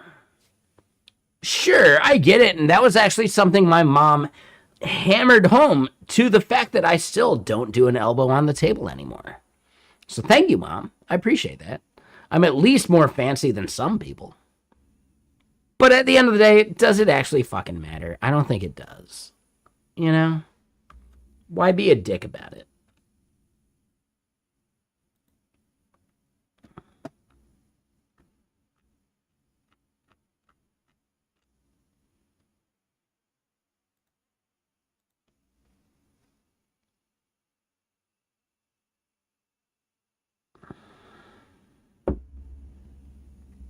What size is my jacket?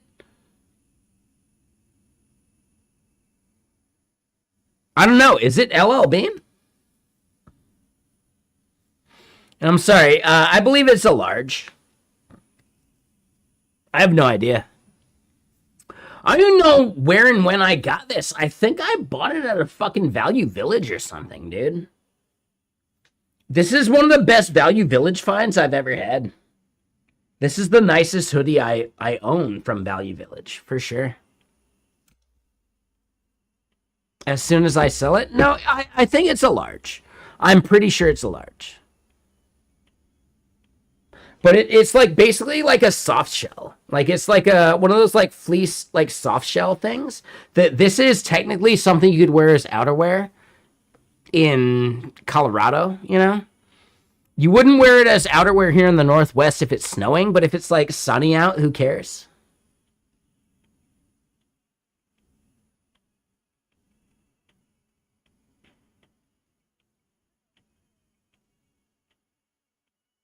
Caleb, no, I never did that. No, that wasn't me. I've just always used the plugin. I've never contributed to the plugin. So I don't think it was me. Yeah, no, I'm just a consumer.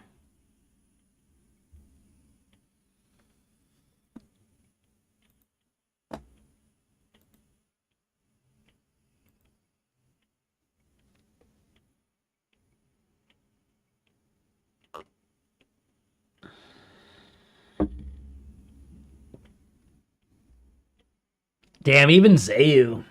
Wait, Zayu has a check mark on Blue Sky? How do you get a check mark on Blue Sky? What the fuck? How do you do that?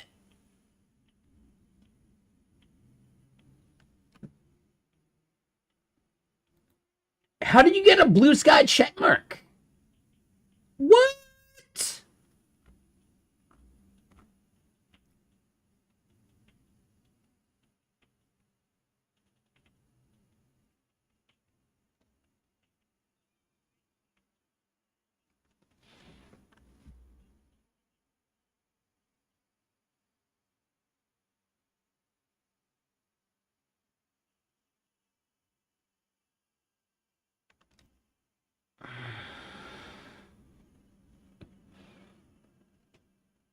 How am I not verified as Sam Griffin? What the fuck, dude?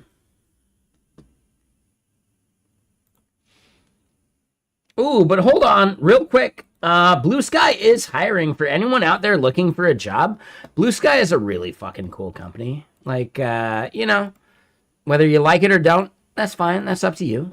But I will share it just in case. Blue Sky is a cool fucking company, man.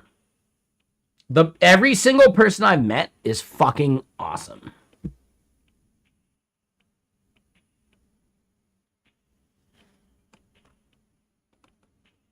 So yeah, they mainly, it looks like they're a bunch of like Go and TypeScript or React Native. Right? If you know any of these things, you should definitely apply. Come on, man.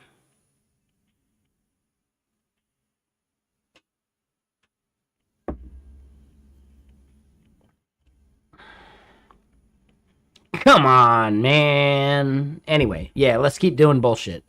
Dude, this shit is like major bullshit. We took a screenshot and it sucks.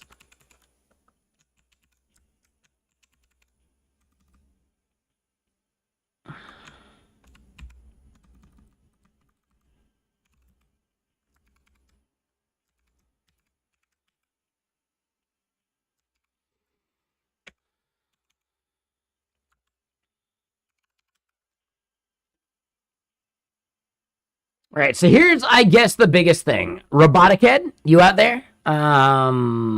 Brainless, you out there? I know Brainless is out there. He's just chomping at the bit to play some fucking V Rising, right? Shit. I get it. He already has the game launched and everything. I get it. I get it. But if anyone wants to play some V Rising with me, Brainless, Robotic Head, and anyone else that wants to join, yes, we have a V Rising thing that I'm hosting for Saturday nights. We are just now getting right past Act 1, and we're on to Act 2, and we're just barely there. I think anyone that wants to game with us, we can get you like leveled up nice and quick, and we can work together and just have a good old time. And I think it'd be really fun.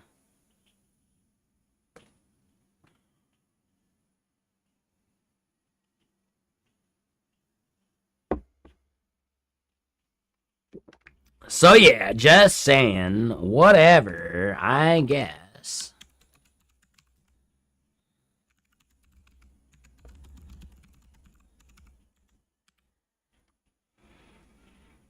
What is V Rising? V Rising is like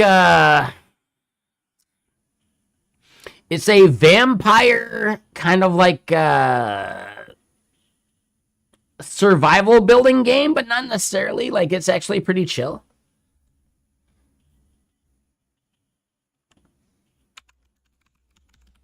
It's a game that I don't know. I don't know how to describe it, but it is fun. It's worth playing, and if you can play it with a group, it's even better.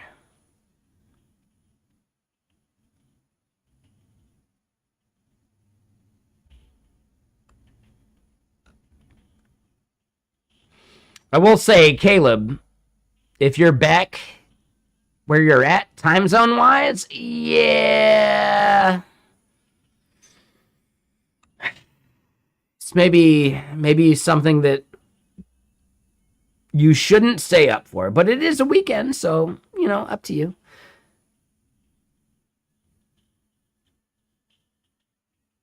Yeah, I will end this stream here within like the next hour or so. Then I take like a half hour to eat. But like, it's already like, if we're considering the time zone you're on versus like being here in the US, yeah, I don't think someone should probably stay up till like 5 a.m. for this shit. But you can if you want. That's on you.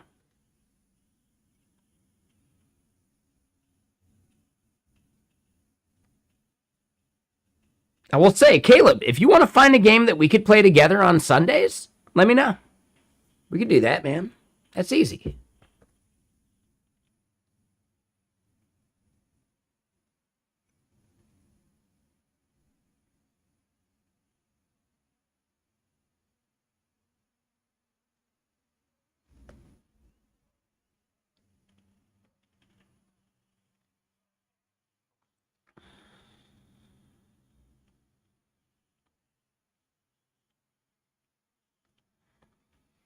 Yeah, I've never watched any Co Carnage stuff.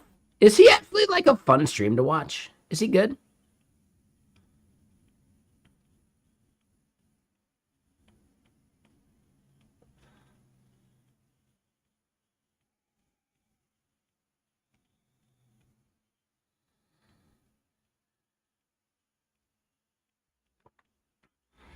From what I've seen, he seems like a nice dude, man.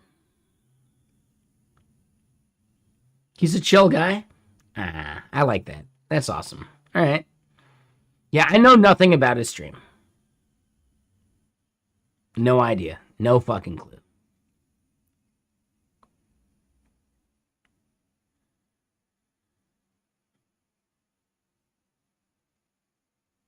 But it is a fun game to play, and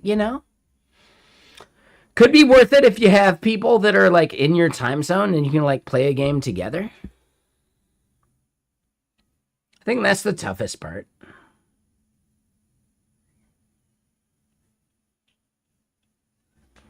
Anyway, let's keep doing our shit. Like, we can keep doing our own thing. Like, fuck it, man. So yeah, we got this like churning and doing some bullshit. Sure, why not? And then here, network connection lost.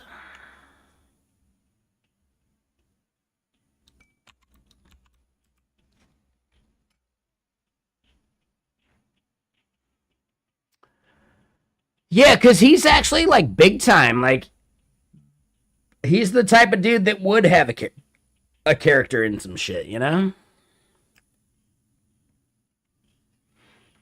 Who did he play in the game though? Like what did he do? It was like a one-off mission, right? It was like a single thing.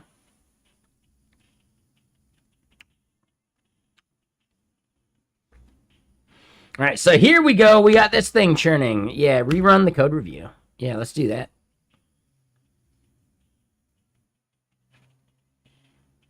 Maybe.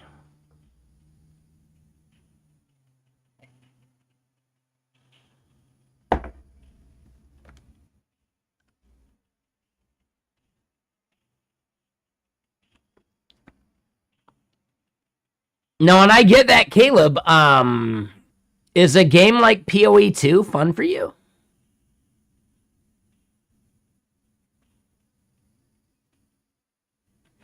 Do you own PoE 2?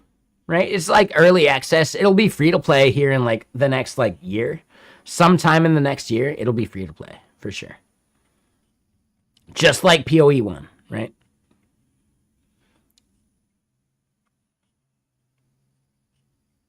That said, I would happily game with you on a Sunday on a time that doesn't take all of your shit, right? You wanted to try PoE 1, maybe? Sure.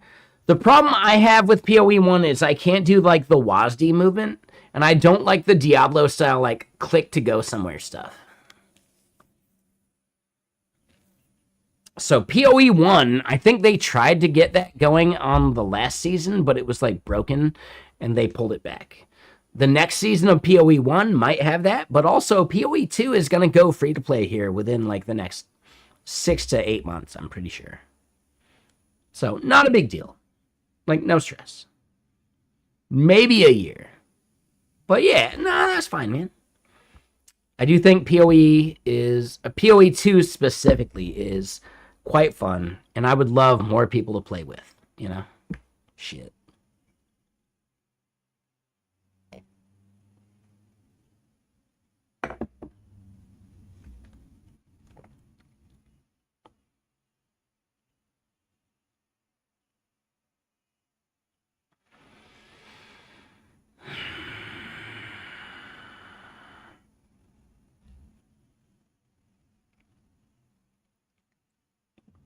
PoE 1 is a separate thing. I have not played PoE 1. I would just simply say, like, I don't know, PoE 2, wait for the next, like, free weekend, and then see if you can run that. They tend to do a free weekend for every season they do, right? Until the moment where they go, like, fully free to play, and then it doesn't matter, right? So, yeah, like, not a big deal. If it's not something you own already, don't buy it. Because I don't know, do you like Diablo? Do you like any of those, like, fucking, like, looter games? If you do, cool, you might like it. If you don't, well, I don't know. Nah, man, I'd rather play a game with you that you actually like. What kind of games do you actually like to play?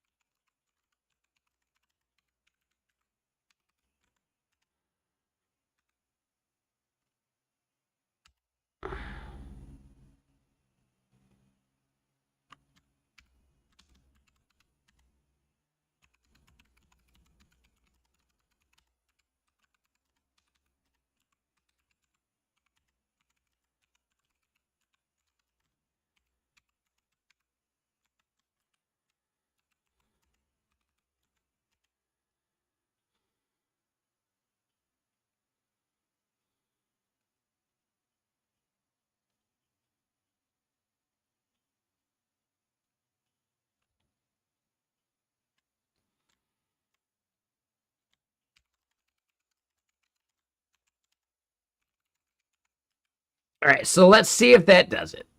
Is this a cool toque? I mean, it's a beanie.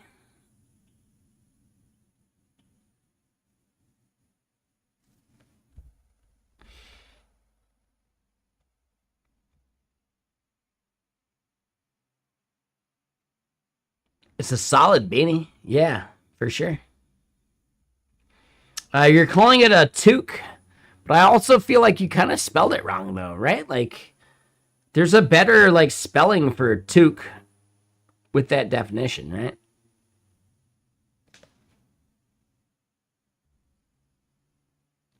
Account created 29 minutes ago. Hmm. Hmm.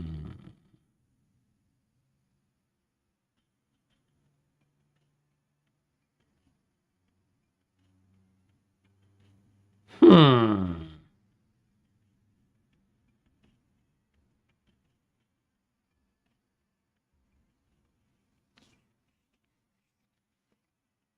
Hmm.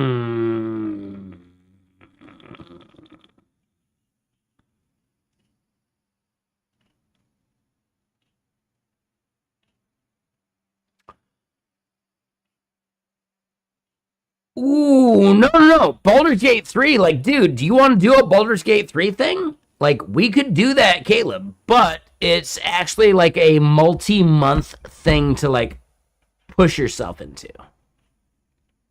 Like, that's tough, dude. You want to do Baldur's Gate 3? You need a crew that is willing to dedicate the next 3+ months to that game on a regular basis. And I think actually, like, if it's only one time a week, it's going to be 6 months. That's tough, man. That's fucking tough. Baldur's Gate 3 is so goddamn deep. Like, there's no, like, light touch for that game. If you would like to do a light touch for that game, we can do it, man.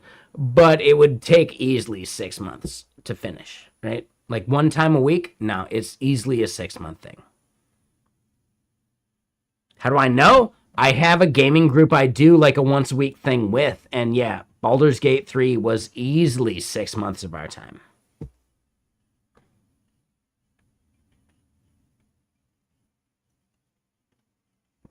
It was the best use of our time by far.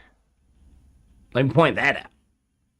It was the absolute best way to use that time together. Because Baldur's Gate 3 is absolutely a thing that you should play. And if you haven't played it, like, fuck, dude. Holy shit, man.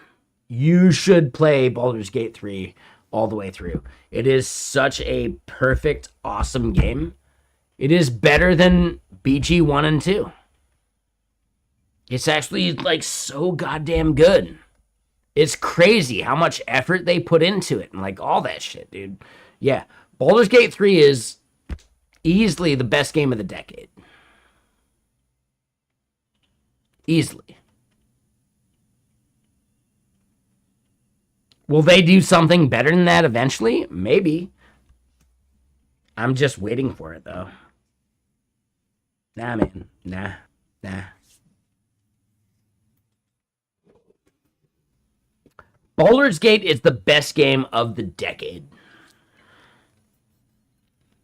I would be really curious about people that disagree with that statement.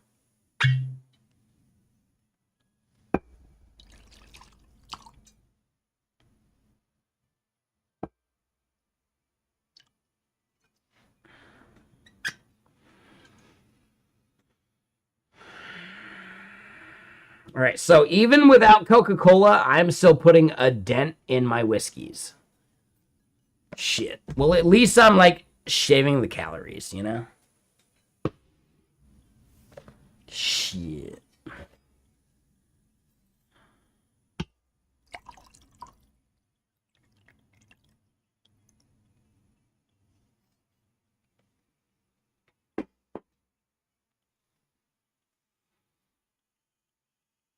Fake Sure does not float any of my boats because Fake Sure is bullshit, and I don't believe any fucking thing they have to say. Nah, man. Hell no. Hell no. Sucralose gives me headaches. Aspartame is really fucking bad for digestion. Stevia just fucking tastes weird. There's not a single fucking like sugar replacement that I would actually like consume consciously in any way whatsoever. Nah, man, I'd rather just drink water. I'd rather just do whiskey and water over like fake bullshit sugar. Like, nah, dude. No, thank you. No. I fundamentally disagree with the idea of fake sugar, let alone want to consume it. Like, nah, dude. No. Fuck that bullshit. I will never consume fake sugar. As long as I know about it, right? Could someone feed me some fake sugar and like, all right, was it okay? Sure. I still won't be happy about it once you tell me. Dude, fake sugar sucks, man. Nobody should consume fake sugar. None of that shit is tested in a way that I think is like satisfying my requirements for like testing for that shit.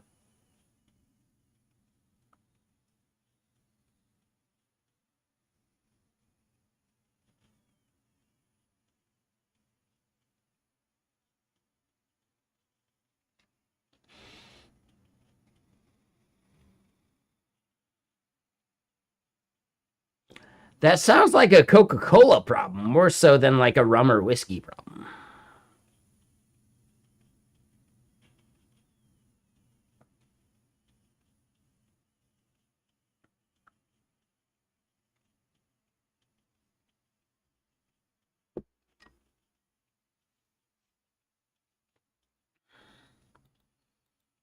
Anyway, last time I'll actually like copy and paste this. Fuck it. I do believe in the company. Dude, yeah, man. Blue Sky is amazing. If you want to work for Blue Sky, I think they're a really cool fucking product, and they have really interesting problems to solve. Apply for that shit. Just do it. Either you get the job or you don't. Who gives a shit? Just try. Just do it. Fuck it. Shit. The salary range on the machine learning engineer. Ooh, hold on. Let me look. What even is that? Holy fuck, dude. Are you kidding me? If you have any concerns about like AI and fucking machine learning,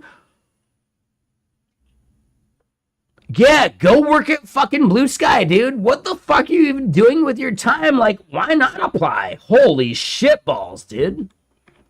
No, their salary ranges have always been kind of good, but holy fuck, dude. What? I think I need to learn machine learning. Meanwhile, if you want to apply to Blue Sky for like their back-end position that is TypeScript and Go, it goes from like 170K to 230K. I would say the 230 is solid. The 230 is solid.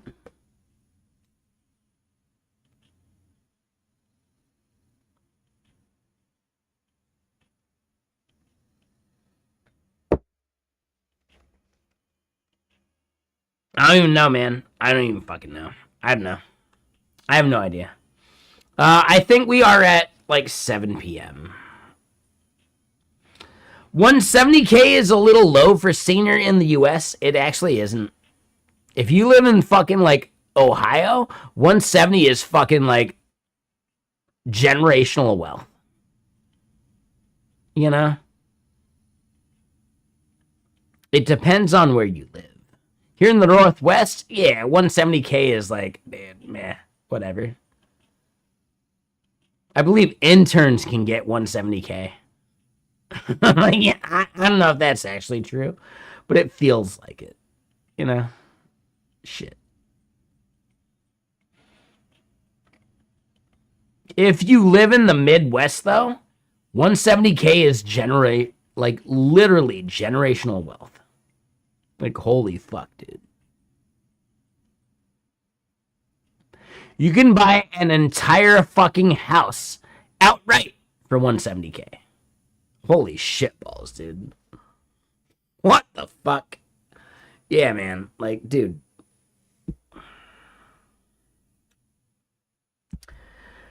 Does it make sense for why Strager moved out to the Midwest?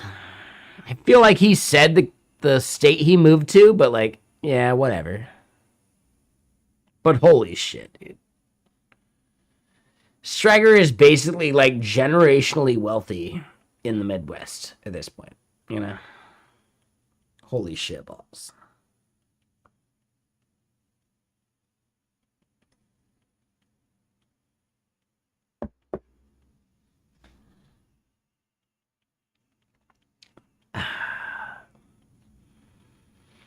It's like I smoke weed or something.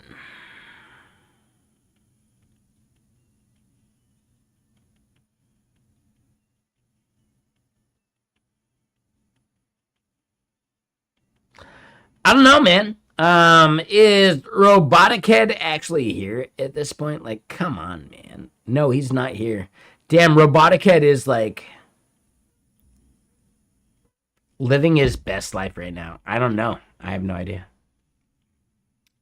But we are at the point where I kind of want to just like get some Indian food and play some video games and then make tomorrow be its own thing. And then Monday we come back to like the shit we're doing.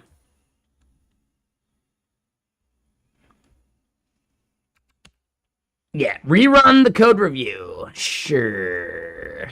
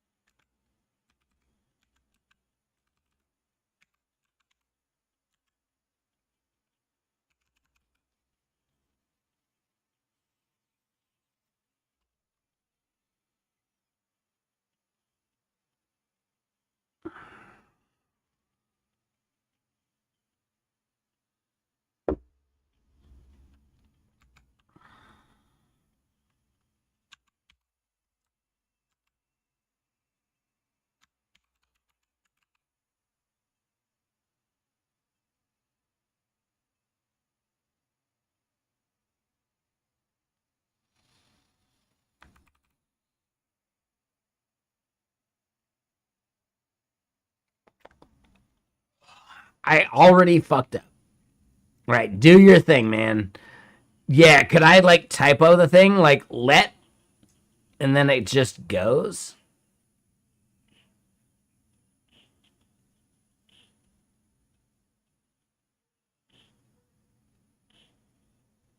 Motherfucker. Like, dude, what the fuck, dude?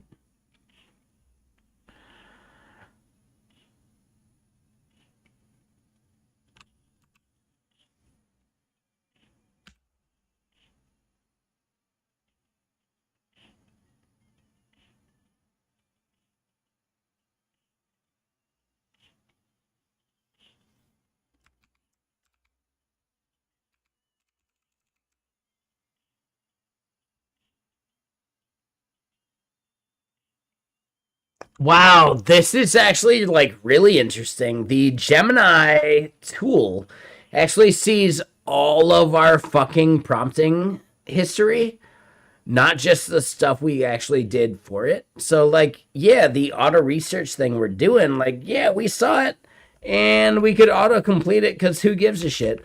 Why the fuck is this seeing that?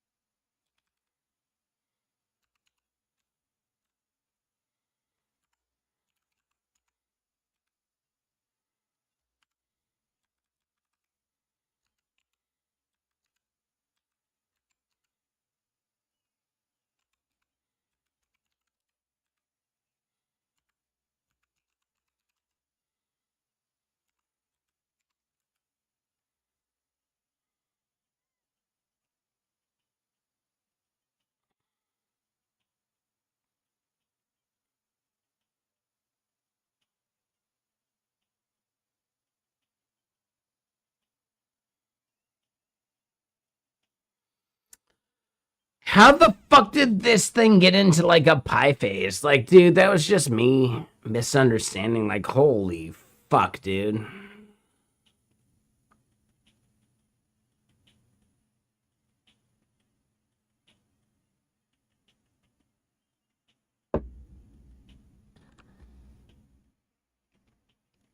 Dude, I mixed that one up entirely. Holy shit, dude. And then other shit. Like, oh my god. Right now, users can only register by attempting to claim a form. Should we add a V1 register endpoint?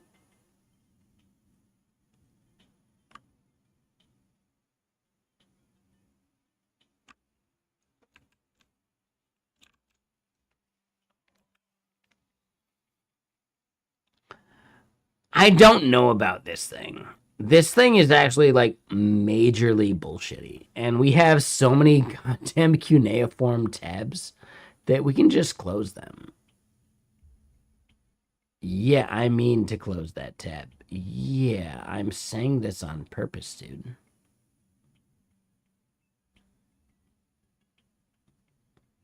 It's not a running process. Why do you think it's a running process, dude?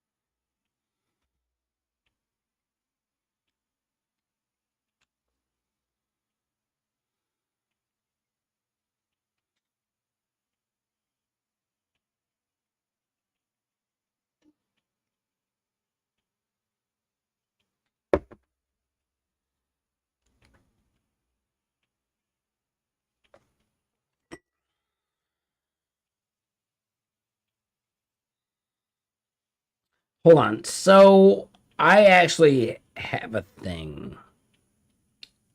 Hold on.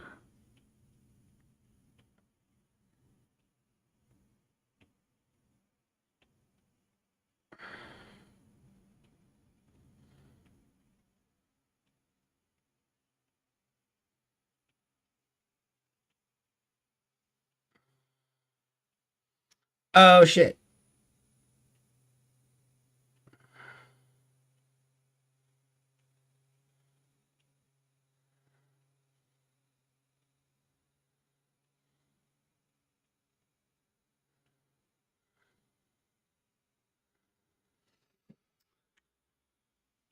Yeah, I just sent a thing there. Hold on. Damn, is it really that far back? No way. Really?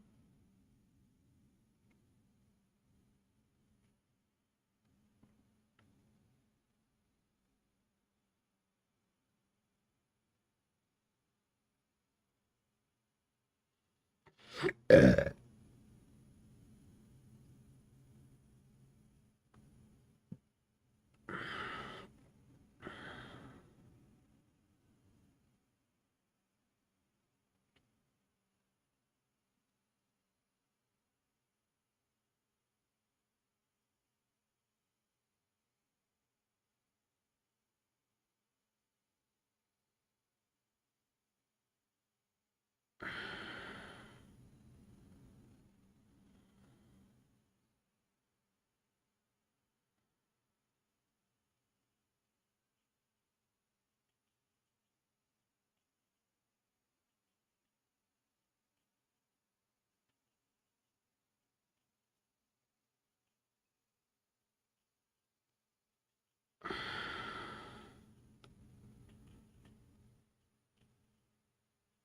Sorry. Stumble.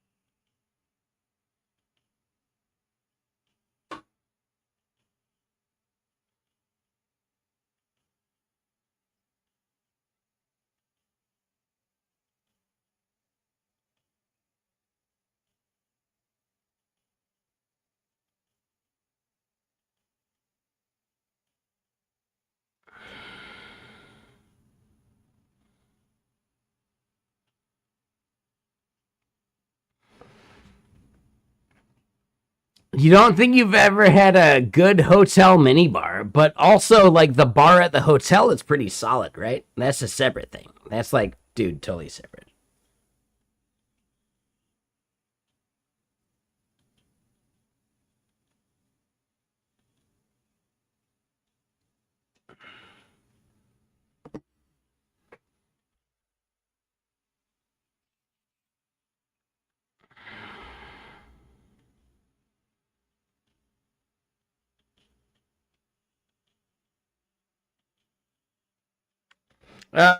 When you were in Texas, the Omni Hotel had a beautiful bar.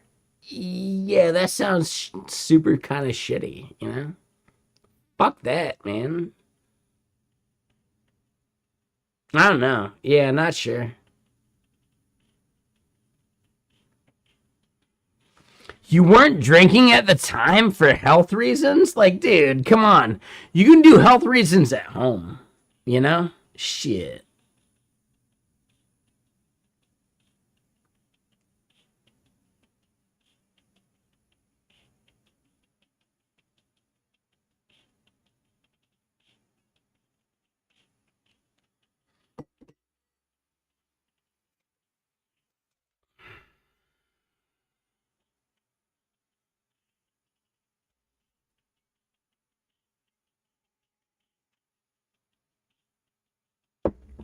You weren't drinking for health, dude.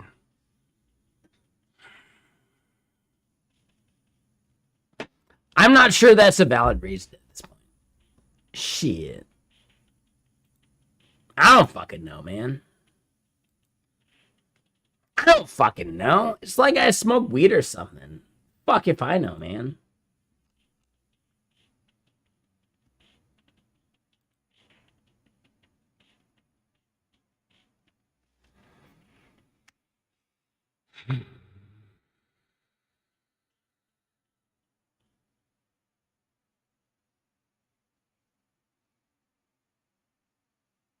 All right, so we got food and gaming coming up later tonight. I actually just need to like order food and like go like get the food. That's a separate thing. And I will pick up papadums when I do so. Fuck yeah. And is there good Indian food? Someone actually asked that. If I move to Seattle, what good Indian food is available? And I bet there's a bunch of shit. I bet there's a bunch of shit. Like, nah, come on, man. I bet it's really good. Papadums are the best. I've been to the restaurant and like asked them for papadums, and like most of the time they're like, "No, dude, we'd give you papadums for free. Like, let's just do that." So yeah, like that's the move. That's the thing.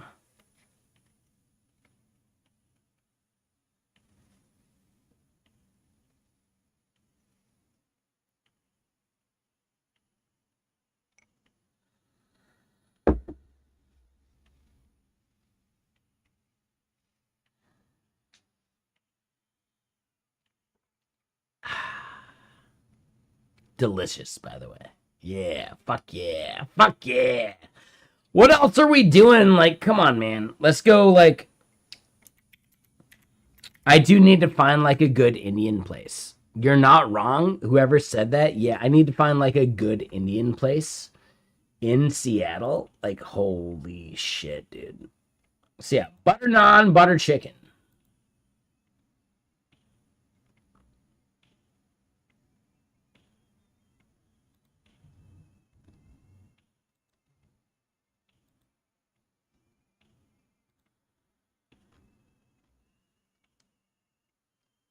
Spice level hot, obviously. Butter naan for sure, dude.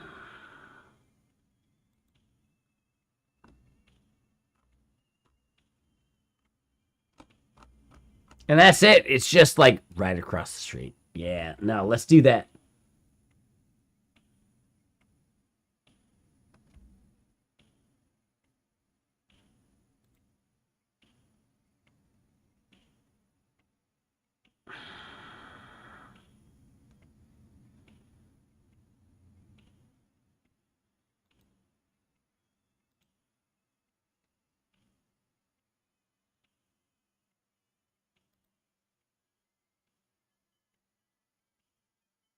Damn right, Heg Pets. Yeah, 100%, dude. Nah, man, I'm gonna kick them 25% for the order, because who gives a shit?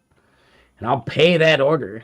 And yeah, that's like a thing that I just have to, like, walk across the street for. Oh no. Woe is me. Woe is me. Whatever shall I do?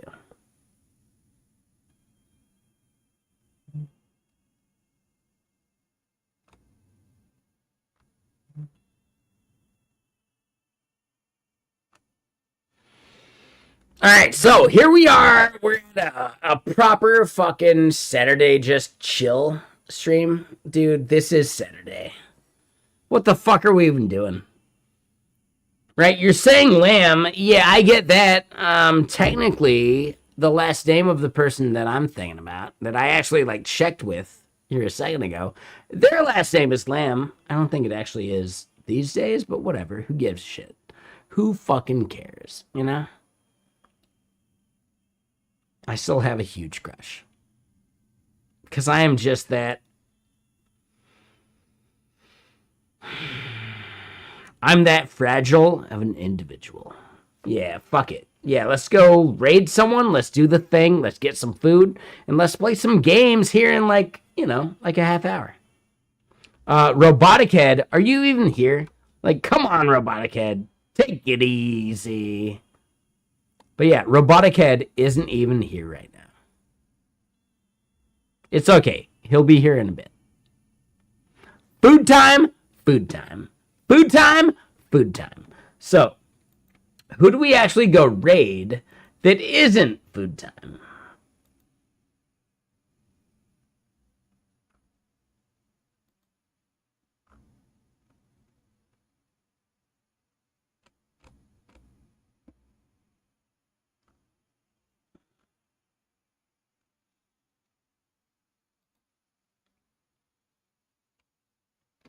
We do see at least one person. We go raid them, because why not? Sure. I know, I've been kind of a dick about it, right? But there's other people we could raid to. Like, come on, man. Claude sucks, changed my mind. Wolfie Master. Well, you know what? Yeah. No, Claude does suck, dude. Like, holy shit, man. How is this like a thing that you're like figuring out right now? Yeah, no, Claude sucks, dude. Hey, Robotic Kid! There you go, man. We'll be over on the gaming stream here in just a little bit.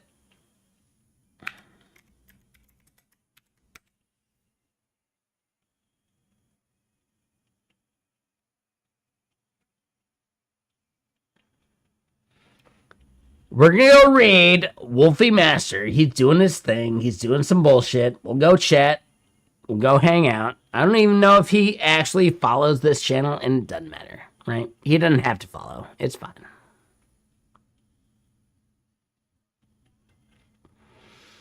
Thank you all. Thank you all for chilling. Like, we're just having the best time. Let's go raid somebody. Yeah, like, my stream is bullshitty. For sure. I will be, like, bullshitty on gaming stream tomorrow. And then Monday we come back and we're less bullshitty. But, like, it's all bullshit. So, whatever. You know, do what you gotta do. Let's go fucking raid someone. You know? And the dude we're raiding, Wolfie Master. Seems cool, man. Let's do that. Yeah, let's do that. So, YouTube, thank y'all. Thank y'all for chilling. Wolfie Master on Twitch. Yeah, follow him. But, yeah, YouTube, later.